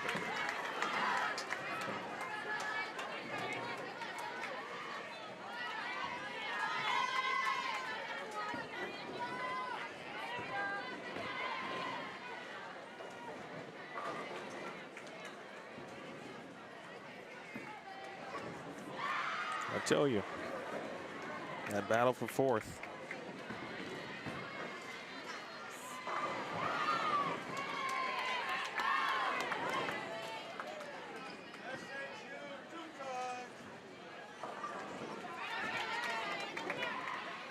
Couple of doubles out the gates here for Sacred Heart. Spare double. Tough start for Hannah Manetta. Split open, so back-to-back opens and looking for her first mark here in the third frame.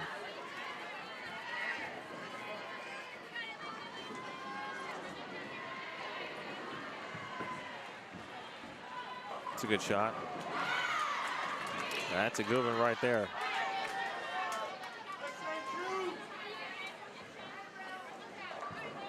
Solid frame overall for Sacred Heart.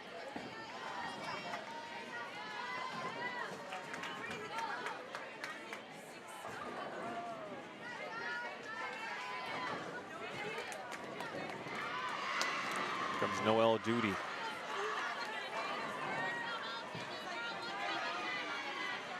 Anchor player for Valpo.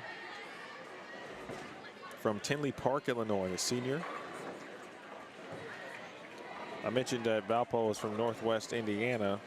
So Northwest Indiana, then very close to essentially the south suburbs of Chicago. So Chicago and Northwest Indiana are often linked.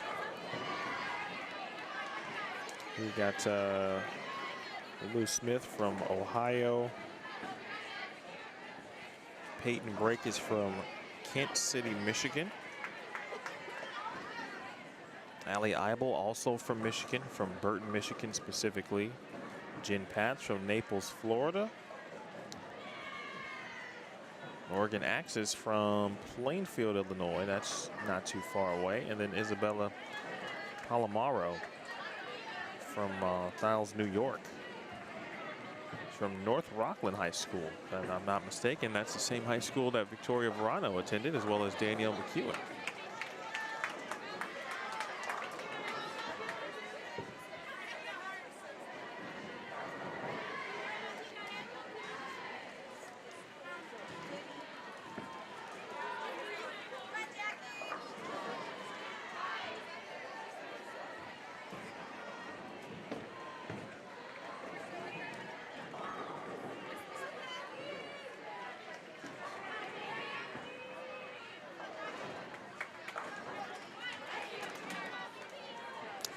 Don, yes, I'm definitely aware of that. I was talking really from the wire-to-wire vantage point, which no longer exists from the Vanderbilt perspective, to see if they would start the event in first and potentially end it in first.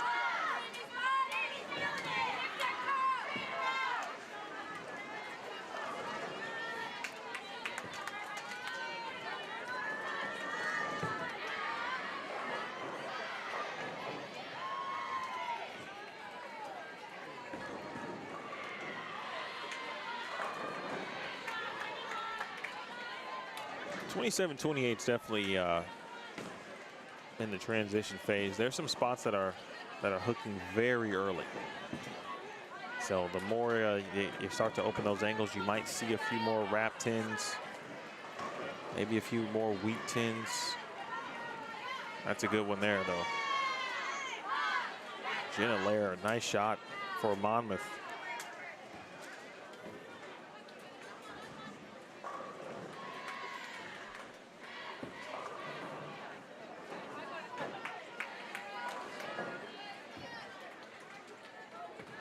Jen Patz, a couple of opens here early.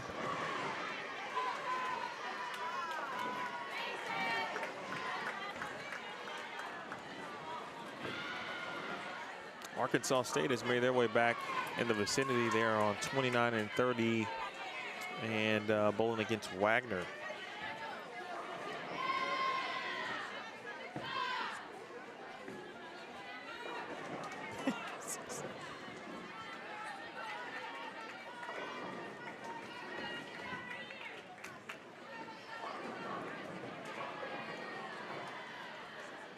Jim Kane, some really good points you make regarding the physical and psychological mentality necessary. Scott Pohl former Team USA member, runs the pro shop at Cedarville Lanes in Minnesota, in the Twin Cities. I saw him last week. He was watching his daughter bowl at ITC sectionals, bowls for Culver Stockton College. We were talking about the number of games at sectionals, actually for it, which is 64 Baker games, 32 per day over a 2-day course event, essentially. And we were talking about the physical. He asked me, actually, from my days at bowling college, what was it like, or did we ever think about how taxing it is? And I'm like, you don't really think about it because you're in it. But thinking about it now, and watching, just the last however many years, 64 Baker games is a ton. And even this weekend, I do like the structure and the way the schedule works out for NCAA bowling. But even still, 5 games, five-game Baker matches on one day, then 5 traditional games the next. And then the best of 7 each, to me, provides its own mental hurdles. And the match play portion is just a completely different atmosphere altogether.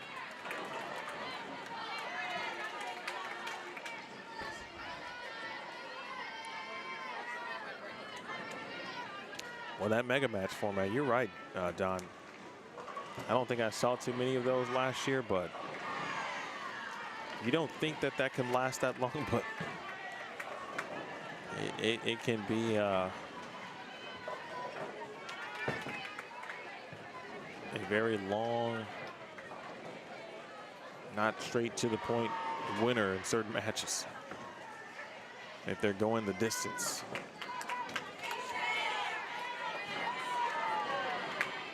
All right, good spare there for Sweeney.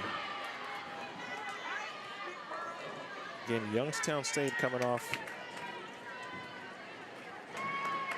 an 8:59 in game number 3. I'm curious what pair they came from. Let's see if I can find it.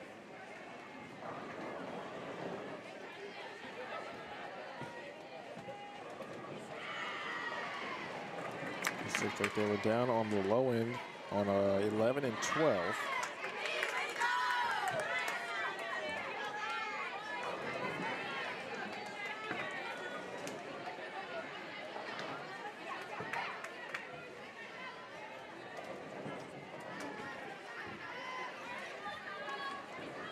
Always, it's surprising when you see a good team typically shoot 8 anything, and it happens, certainly. You get to a tough pair and things can not go your way. We saw 2 of those. Again, one from Youngstown State and one from Vanderbilt, each on different pairs. Vandy was on, I think, 35 and 36.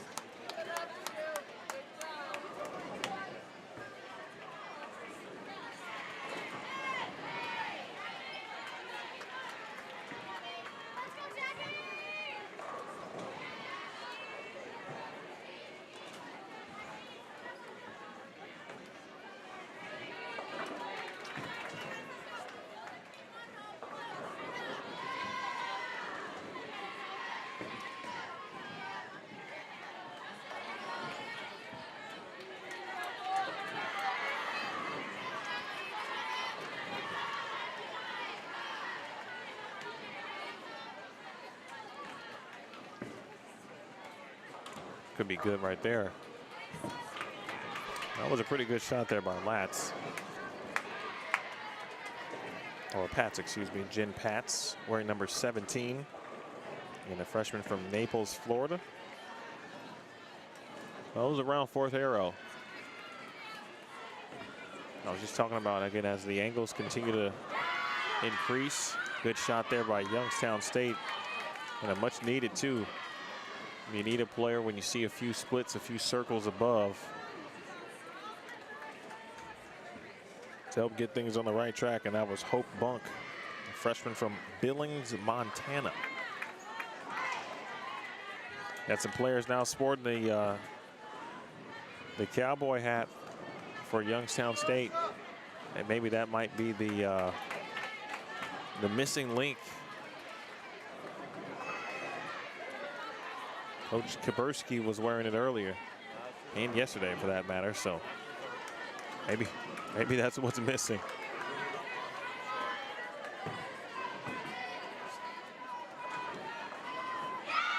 And Phelan did not like it, but she's got 4 in a row.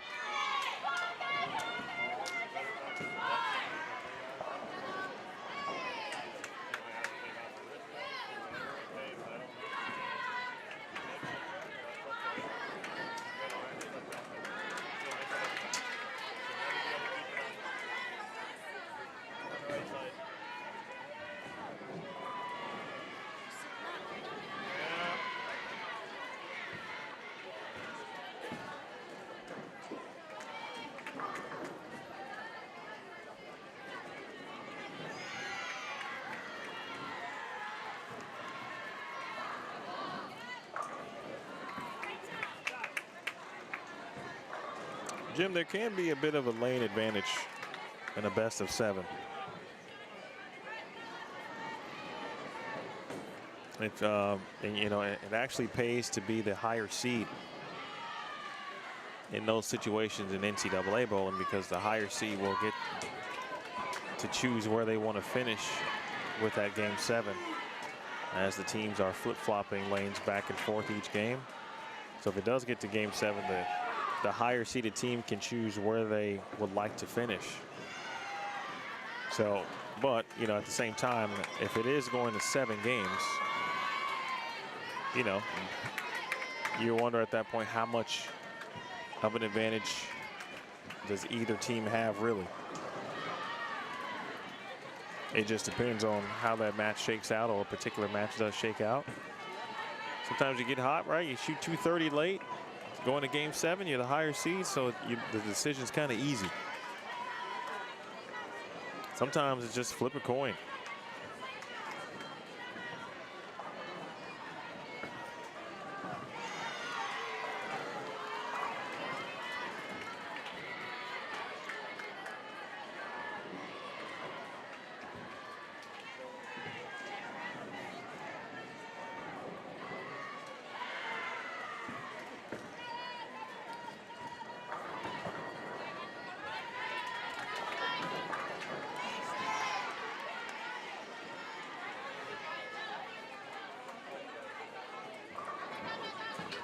Bit of a struggle for Jenna Lair too here early. She's opened 3 out of 4 frames, which is kind of uncharacteristic. This is the part of this tournament, or the day specifically. You know, JJ was joining us earlier, John Janowitz, and we're talking about you know, the differences between yesterday and today, and with the team games, you probably were going to start seeing the lanes transition a little bit earlier, and that's exactly what's happened. We're now into game 4, where this is probably about where the lanes would be yesterday during the last Baker match.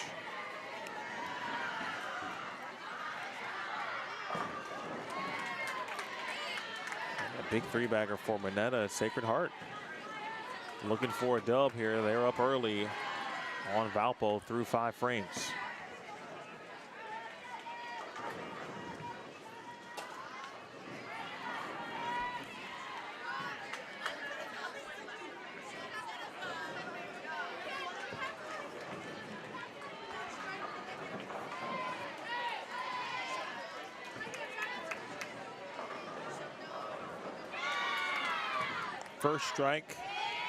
Third strike for Saya Sweeney. That's her 3rd on the left lane specifically.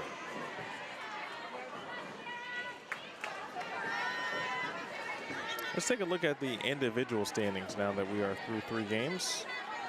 And that big 275 by Patricia Rosales puts her in the lead individually at 767 for 3 games. Lauren Tomaszewski, 710 for her first 3. Isabel Hughes is third at plus 99. Miranda Pattison is fourth at plus 96. Rebecca Hagerman fifth at plus 89. Pattison, Hagerman, and Hope Gramley sixth at plus 87, all three from McKendree. Isabel Hughes from Stephen F. Austin. Lauren Tomaszewski from North Carolina A&T, and Patricia Rosales from Louisiana Tech. Chloe Skorzinski is seventh of Stephen F. Austin at plus 78. Haley Jansky from Emmanuel College is third at plus 75. Chloe Newberry is ninth at plus 70, that's 70, and Grace Chan from Central Missouri is 10th at plus 63.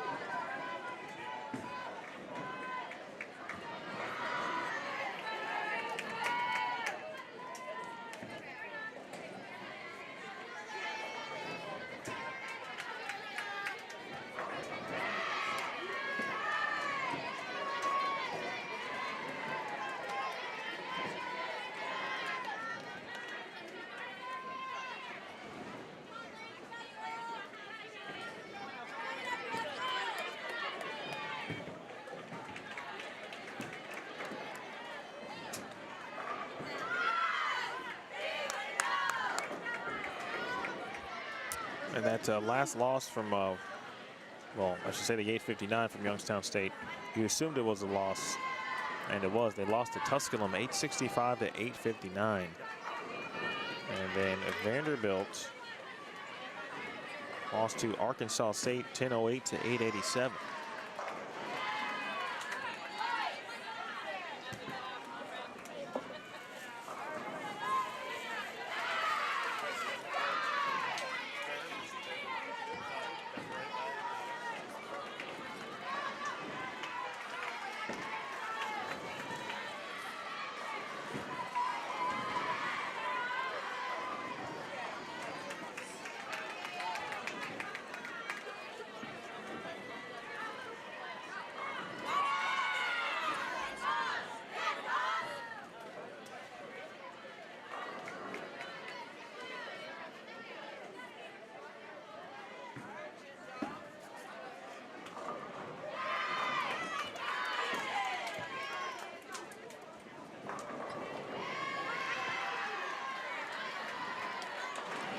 Definitely not a, or definitely is a sport condition, Jim K. In fact, let's throw the lane condition again on the screen,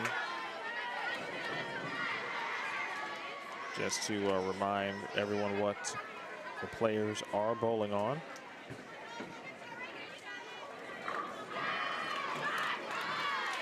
One second.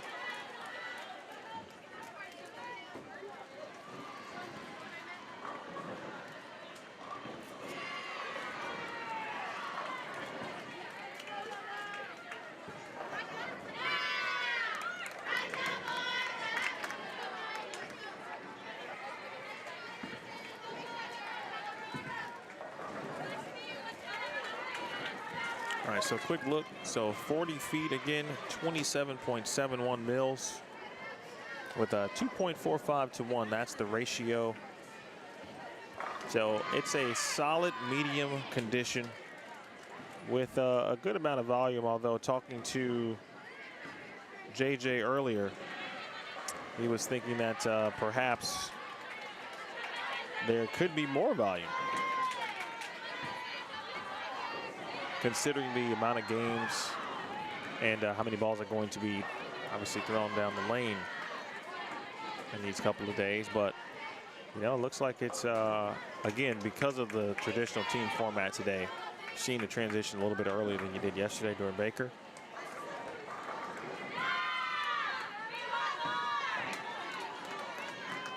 So you can see that the players, again, moving in.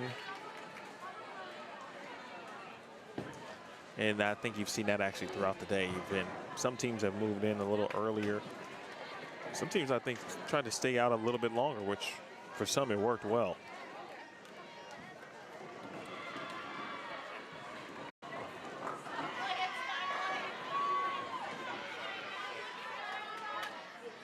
So Madison Marks just off camera have a brief quick convo with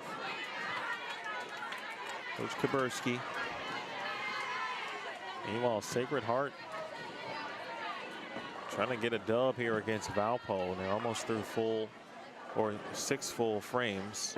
Monetta had rebounded nicely with a 3-bagger, and now we'll have a 10-pin to deal with. Our teammates have done a great job.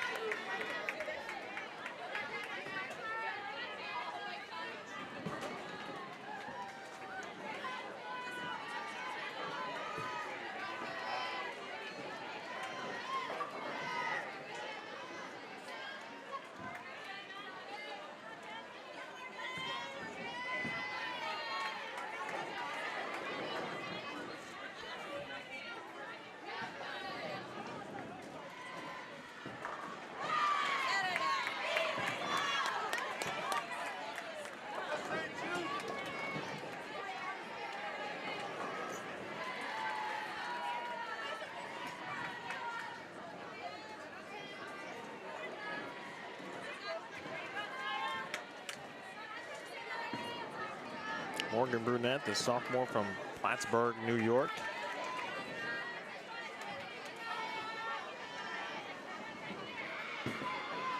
Good shot in the 7th for Sacred Heart.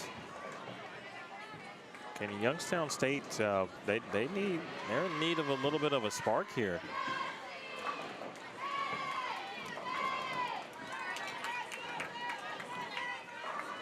That should help.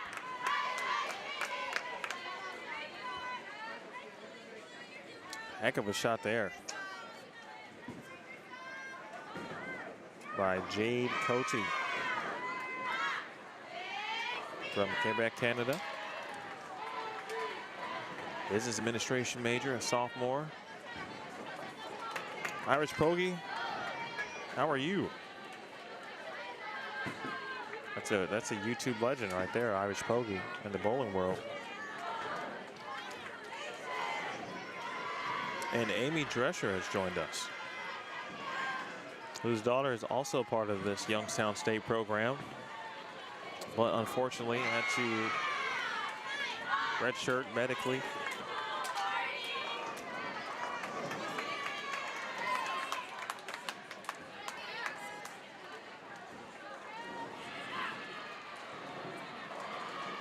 Monmouth has been really solid this game.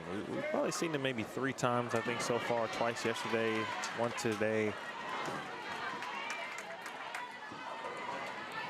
And I think, honestly, every game until Youngstown State's last game, the 8:59, they look like a team, and they still do, but they look like the team that was going to not only make the top 4, but they could very well win it. And now they've got to figure out what to do here in this next 6 frames in the final 12 or 10, excuse me, of the next game to get back into the top 4.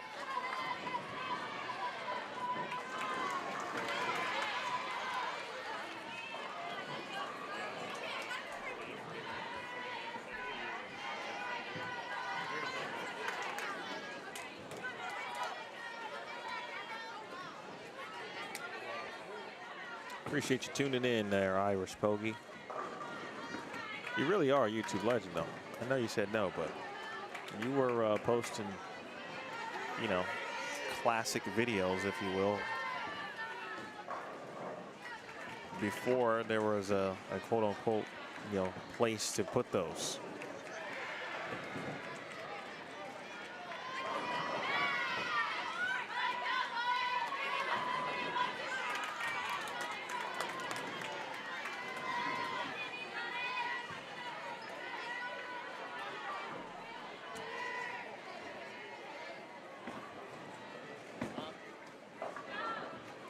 Hope Bunk has really been the spark for Youngstown State. Again, 3 spares, then 3 in a row. And the Hat has made the transfer. Nope, no, and now back it goes to Hope.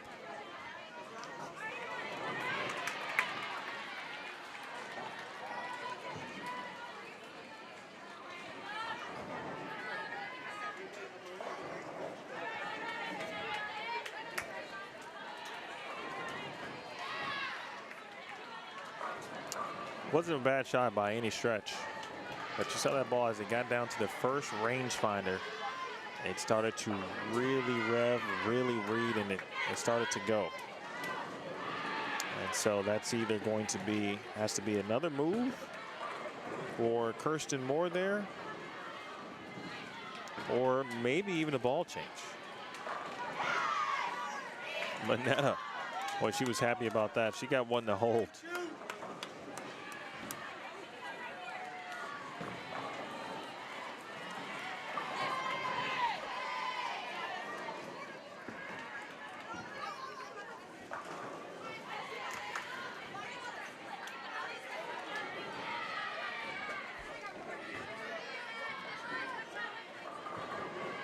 If you are just joining us, this is the Music City Classic. This is day 2. Day 1 yesterday with 5 5-game Baker matches. Vanderbilt led from start to finish day 1. They had the lead coming into this morning and had the lead up until the end of game 3. So a new leader with the beginning of game 4, and that is McKendree University. We had 3 teams in the field shoot 1140 or better in game 3 today. McKendree had 1146, Louisiana Tech 1144, but it was Sam Houston State's 1157, which is now the high game of the tournament. And in game 2, Arkansas State started that process with 1146.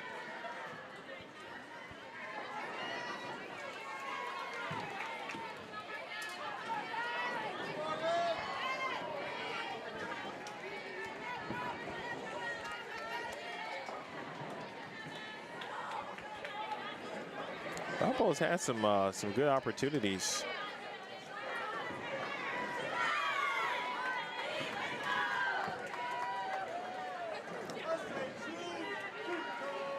They've missed a few spares, and obviously that will make that will give any coach some additional gray hairs. Speaking of spares, never easy. Well, the 3, 6, 9, 10, and that was made there by Marks.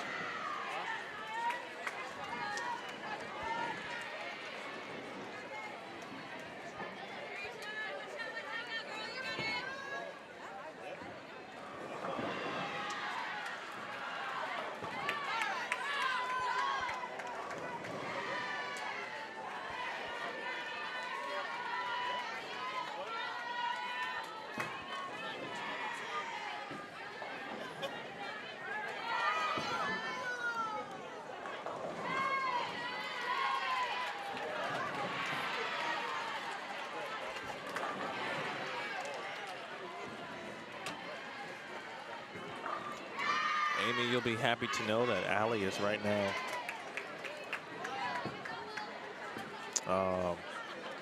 working, or sorry, Ellie. Ellie is working with a player as a warm-up pair. She is assisting.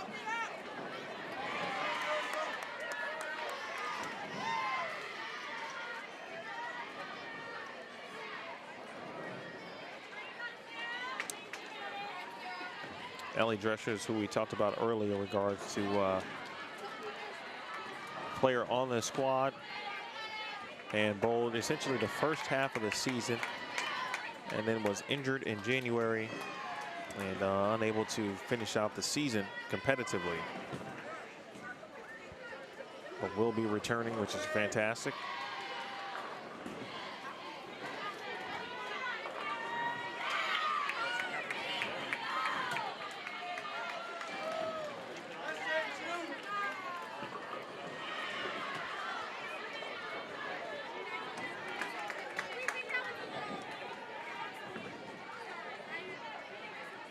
Paige Donovan for Sacred Heart.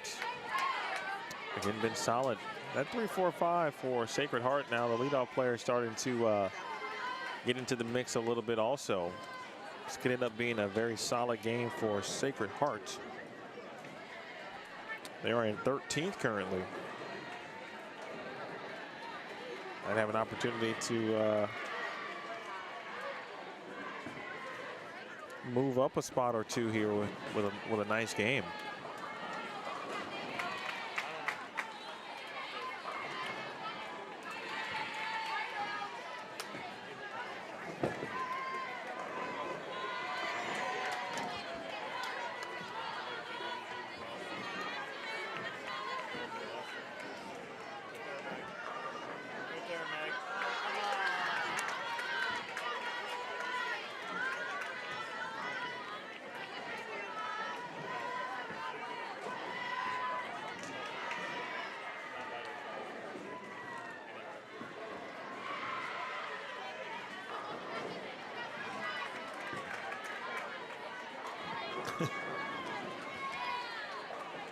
It's a good way to look at that, Amy.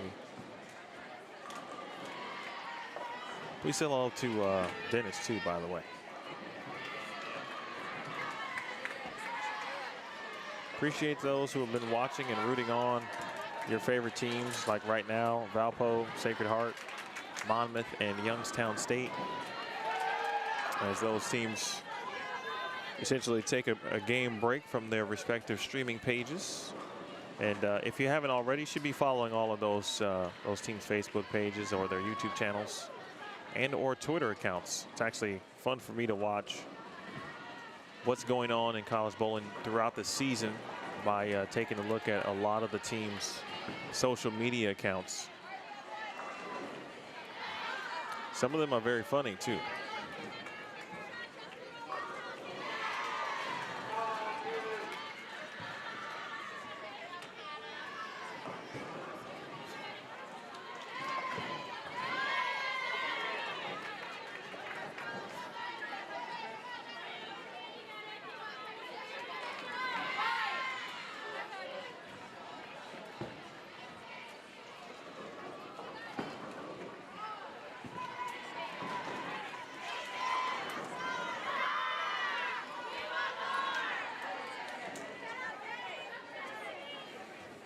Scooby, you are 100% correct. You know, Wes is just a dude that gets it. But you know, if you don't get a chance to really meet or have a conversation with him, I could see how one might think he would, you know, obviously because he's just an imposing dude, right? Thielen continues to strike for Monmouth, but he really is a great person. Talk with, I mean, just wildly smart in the sport of bowling.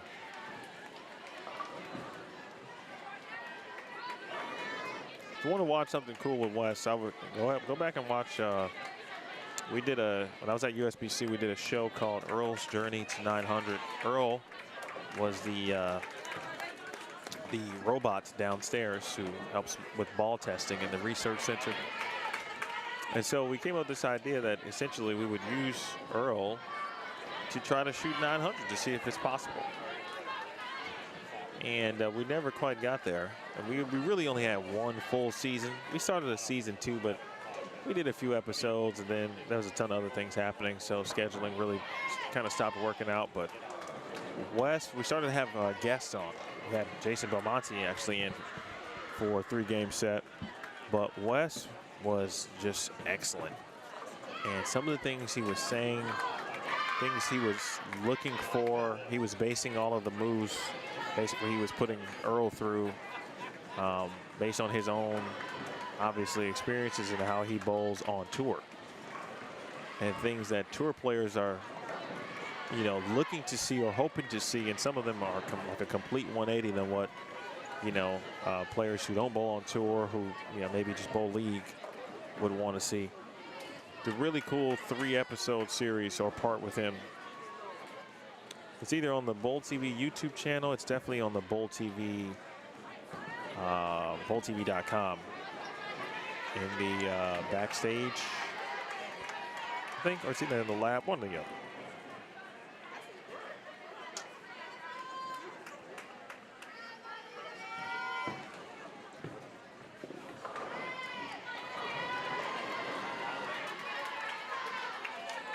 In fact, Wes is so cool that, you know, my first real conversations with him were when he came out to do the Earl shoot.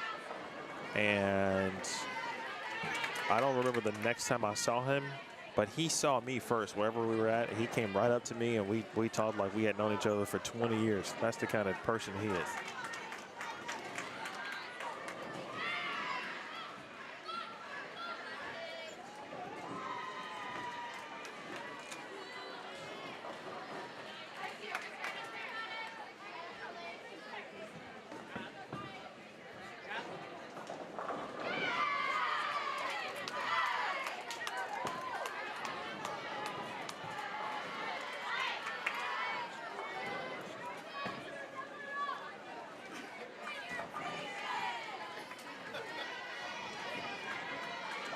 Pin lead for Sacred Heart.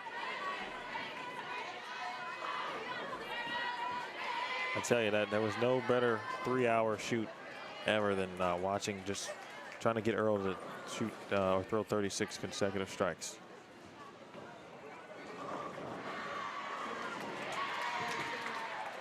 That was the best way to just spend 3 hours.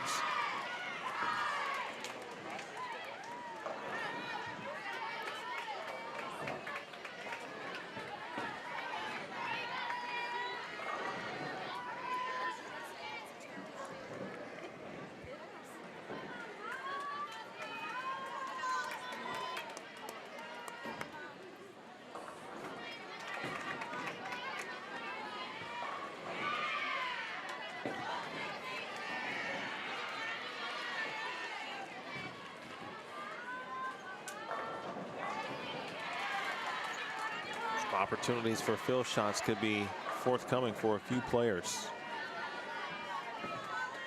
Several players at the little warm-up pairs right now.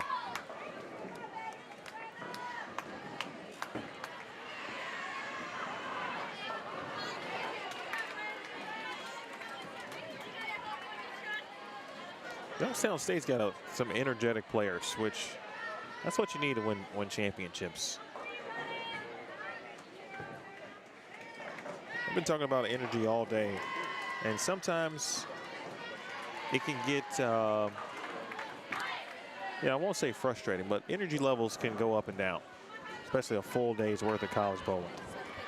It's not always going to be, great games and strikes. There's going to be missed spares and, some adversity, much like what Youngstown State is going through right now.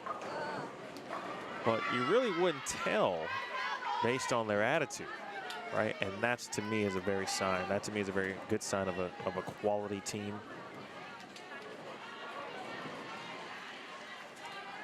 You got to have short memories, and the 859 that's on the back burner.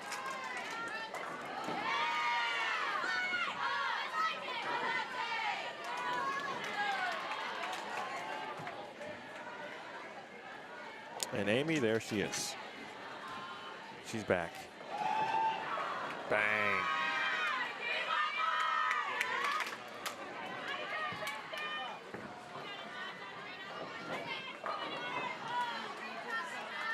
Well, that ball just ever so slightly deflected from Manetta down lane. About 2 more feet and that would have been a strike.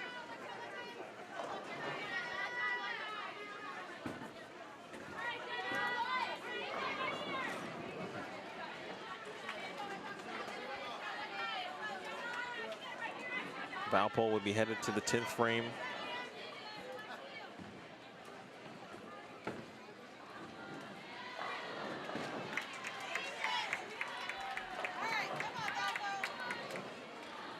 Valpo's got a few fans in attendance too. They got some parents.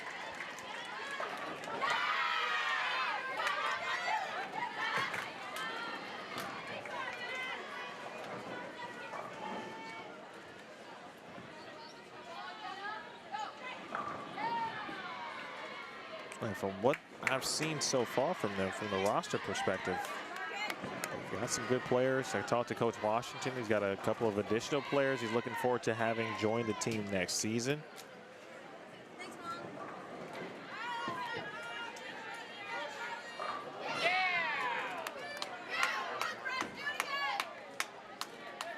Oh, it's a good shot there from Jen Pats. And so let's see, Brake, again a freshman. Smith is a sophomore. This is the Valpo roster. Noelle Judy is a senior. Allie Eibel is a sophomore. Jen Pats is a freshman. Morgan Axe is a freshman. And Isabella Palomaro is a junior.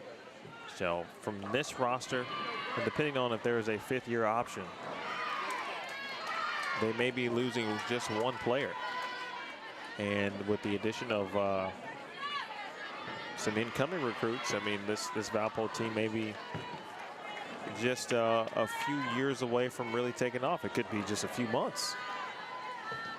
If everything works well, then they gel.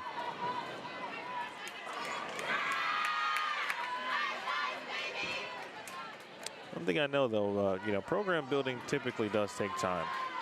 I think we get spoiled watching teams like, you know, McKendree, Nebraska, Vanderbilt. But, you know, like even Vanderbilt, right? Go back and look at, back and watch.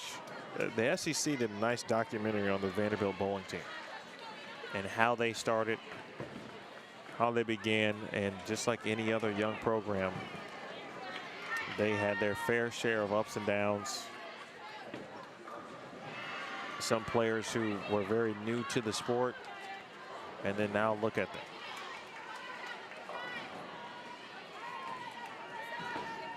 Dynasties do sometimes take a little bit of time and effort. Not saying that Vandy is a dynasty, but talking about from the program perspective overall. Now they've created this expectation of excellence, as has McKendree. Youngstown State is trying to do the same thing.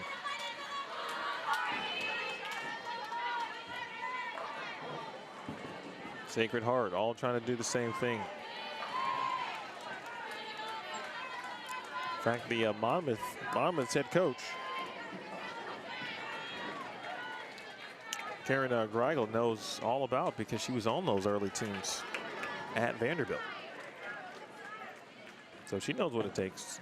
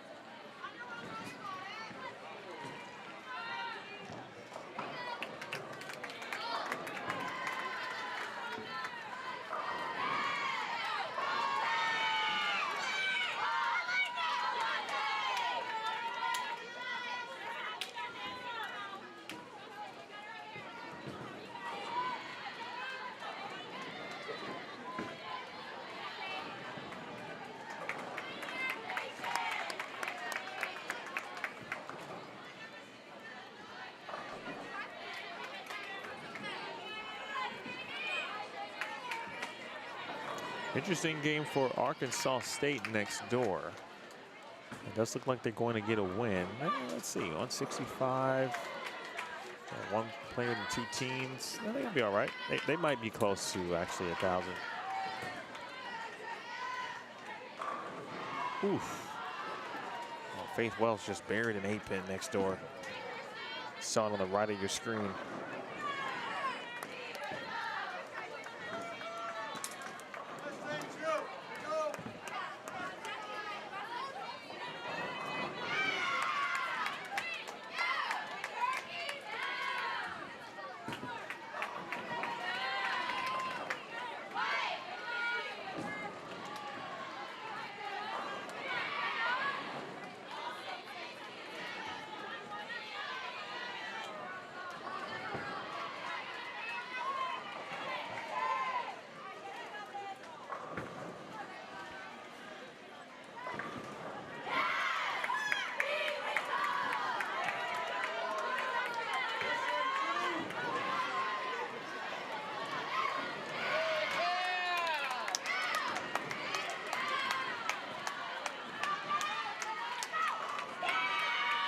shot.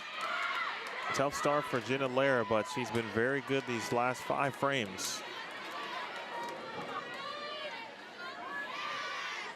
Youngstown State's going to need some big 10th frames and some help from Monmouth.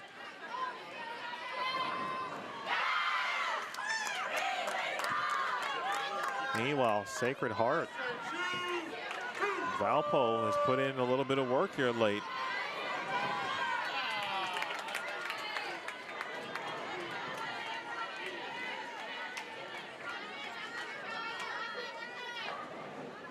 Alamaro on the back 5 to get to 199.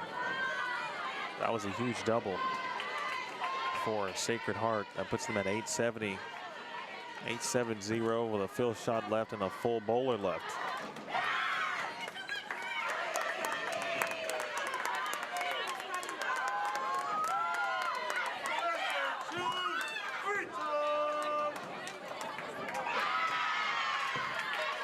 Valpo making it interesting though. I mean, they forced Sacred Heart to show up in this 10th frame, especially the way it went down or was looking.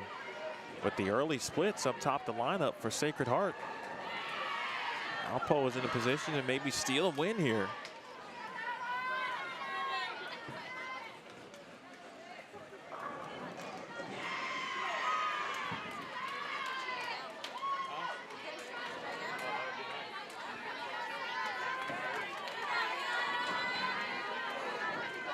It'll be interesting. Arkansas State has bowled very well today. And I mean, they may not make the top 4. Which does happen. They haven't been bad by a scorer's perspective. They've had a couple of low 9-15, 9-19, 9-20 matches yesterday. And then the matches that they did go plus, they were 10-17, 10-12, 10-26, nothing major. In fact, the 11-46, obviously that is major, of course, but that was surrounded by 9-19, 10-08. They can get to 10-0 here. And at this point, with 1 game to go, every pin definitely counts.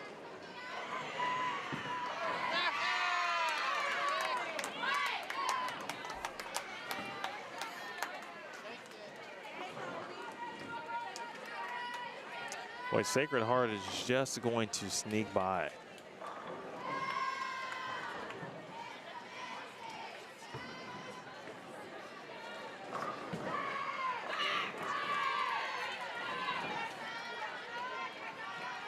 Three splits in the 10th frame from the team, and that 3-bagger.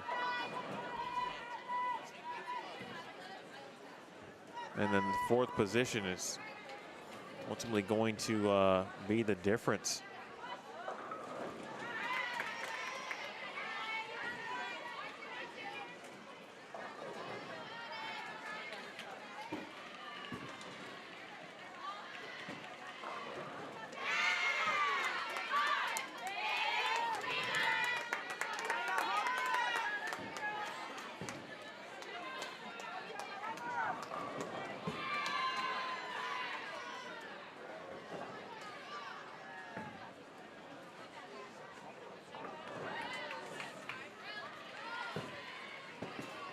Talked about making 3 9s earlier. That was quality.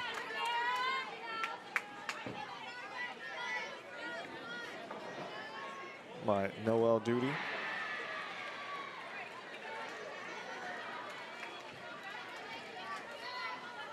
Again, coming up next in the final match of the day, we'll have Sam Houston State back with us along with Wright State.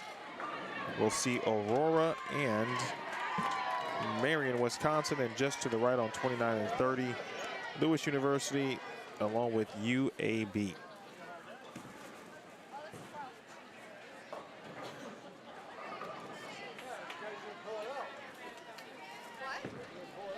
$895 to $877. Sacred Heart holds on for the win.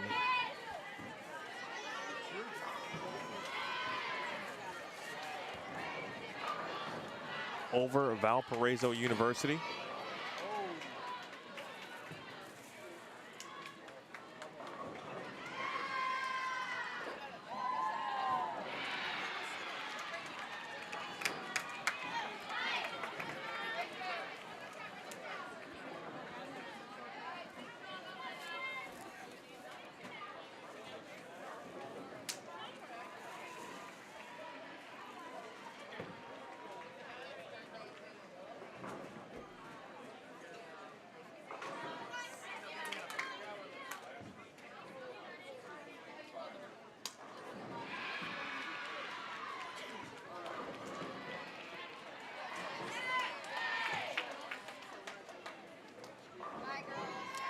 Monmouth is, well, they've done a nice job. This could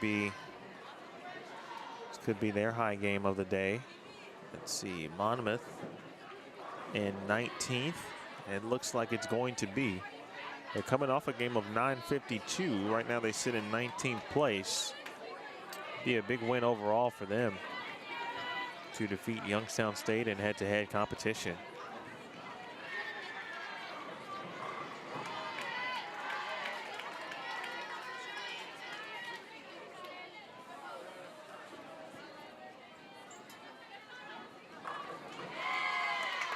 They've looked really good this game throughout.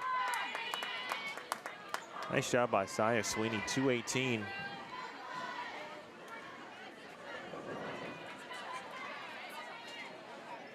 This hurt me.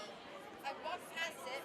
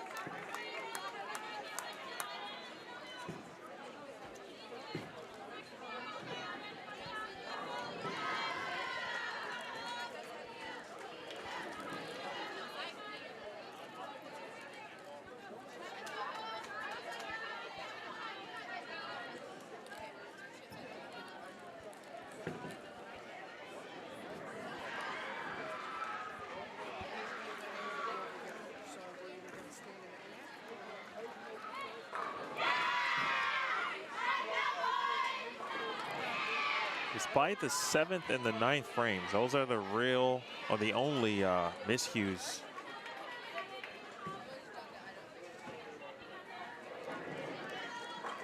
For Hope Bunk, the freshman.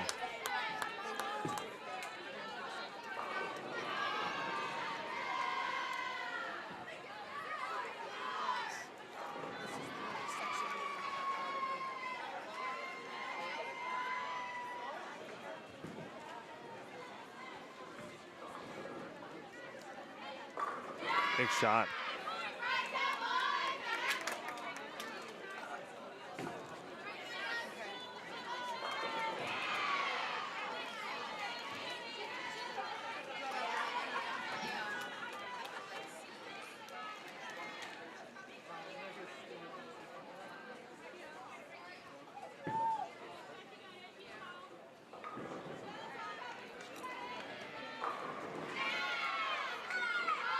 .218, 189, and then 200 as the scores continue to pile up.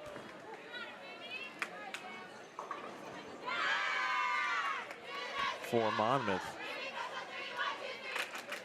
Youngstown State still fighting.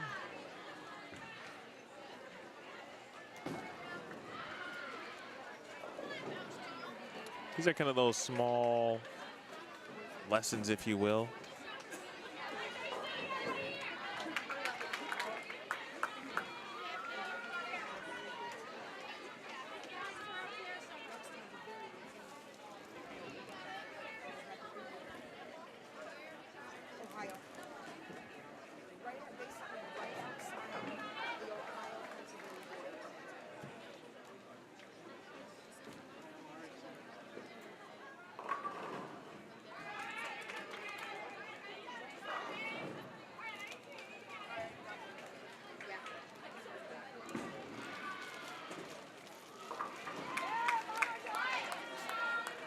The pattern's name, Jasmine, if you're talking about this tournament, is the Music City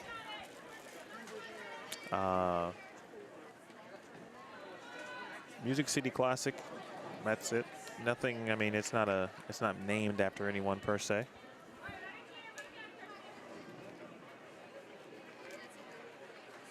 $11.57 for McKendree, and that is all but solidified their spot into the top 4.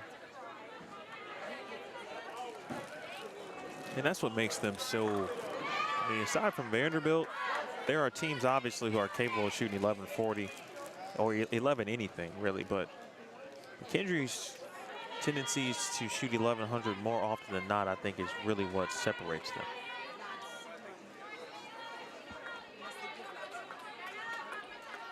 Jamie shoots 230. It's going to be the high game of the week so far for Monmouth.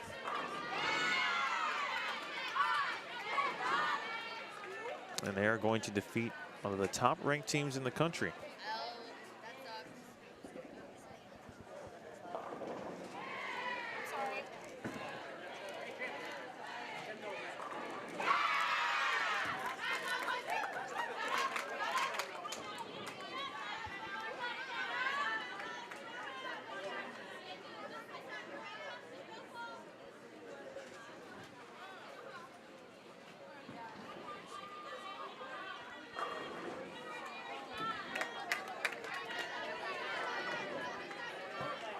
Youngstown State, again, the 6th ranked team according to the coaches in the most recent poll, and then the power index through March 5th, also 6th in that poll,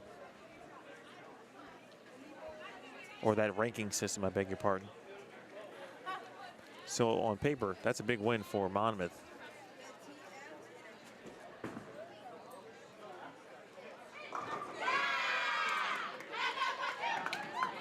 It took a little bit, but Youngstown State started to look more comfortable in the back half of this game, especially Madison Marks. Sometimes it takes a little while. You hope it doesn't. To finally find the right ball and where to play combination. 10-19 for Monmouth.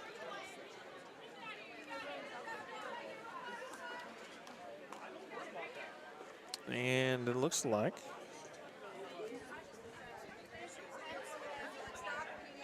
this is the last game, or the last player, I should say. Last match to finish up.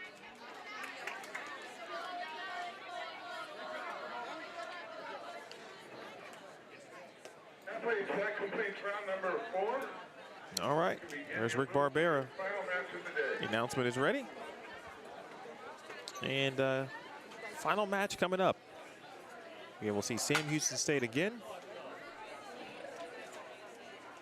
We'll see Wright State.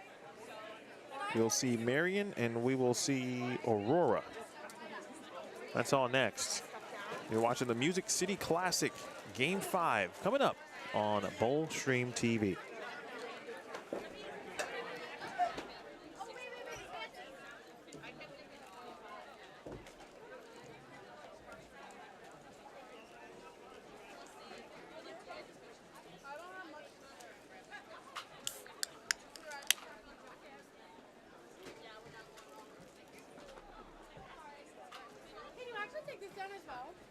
Thank you. I think that's, well, the salsa, but I'll come back for that.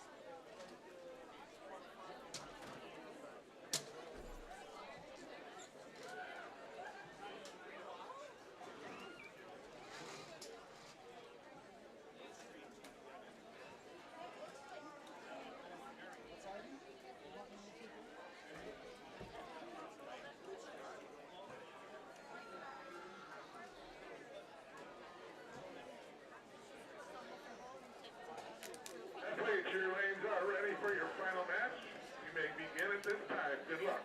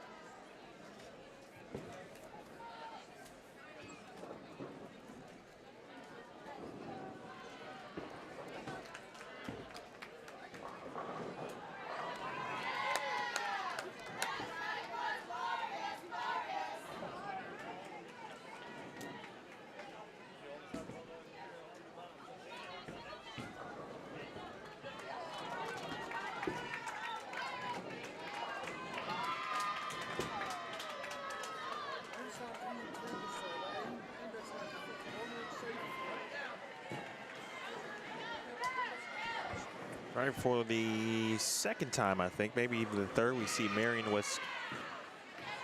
Wisconsin. And for the first time, we see Aurora. Wright State has joined us for the first time, and we also see Sam Houston State again. And of course, the last time we saw Sam Houston State, they shot 11:57 next door on 27 and 28. Bill Williams Jr. here with you. This is game 5 of the day.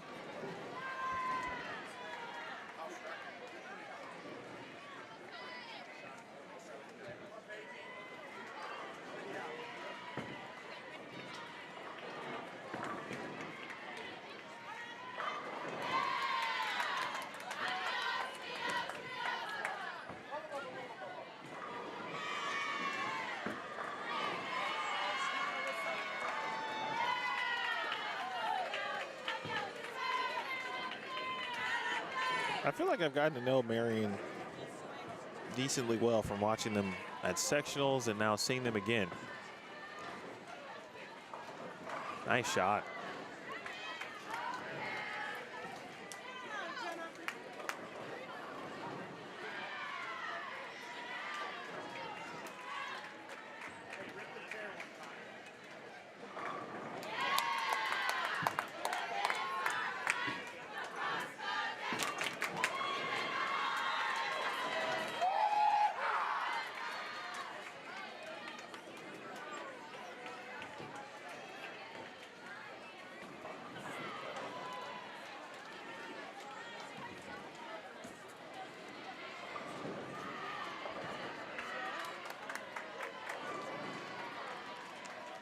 Sam Houston State has already wrapped up their first frame. They've gone 4 out of 5 And I'm sure their confidence level, again, depending on how things went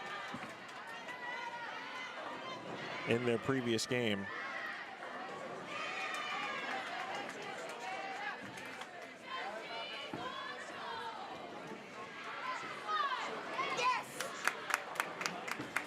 Big shot there. Aurora led by Rich McElmeal. Aurora is a Chicago suburb, western suburb, or city, if you will.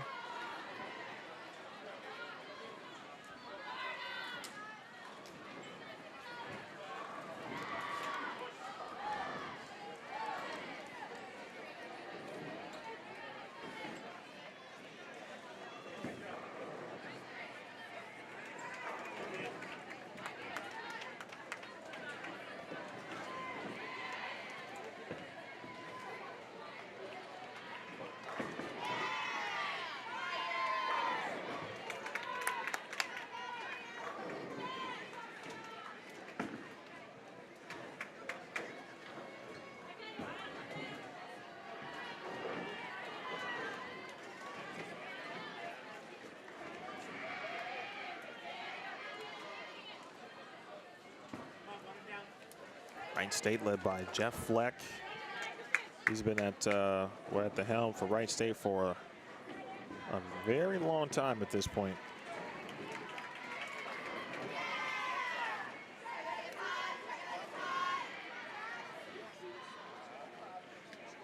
I believe this is now the second season, though, the women's team has been an NCAA team. Or it might be their first year. I think it might be their first season. Because the program itself was a long-time club program, and then it still is on the men's side.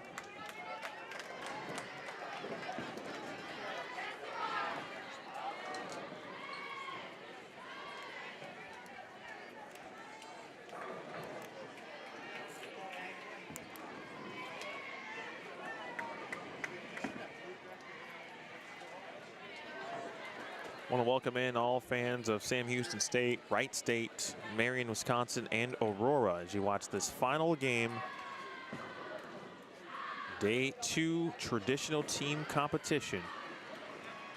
The top 4 teams after this game is complete will have a chance to win tomorrow's championship and what is arguably the coolest trophy I've ever seen.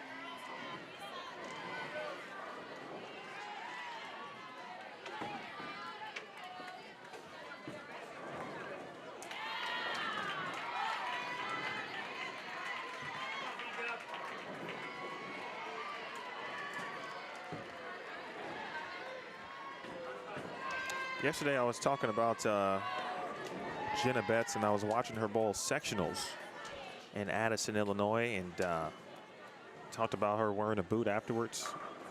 Yesterday she did bowl, but it looked like she maybe had a small bit of a limp as she was walking off the approach. And today, now, unfortunately, she is in the settee area, but with crutches. So hope all is well with Jenna.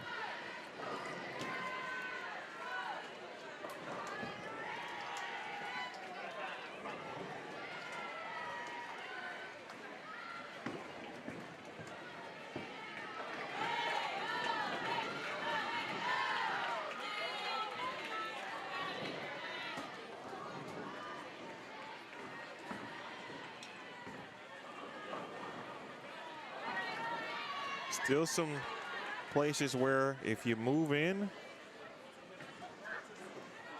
There's still a little bit of oil, especially if you miss it. Now, if you overhook it, it's we've seen plenty of players still watch their bowling balls hook immediately.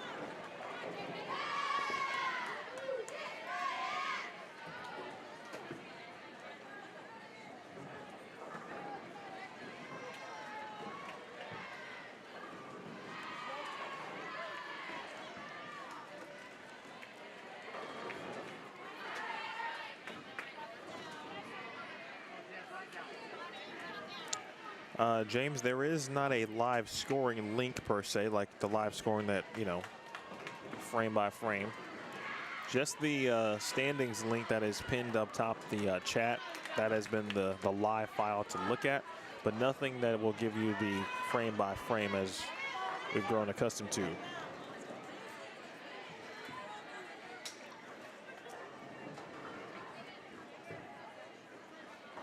Don, I saw your note.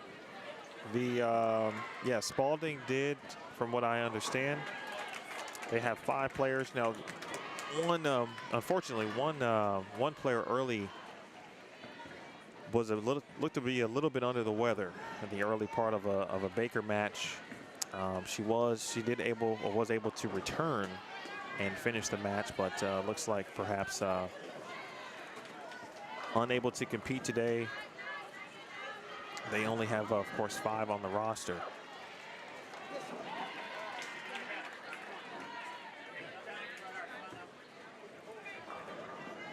This is Dr. Pepper.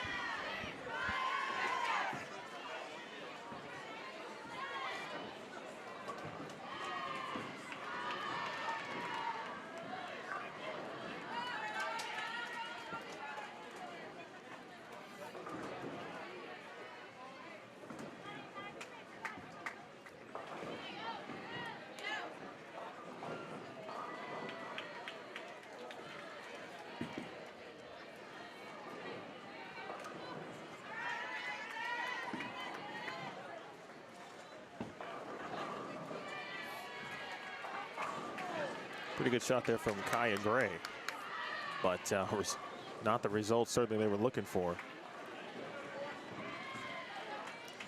Let's see how long Aurora and Hal has now had a program since 2015-16. I know they've had a few coaches as well.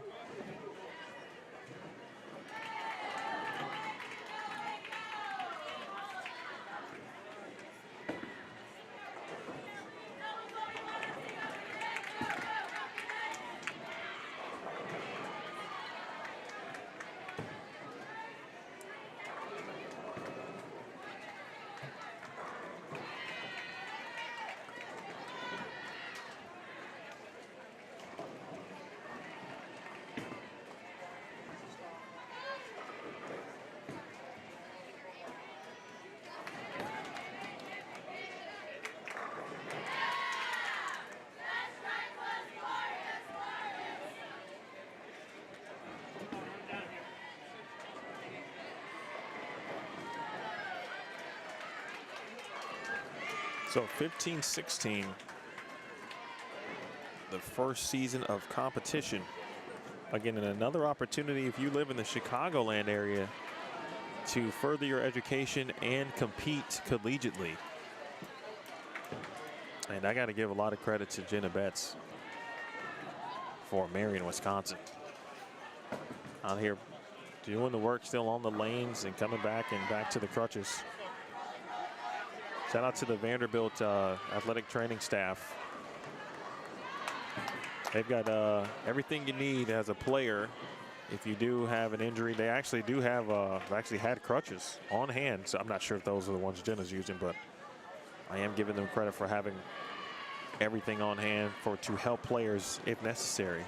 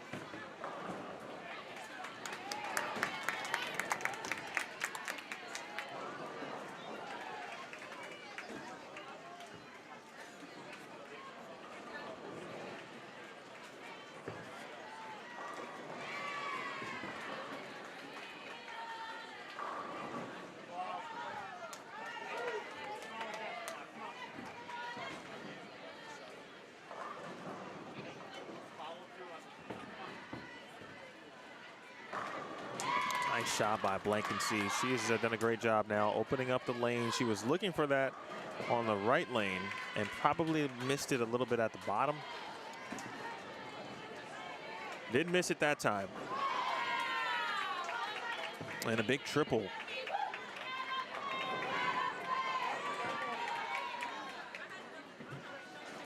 Folks, if you've never been around Jeff Fleck too, he is probably the most energetic coach I've ever seen. You're talking about living on every shot. And I don't know if he's had to tone it down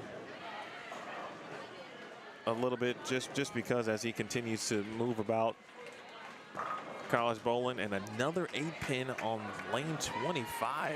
Goodness gracious.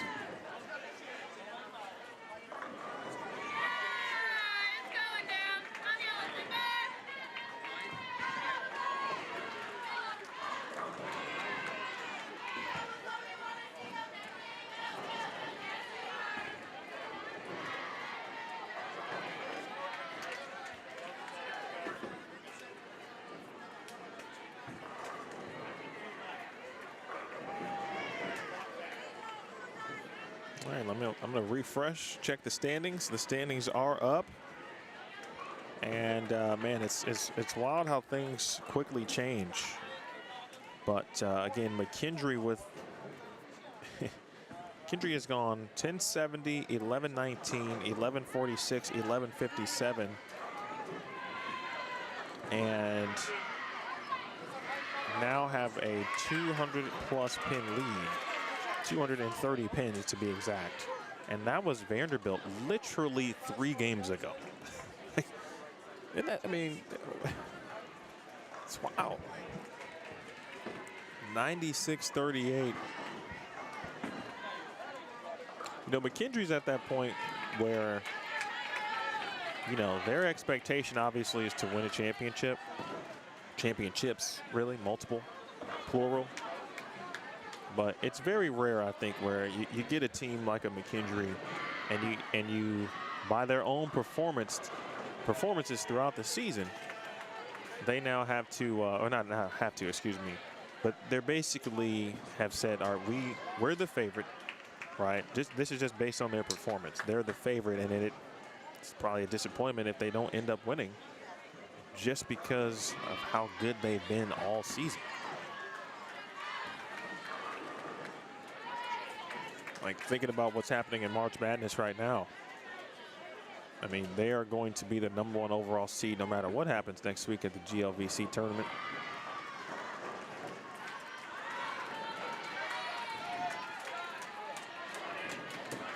So McKendree in the lead at 96-38. Again, you can check the standings at the top of the chat. It is pinned. That link is pinned. Louisiana Tech has been hanging around in second place and with a solid performance here, as long as nothing wild happens to them, they are going to be in position to have a chance to win tomorrow, win the tournament. They're at 94.08. Vanderbilt is third at 94.05.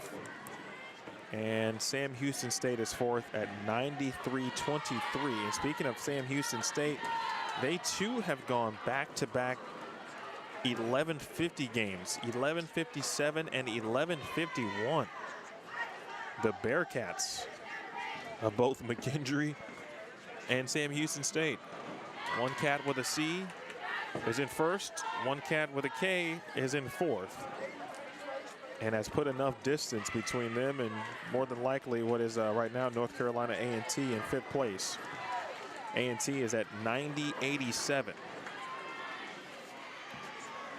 Pretty impressive what Sam Houston State has done to run down the number basically after beginning the day at 965, 963, and then boom, like that John Madden, boom, 1157, 1151. Impressive stuff.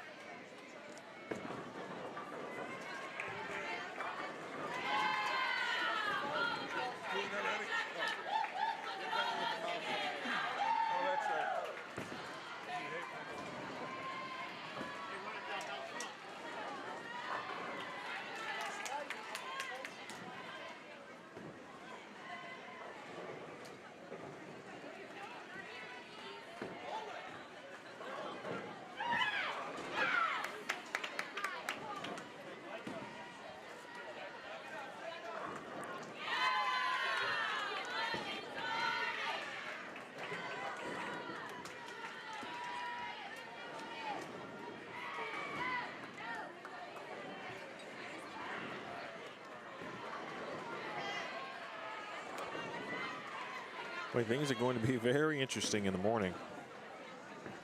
So it's going to be some very tough first-round matchups in the upper echelon portion of the bracket. Essentially kind of the championship portion, if you will.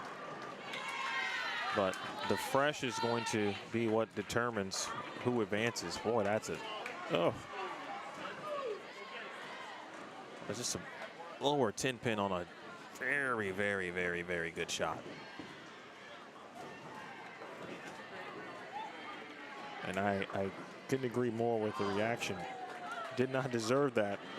Nice shot by Jasmine Coburl, the junior from West Bend, Wisconsin.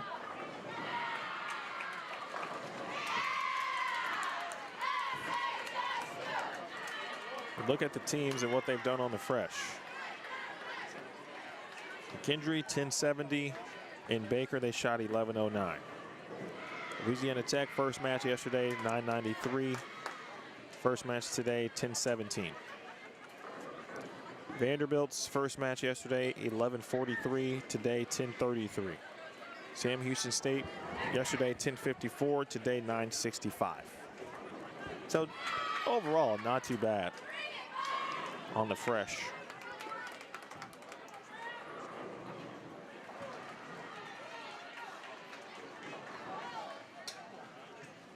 Not 1150 good. But by the time we get to the championship match, that look may be peaking, and we might see some higher scores. Not that we won't see them in the opening round matches, or opening matches, excuse me.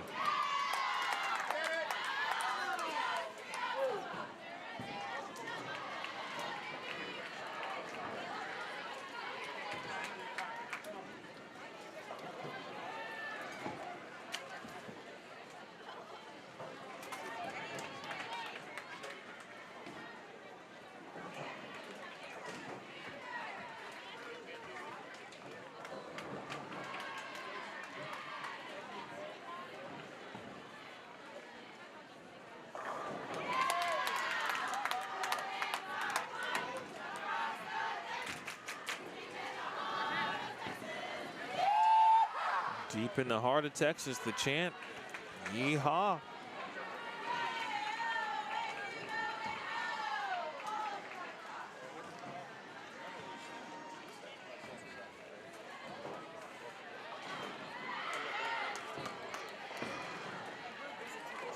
Spare by Betts for Marian, Wisconsin.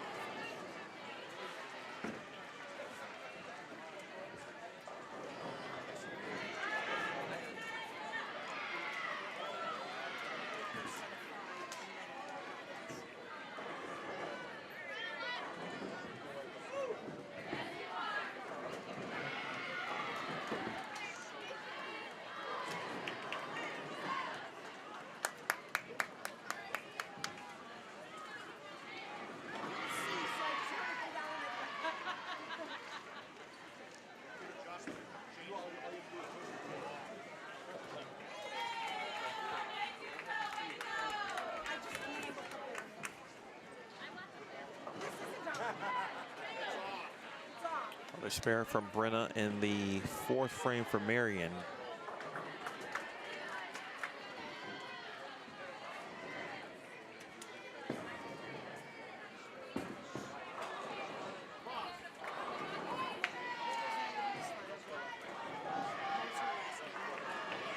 And Marie Ruzovich crosses over, the freshman.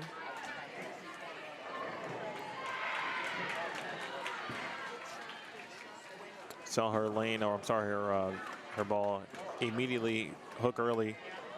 And you started to see that a little bit in game 5. Once Sam Houston State left that pair, there were certain portions of it, especially near the outside parts of the lane, honestly, that were hooking very early. That's got a hook.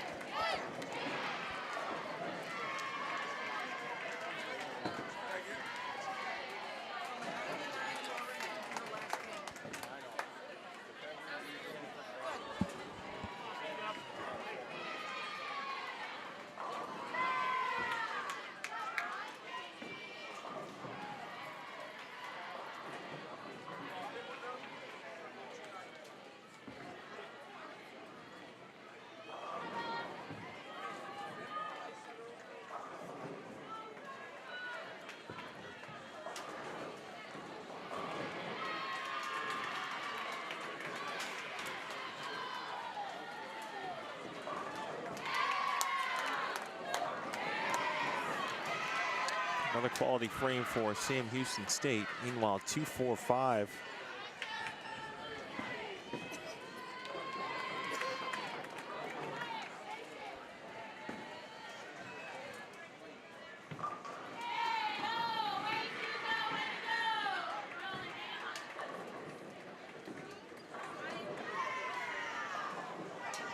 I believe that was Paige Patterson, a young freshman.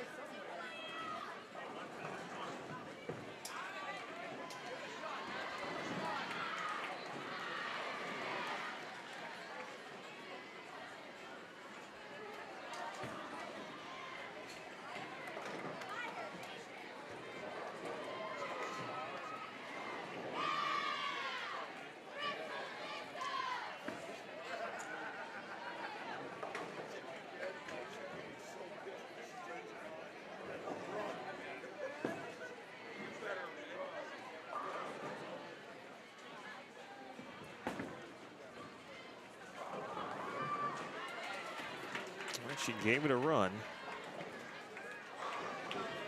Spare made, by the way, for Aurora. 6-player roster.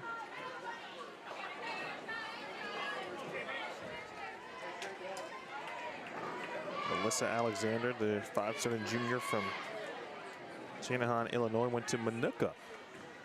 That's a state championship type of program.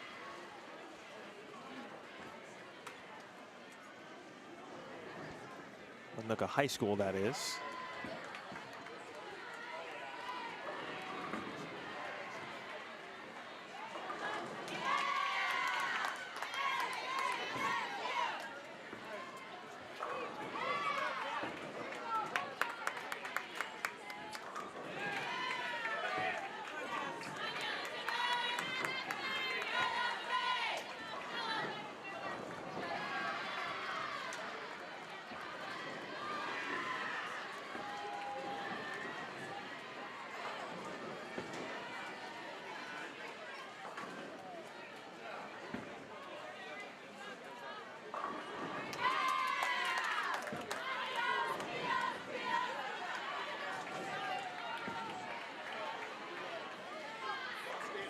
Come on, 9-pin. That was a very good shot.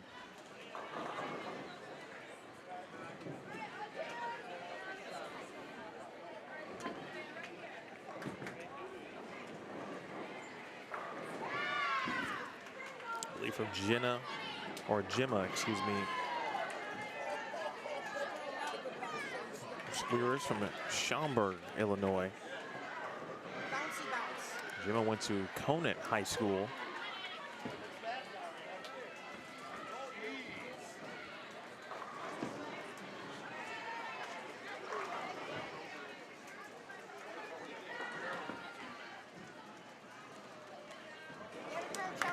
Nice, takes care of business on the spare. On a really good shot too, first and foremost.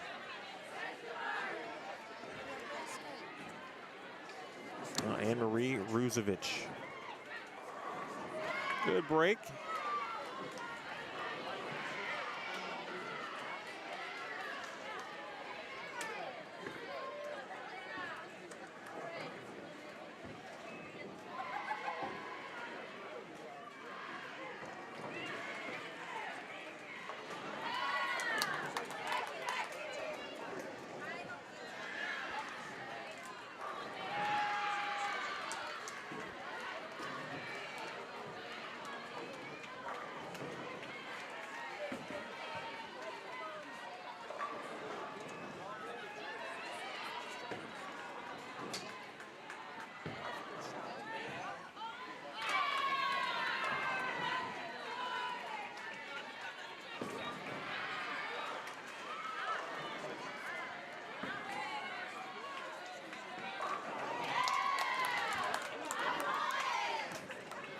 Good shot there for Denise.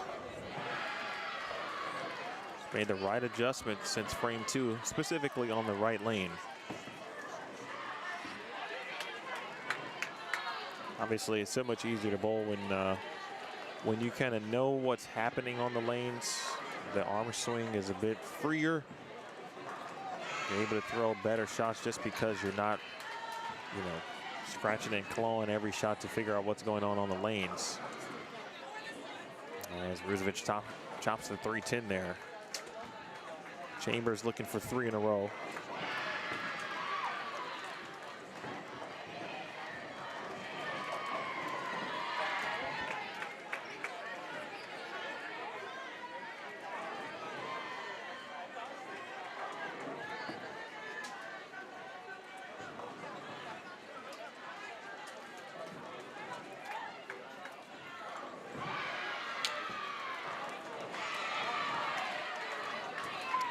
That was a good example of how the right side of that pair is hooking early.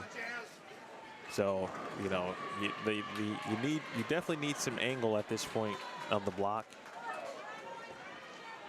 to give yourself the best chance if you're right-handed to get to the 1-3. By the way, there are 3 teams who are undefeated at this point in the tournament. McKendree, Louisiana Tech, and Arkansas State. The top 2 are 1-2 in the standings. Arkansas State is 6th.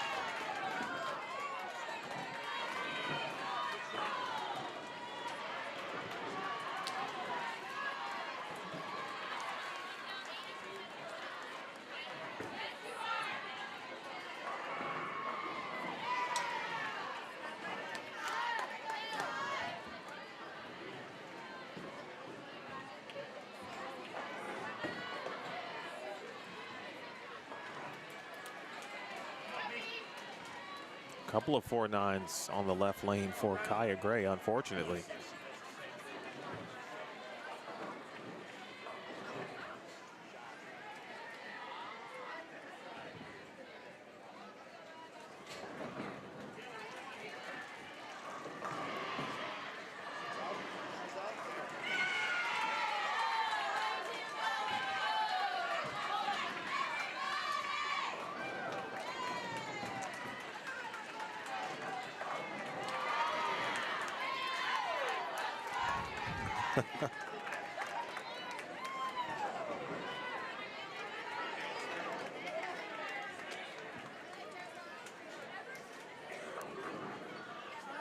Brenna, the sophomore, with the double and a nice smile and reaction.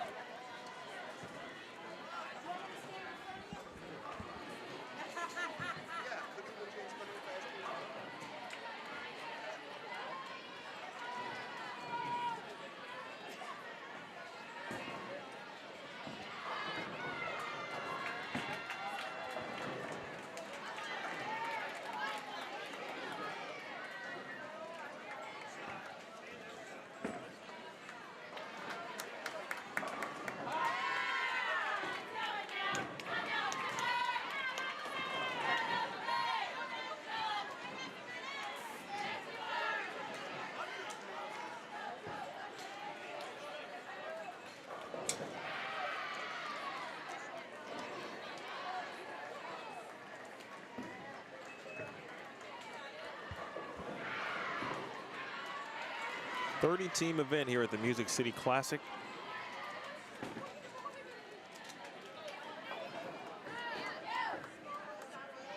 We talked about what McKendree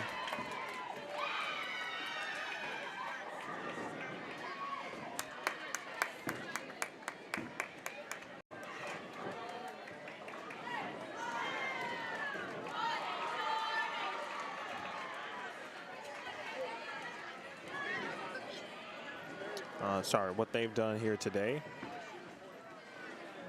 what they've done throughout the weekend. But again, now they have a chance to win the tournament for the 4th consecutive season.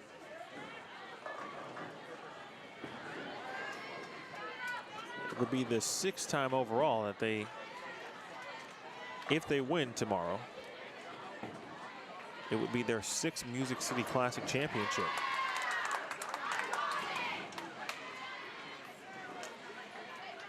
The last time that the host school won their tournament was 2019. But Vanderbilt has also won it 5 times.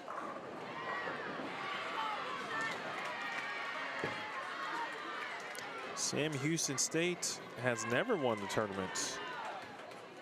And they'll have another chance.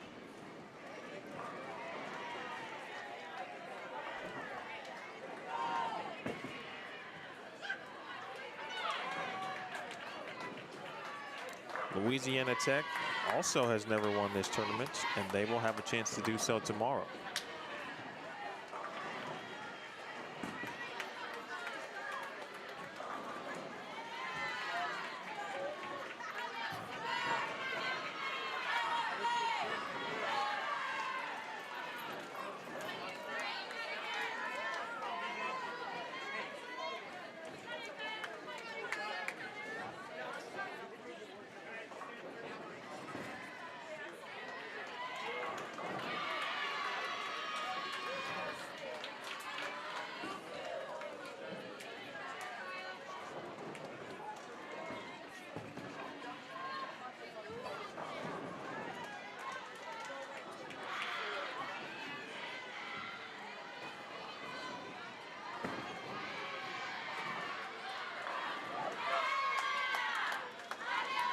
Kaya Gray's just got to figure out how not to leave a 4-9 on the left lane.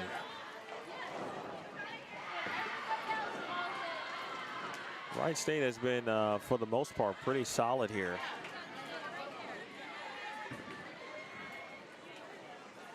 They trail by about 70 pins. Actually, a little less now. But Taylor Lucas has, well, she's had the propensity to strike a lot today and put a lot of strikes in successive order specifically.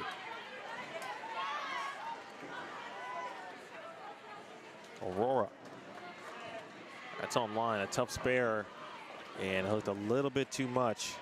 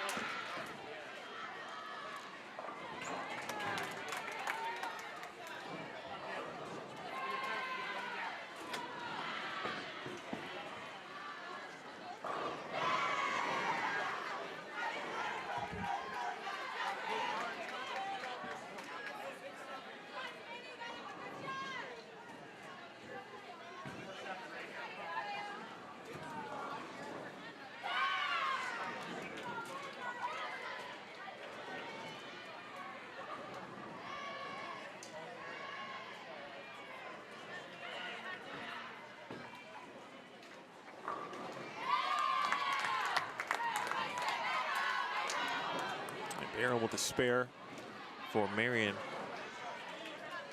Look a little.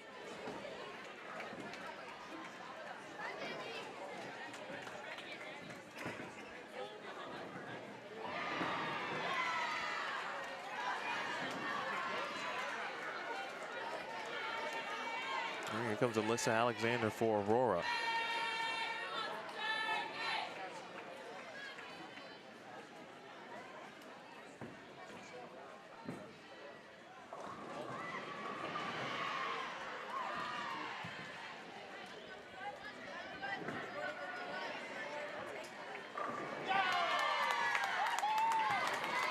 Hello, Paul. Appreciate you tuning in.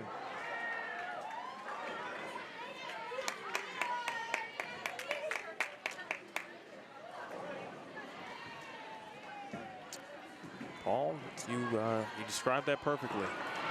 Electric is a very good word. And it's going to be even more electric tomorrow. Might see some sparks in the morning. I don't have the bracket in front of me, but I do know that the 1, 2, 3, 4 matches, 1 versus 2, 3 versus 4 will be, I believe, on 17 through 20, the way we tried to work that out. So we'll get it covered here on Boldstream TV. Nice ball, Gemma. Nice shot there for Gemma. That's a big double. Yeah, that's hot. Sporting number 5 on the right sleeve of her jersey. So we should have the 1 versus 2 and the 3 versus 4. And then I don't know, I'll look at the bracket, but which matches we'll have, or which matches would be specifically on 25 through 28 at that point. I'll work with those teams, let them know that more than likely, tell them they'll be able to stream those opening round matches. We will be intently focused on 17 through 20. And then we'll try to, I'm gonna do my best to try to get the that essential semifinal. I think that's gonna move to then 15 and 16.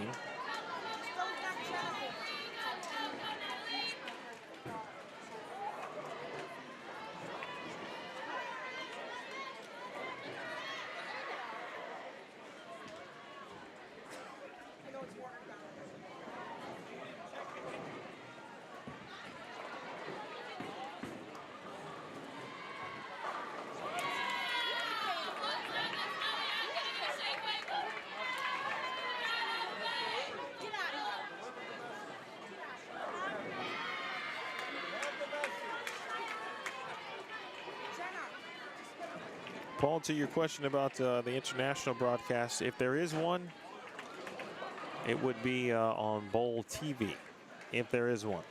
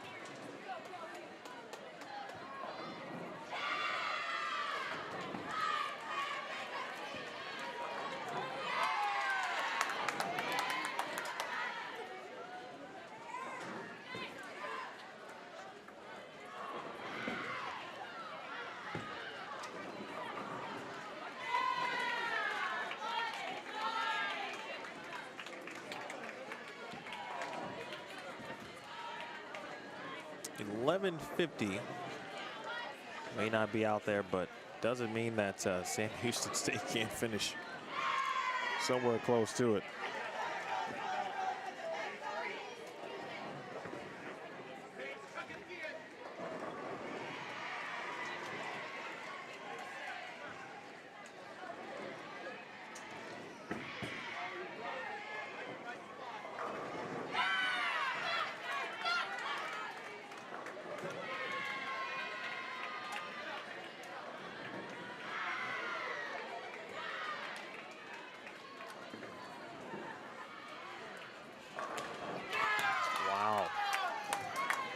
Nice job by not only Bea Hernandez there, but right before that shot, Her and Coach Brad Hagan had a brief convo, and I'm sure they were kind of finalizing discussions on how to attack that left lane.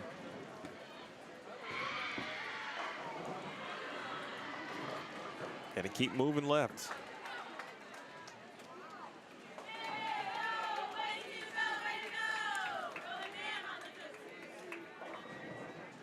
Paige Patterson has had herself a nice game. In fact, leading Wright State here.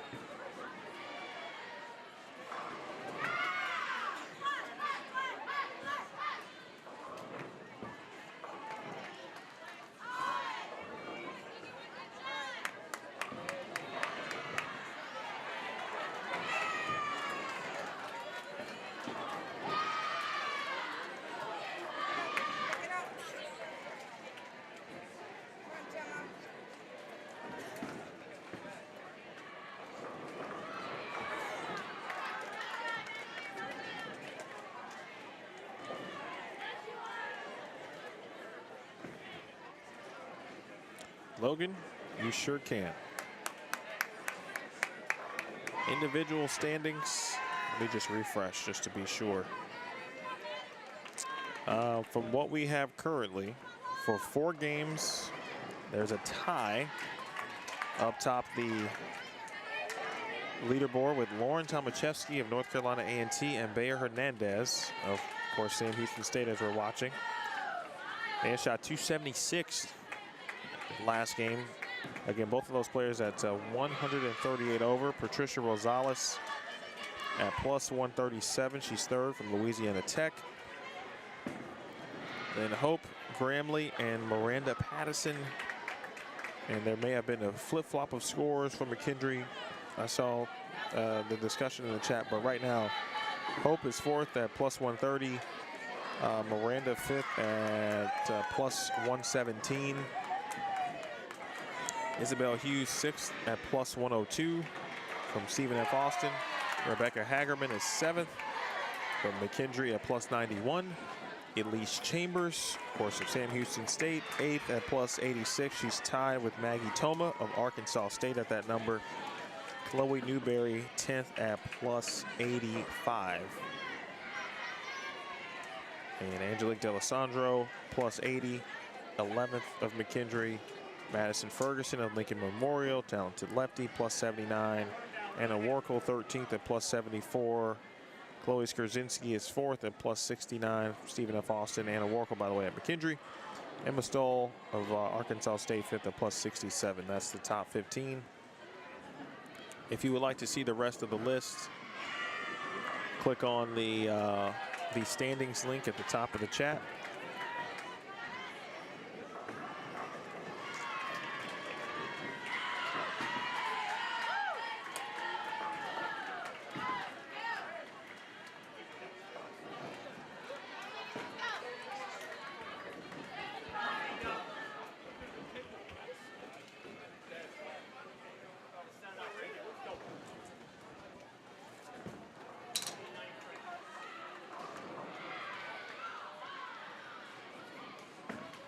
UAB and Lewis putting up solid games just next door on 29 and 30.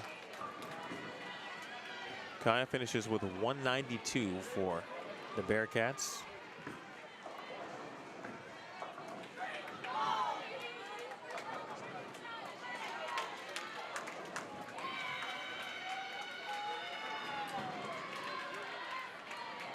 See if Van will make the same type of move when she is up next. Good break though for Taylor Lucas. The 2 games that they have been here on Bullstream TV. Let's see, 1, 2, 3, 4, 5, 6, 7, 8. 8 strikes so far for Lucas. I think she had at least 8 the last time she was here.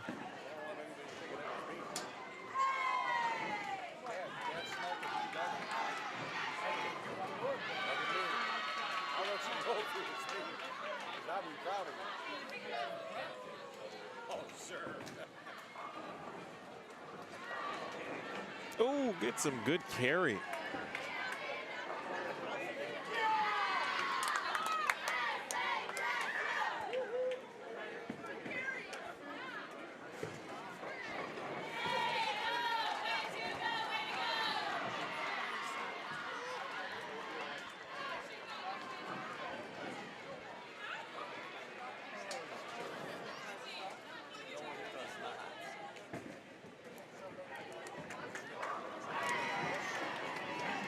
Substitution for Marian.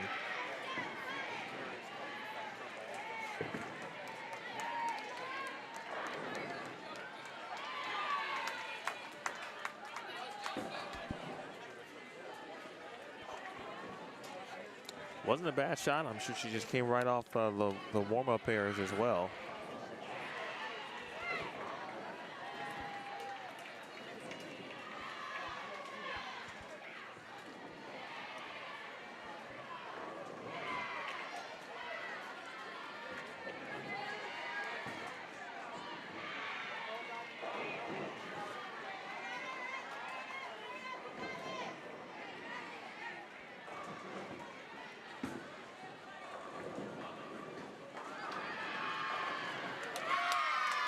Lucas gets to 244.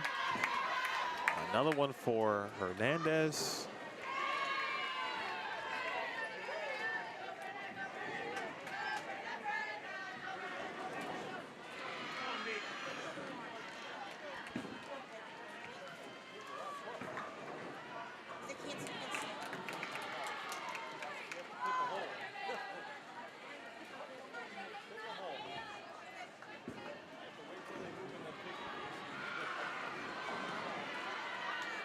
See Alyssa Alexander look to take care of the 2-8.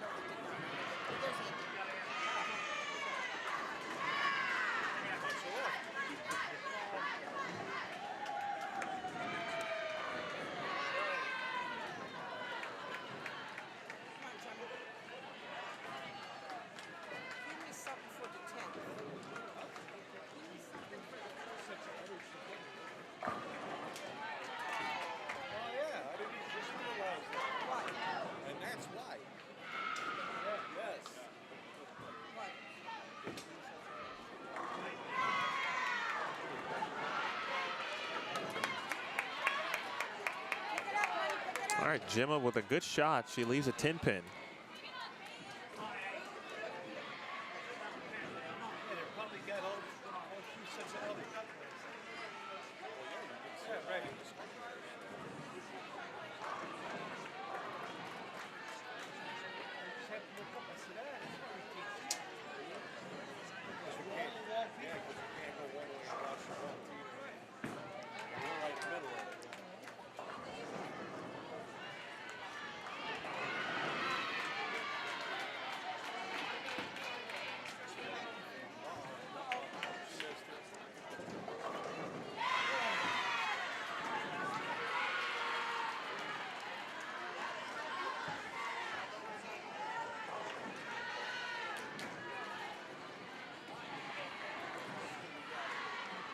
Tenth frame coming up for 27 and 28.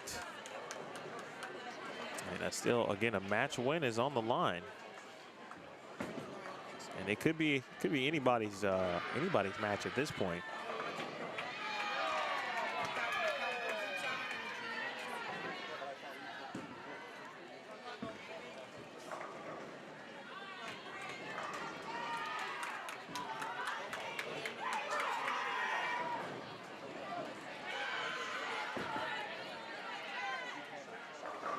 Good shot.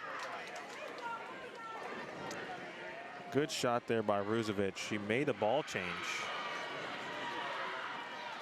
Saw that she went at a 310, which would look to be that particular piece of equipment. It kind of looked like it was urethane.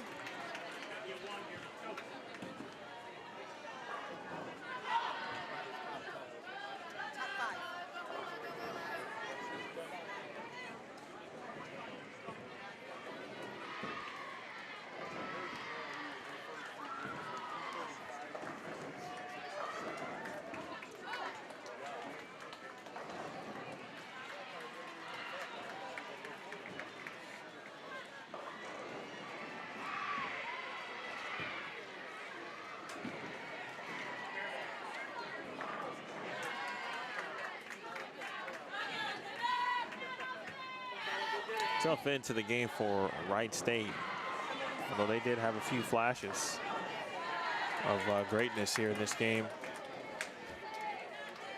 They've got a very talented freshman in Paige Patterson.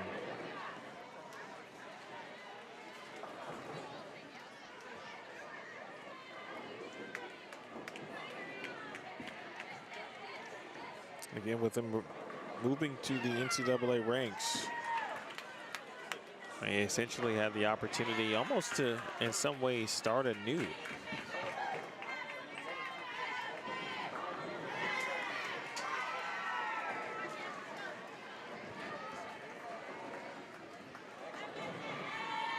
The amount of freshmen that they do have on the squad.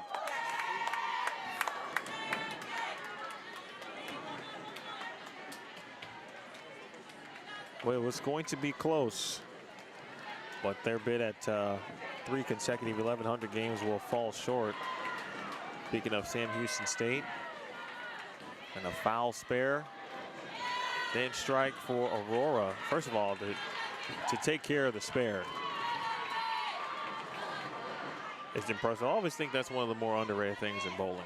If you foul or gutter on the first shot and you make the spare, to me, that's pretty impressive.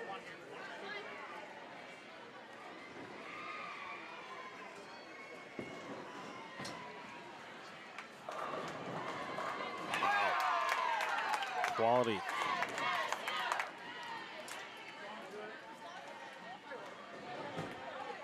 This is a team that looks like they could win a championship, and they've got championship pedigree certainly in their program. Wright State shoots 907. Again, so for Wright State, 1, 2, let's see, 1, 2, 3, 4, 5, 6, 7, 8. Now 8 freshmen on the roster, with 1 senior, 1 sophomore, 1 junior.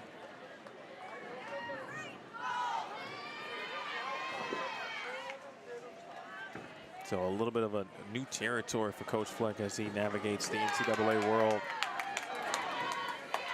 He'll build a championship winner in the future. Meanwhile, excellent bowling by Sam Houston State at the end of this thing here today. They go 11:50. Wait, I'm sorry, 11:57, 11:51, 10:97, their last 3 games.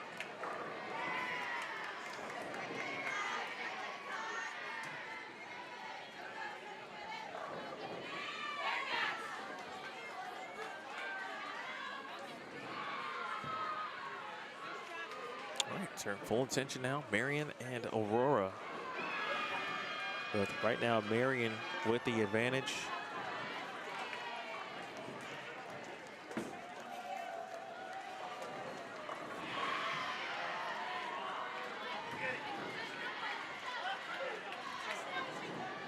That was a quality shot too. Discussing the moves, figuring out what you should do, where you should be.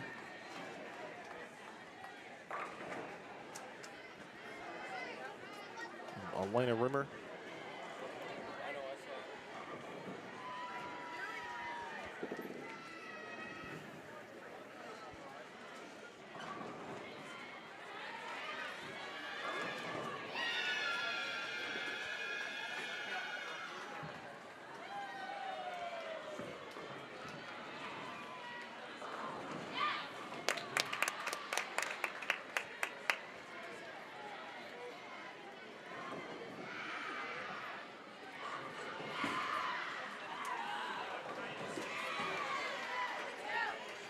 Alexander gets the first one in the 10th for Aurora. It's a 40-pin deficit right now for Aurora.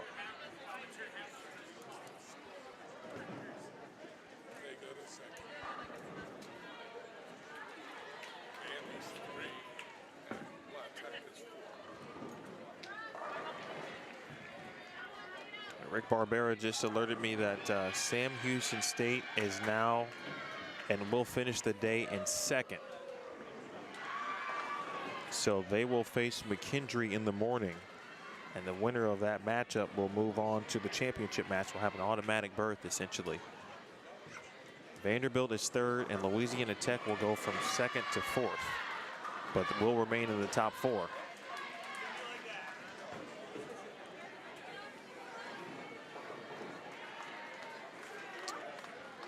Boy, what an effort.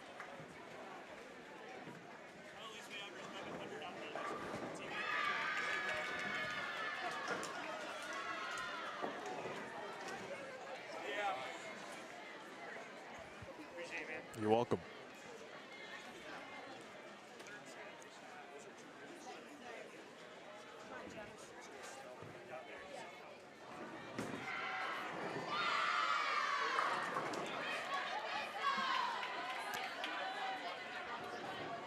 Addison. It's the head pin right there. And speaking of the head pin, missing left there.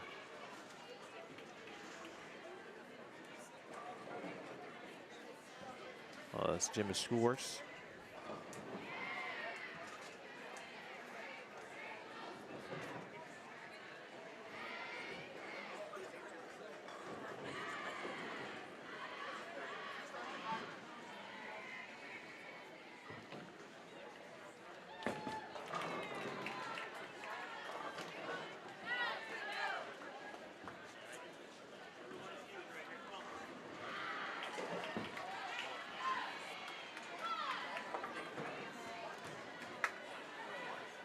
Aurora had a chance trying to sneak out a win here. They also could have the possibility of a tie.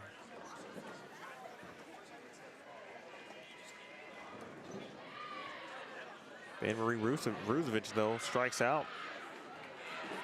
If the scoring adds up like I think it should on this particular scoring system, now theoretically Aurora could actually win.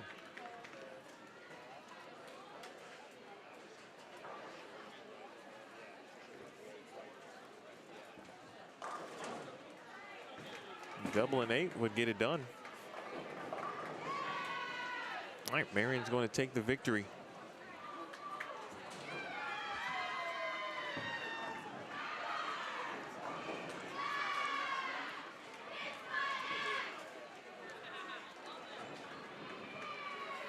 Marian finishes again with 785.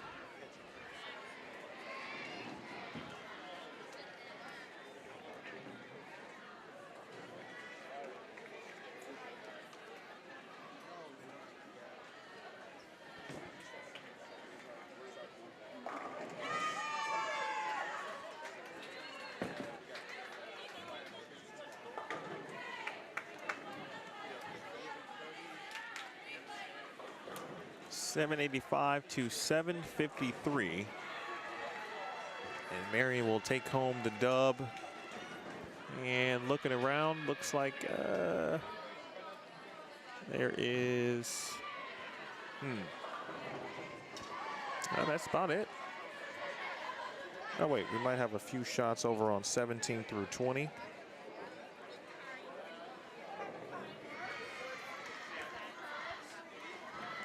The Kentucky Wesleyan finishing things up, at least on this side of the building. Then on the high side, looks like 33 and 34 are finishing up.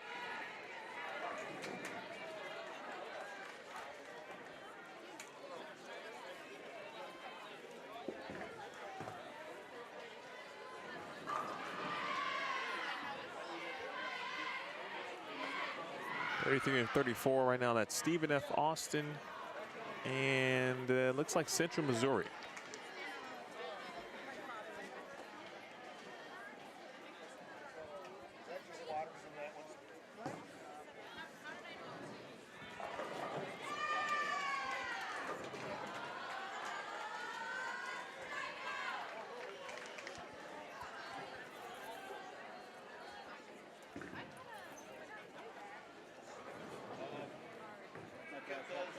Nick, is that yours?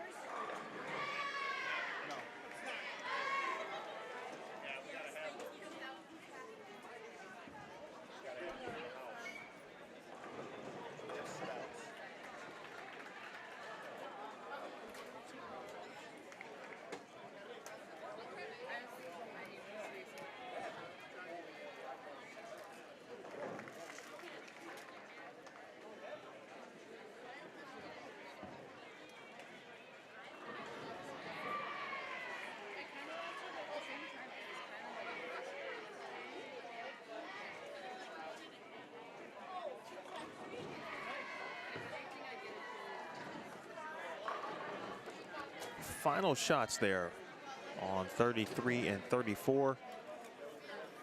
That was Carlene Byer going Brooklyn. Looks like that was, she's got one shot left. All of the hands are up. You guys seen the, you know what to do, right? See somebody with a 5-pin, put your hands up. Look, the entire team's got their hands up.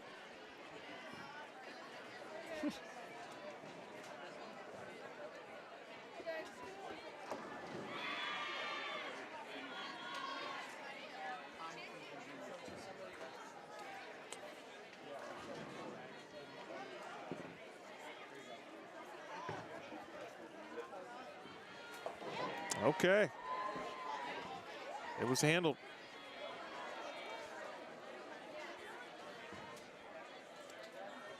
See the last bit of bowling going on down there on the high end, folks, but that's going to do it for our coverage here, day 2 of the Music City Classic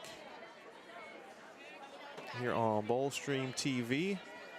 We do know the top 4 teams thanks to Rick Barbera. Appreciate his efforts there. And for letting me know, also Mike Krauser. So the 1, 2, 3, 4, it's going to be McKendree as the number 1 seed. Sam Houston State has made their way to the 2 seed. So 1 win for for either of those teams, and they're on to the championship match. The number 3 seed is going to be Vanderbilt, and the number 4 seed will be Louisiana Tech. So that is what we have to look forward to tomorrow, with some other great matches, of course, in the bracket. But we will be focusing in specifically on Bowlstream TV in the morning with the 1, 2, 3, 4 matchups down on 17 through 20.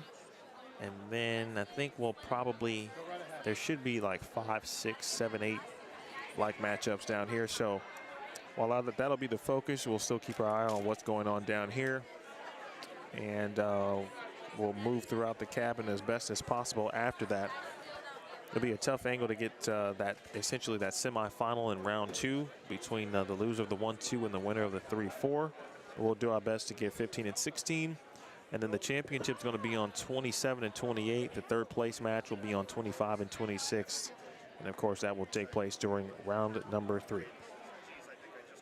Appreciate everybody tuning in today. Thank you for your support. Thank you for your support of your fellow teams, or your teams, I should say. Good to see some new faces, if you will, in the chat, and learning more about some of the teams that you are rooting for out there. All of the standings, again, can be found on the link we just talked about, or that has been pinned, I should say. But I'm going to make sure you save that, or if you don't have it copied, paste it somewhere in a different tab. Ladies and gentlemen, that concludes day 2 of the And we are officially complete. As I have, or as I did last night, I will post the updated standings on the Bowlstream TV Facebook page. But they may be also on the Vanderbilt Women's Bowling Program or bowling page, the NTCA Facebook page as well. We'll start at 8:55 tomorrow morning. We'll see everybody then. All right, folks. that'll do it. I'll confirm the time. I think looks like competition will begin at 8:55. So we will begin at what looks to be about 8:30. So that seems to be right. Again, you're 1, 2, 3, 4 in this order: McKendree, Sam Houston State, Vanderbilt, and Louisiana Tech. Those 4 teams will have a chance to win the title tomorrow. And then once the standings are complete, make sure you check that out, see where your favorite team falls, and then they will post the bracket. Or if the bracket is also available, I'll try to post the bracket on the Boldstream TV Facebook page as well. Until then, we say so long for now. Thank you to the great tournament staff here, led by head coach John Williamson of Vanderbilt, the head officials, Rick Barbera and Stephen Padilla, assisting those 2 individuals this week: Ethan Hansen, Kyle Barnes, Jimmy Krauser, Mike Krauser handling scoring, along with some other great tournament workers.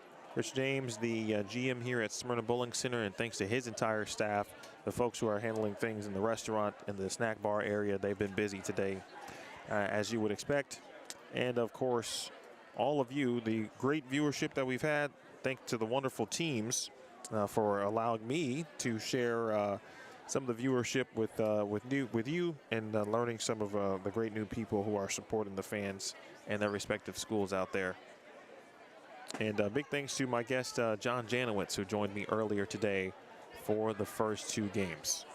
Appreciate everybody. We will see you in the morning at approximately 9:30 a.m. Eastern Time, 8:30 a.m. Central. Until then, you guys be safe, be well, enjoy PBA bowling. Great TLC telecast tonight, 2 live shows, I think, and certainly 1 tomorrow. Enjoy basketball, and we'll see you in the morning. My name is Emmanuel Williams Jr. This has been a presentation of Day 2 of the 2023 Music City Classic, hosted by Vanderbilt University. You watched it live and only on Boldstream TV. We'll see you tomorrow.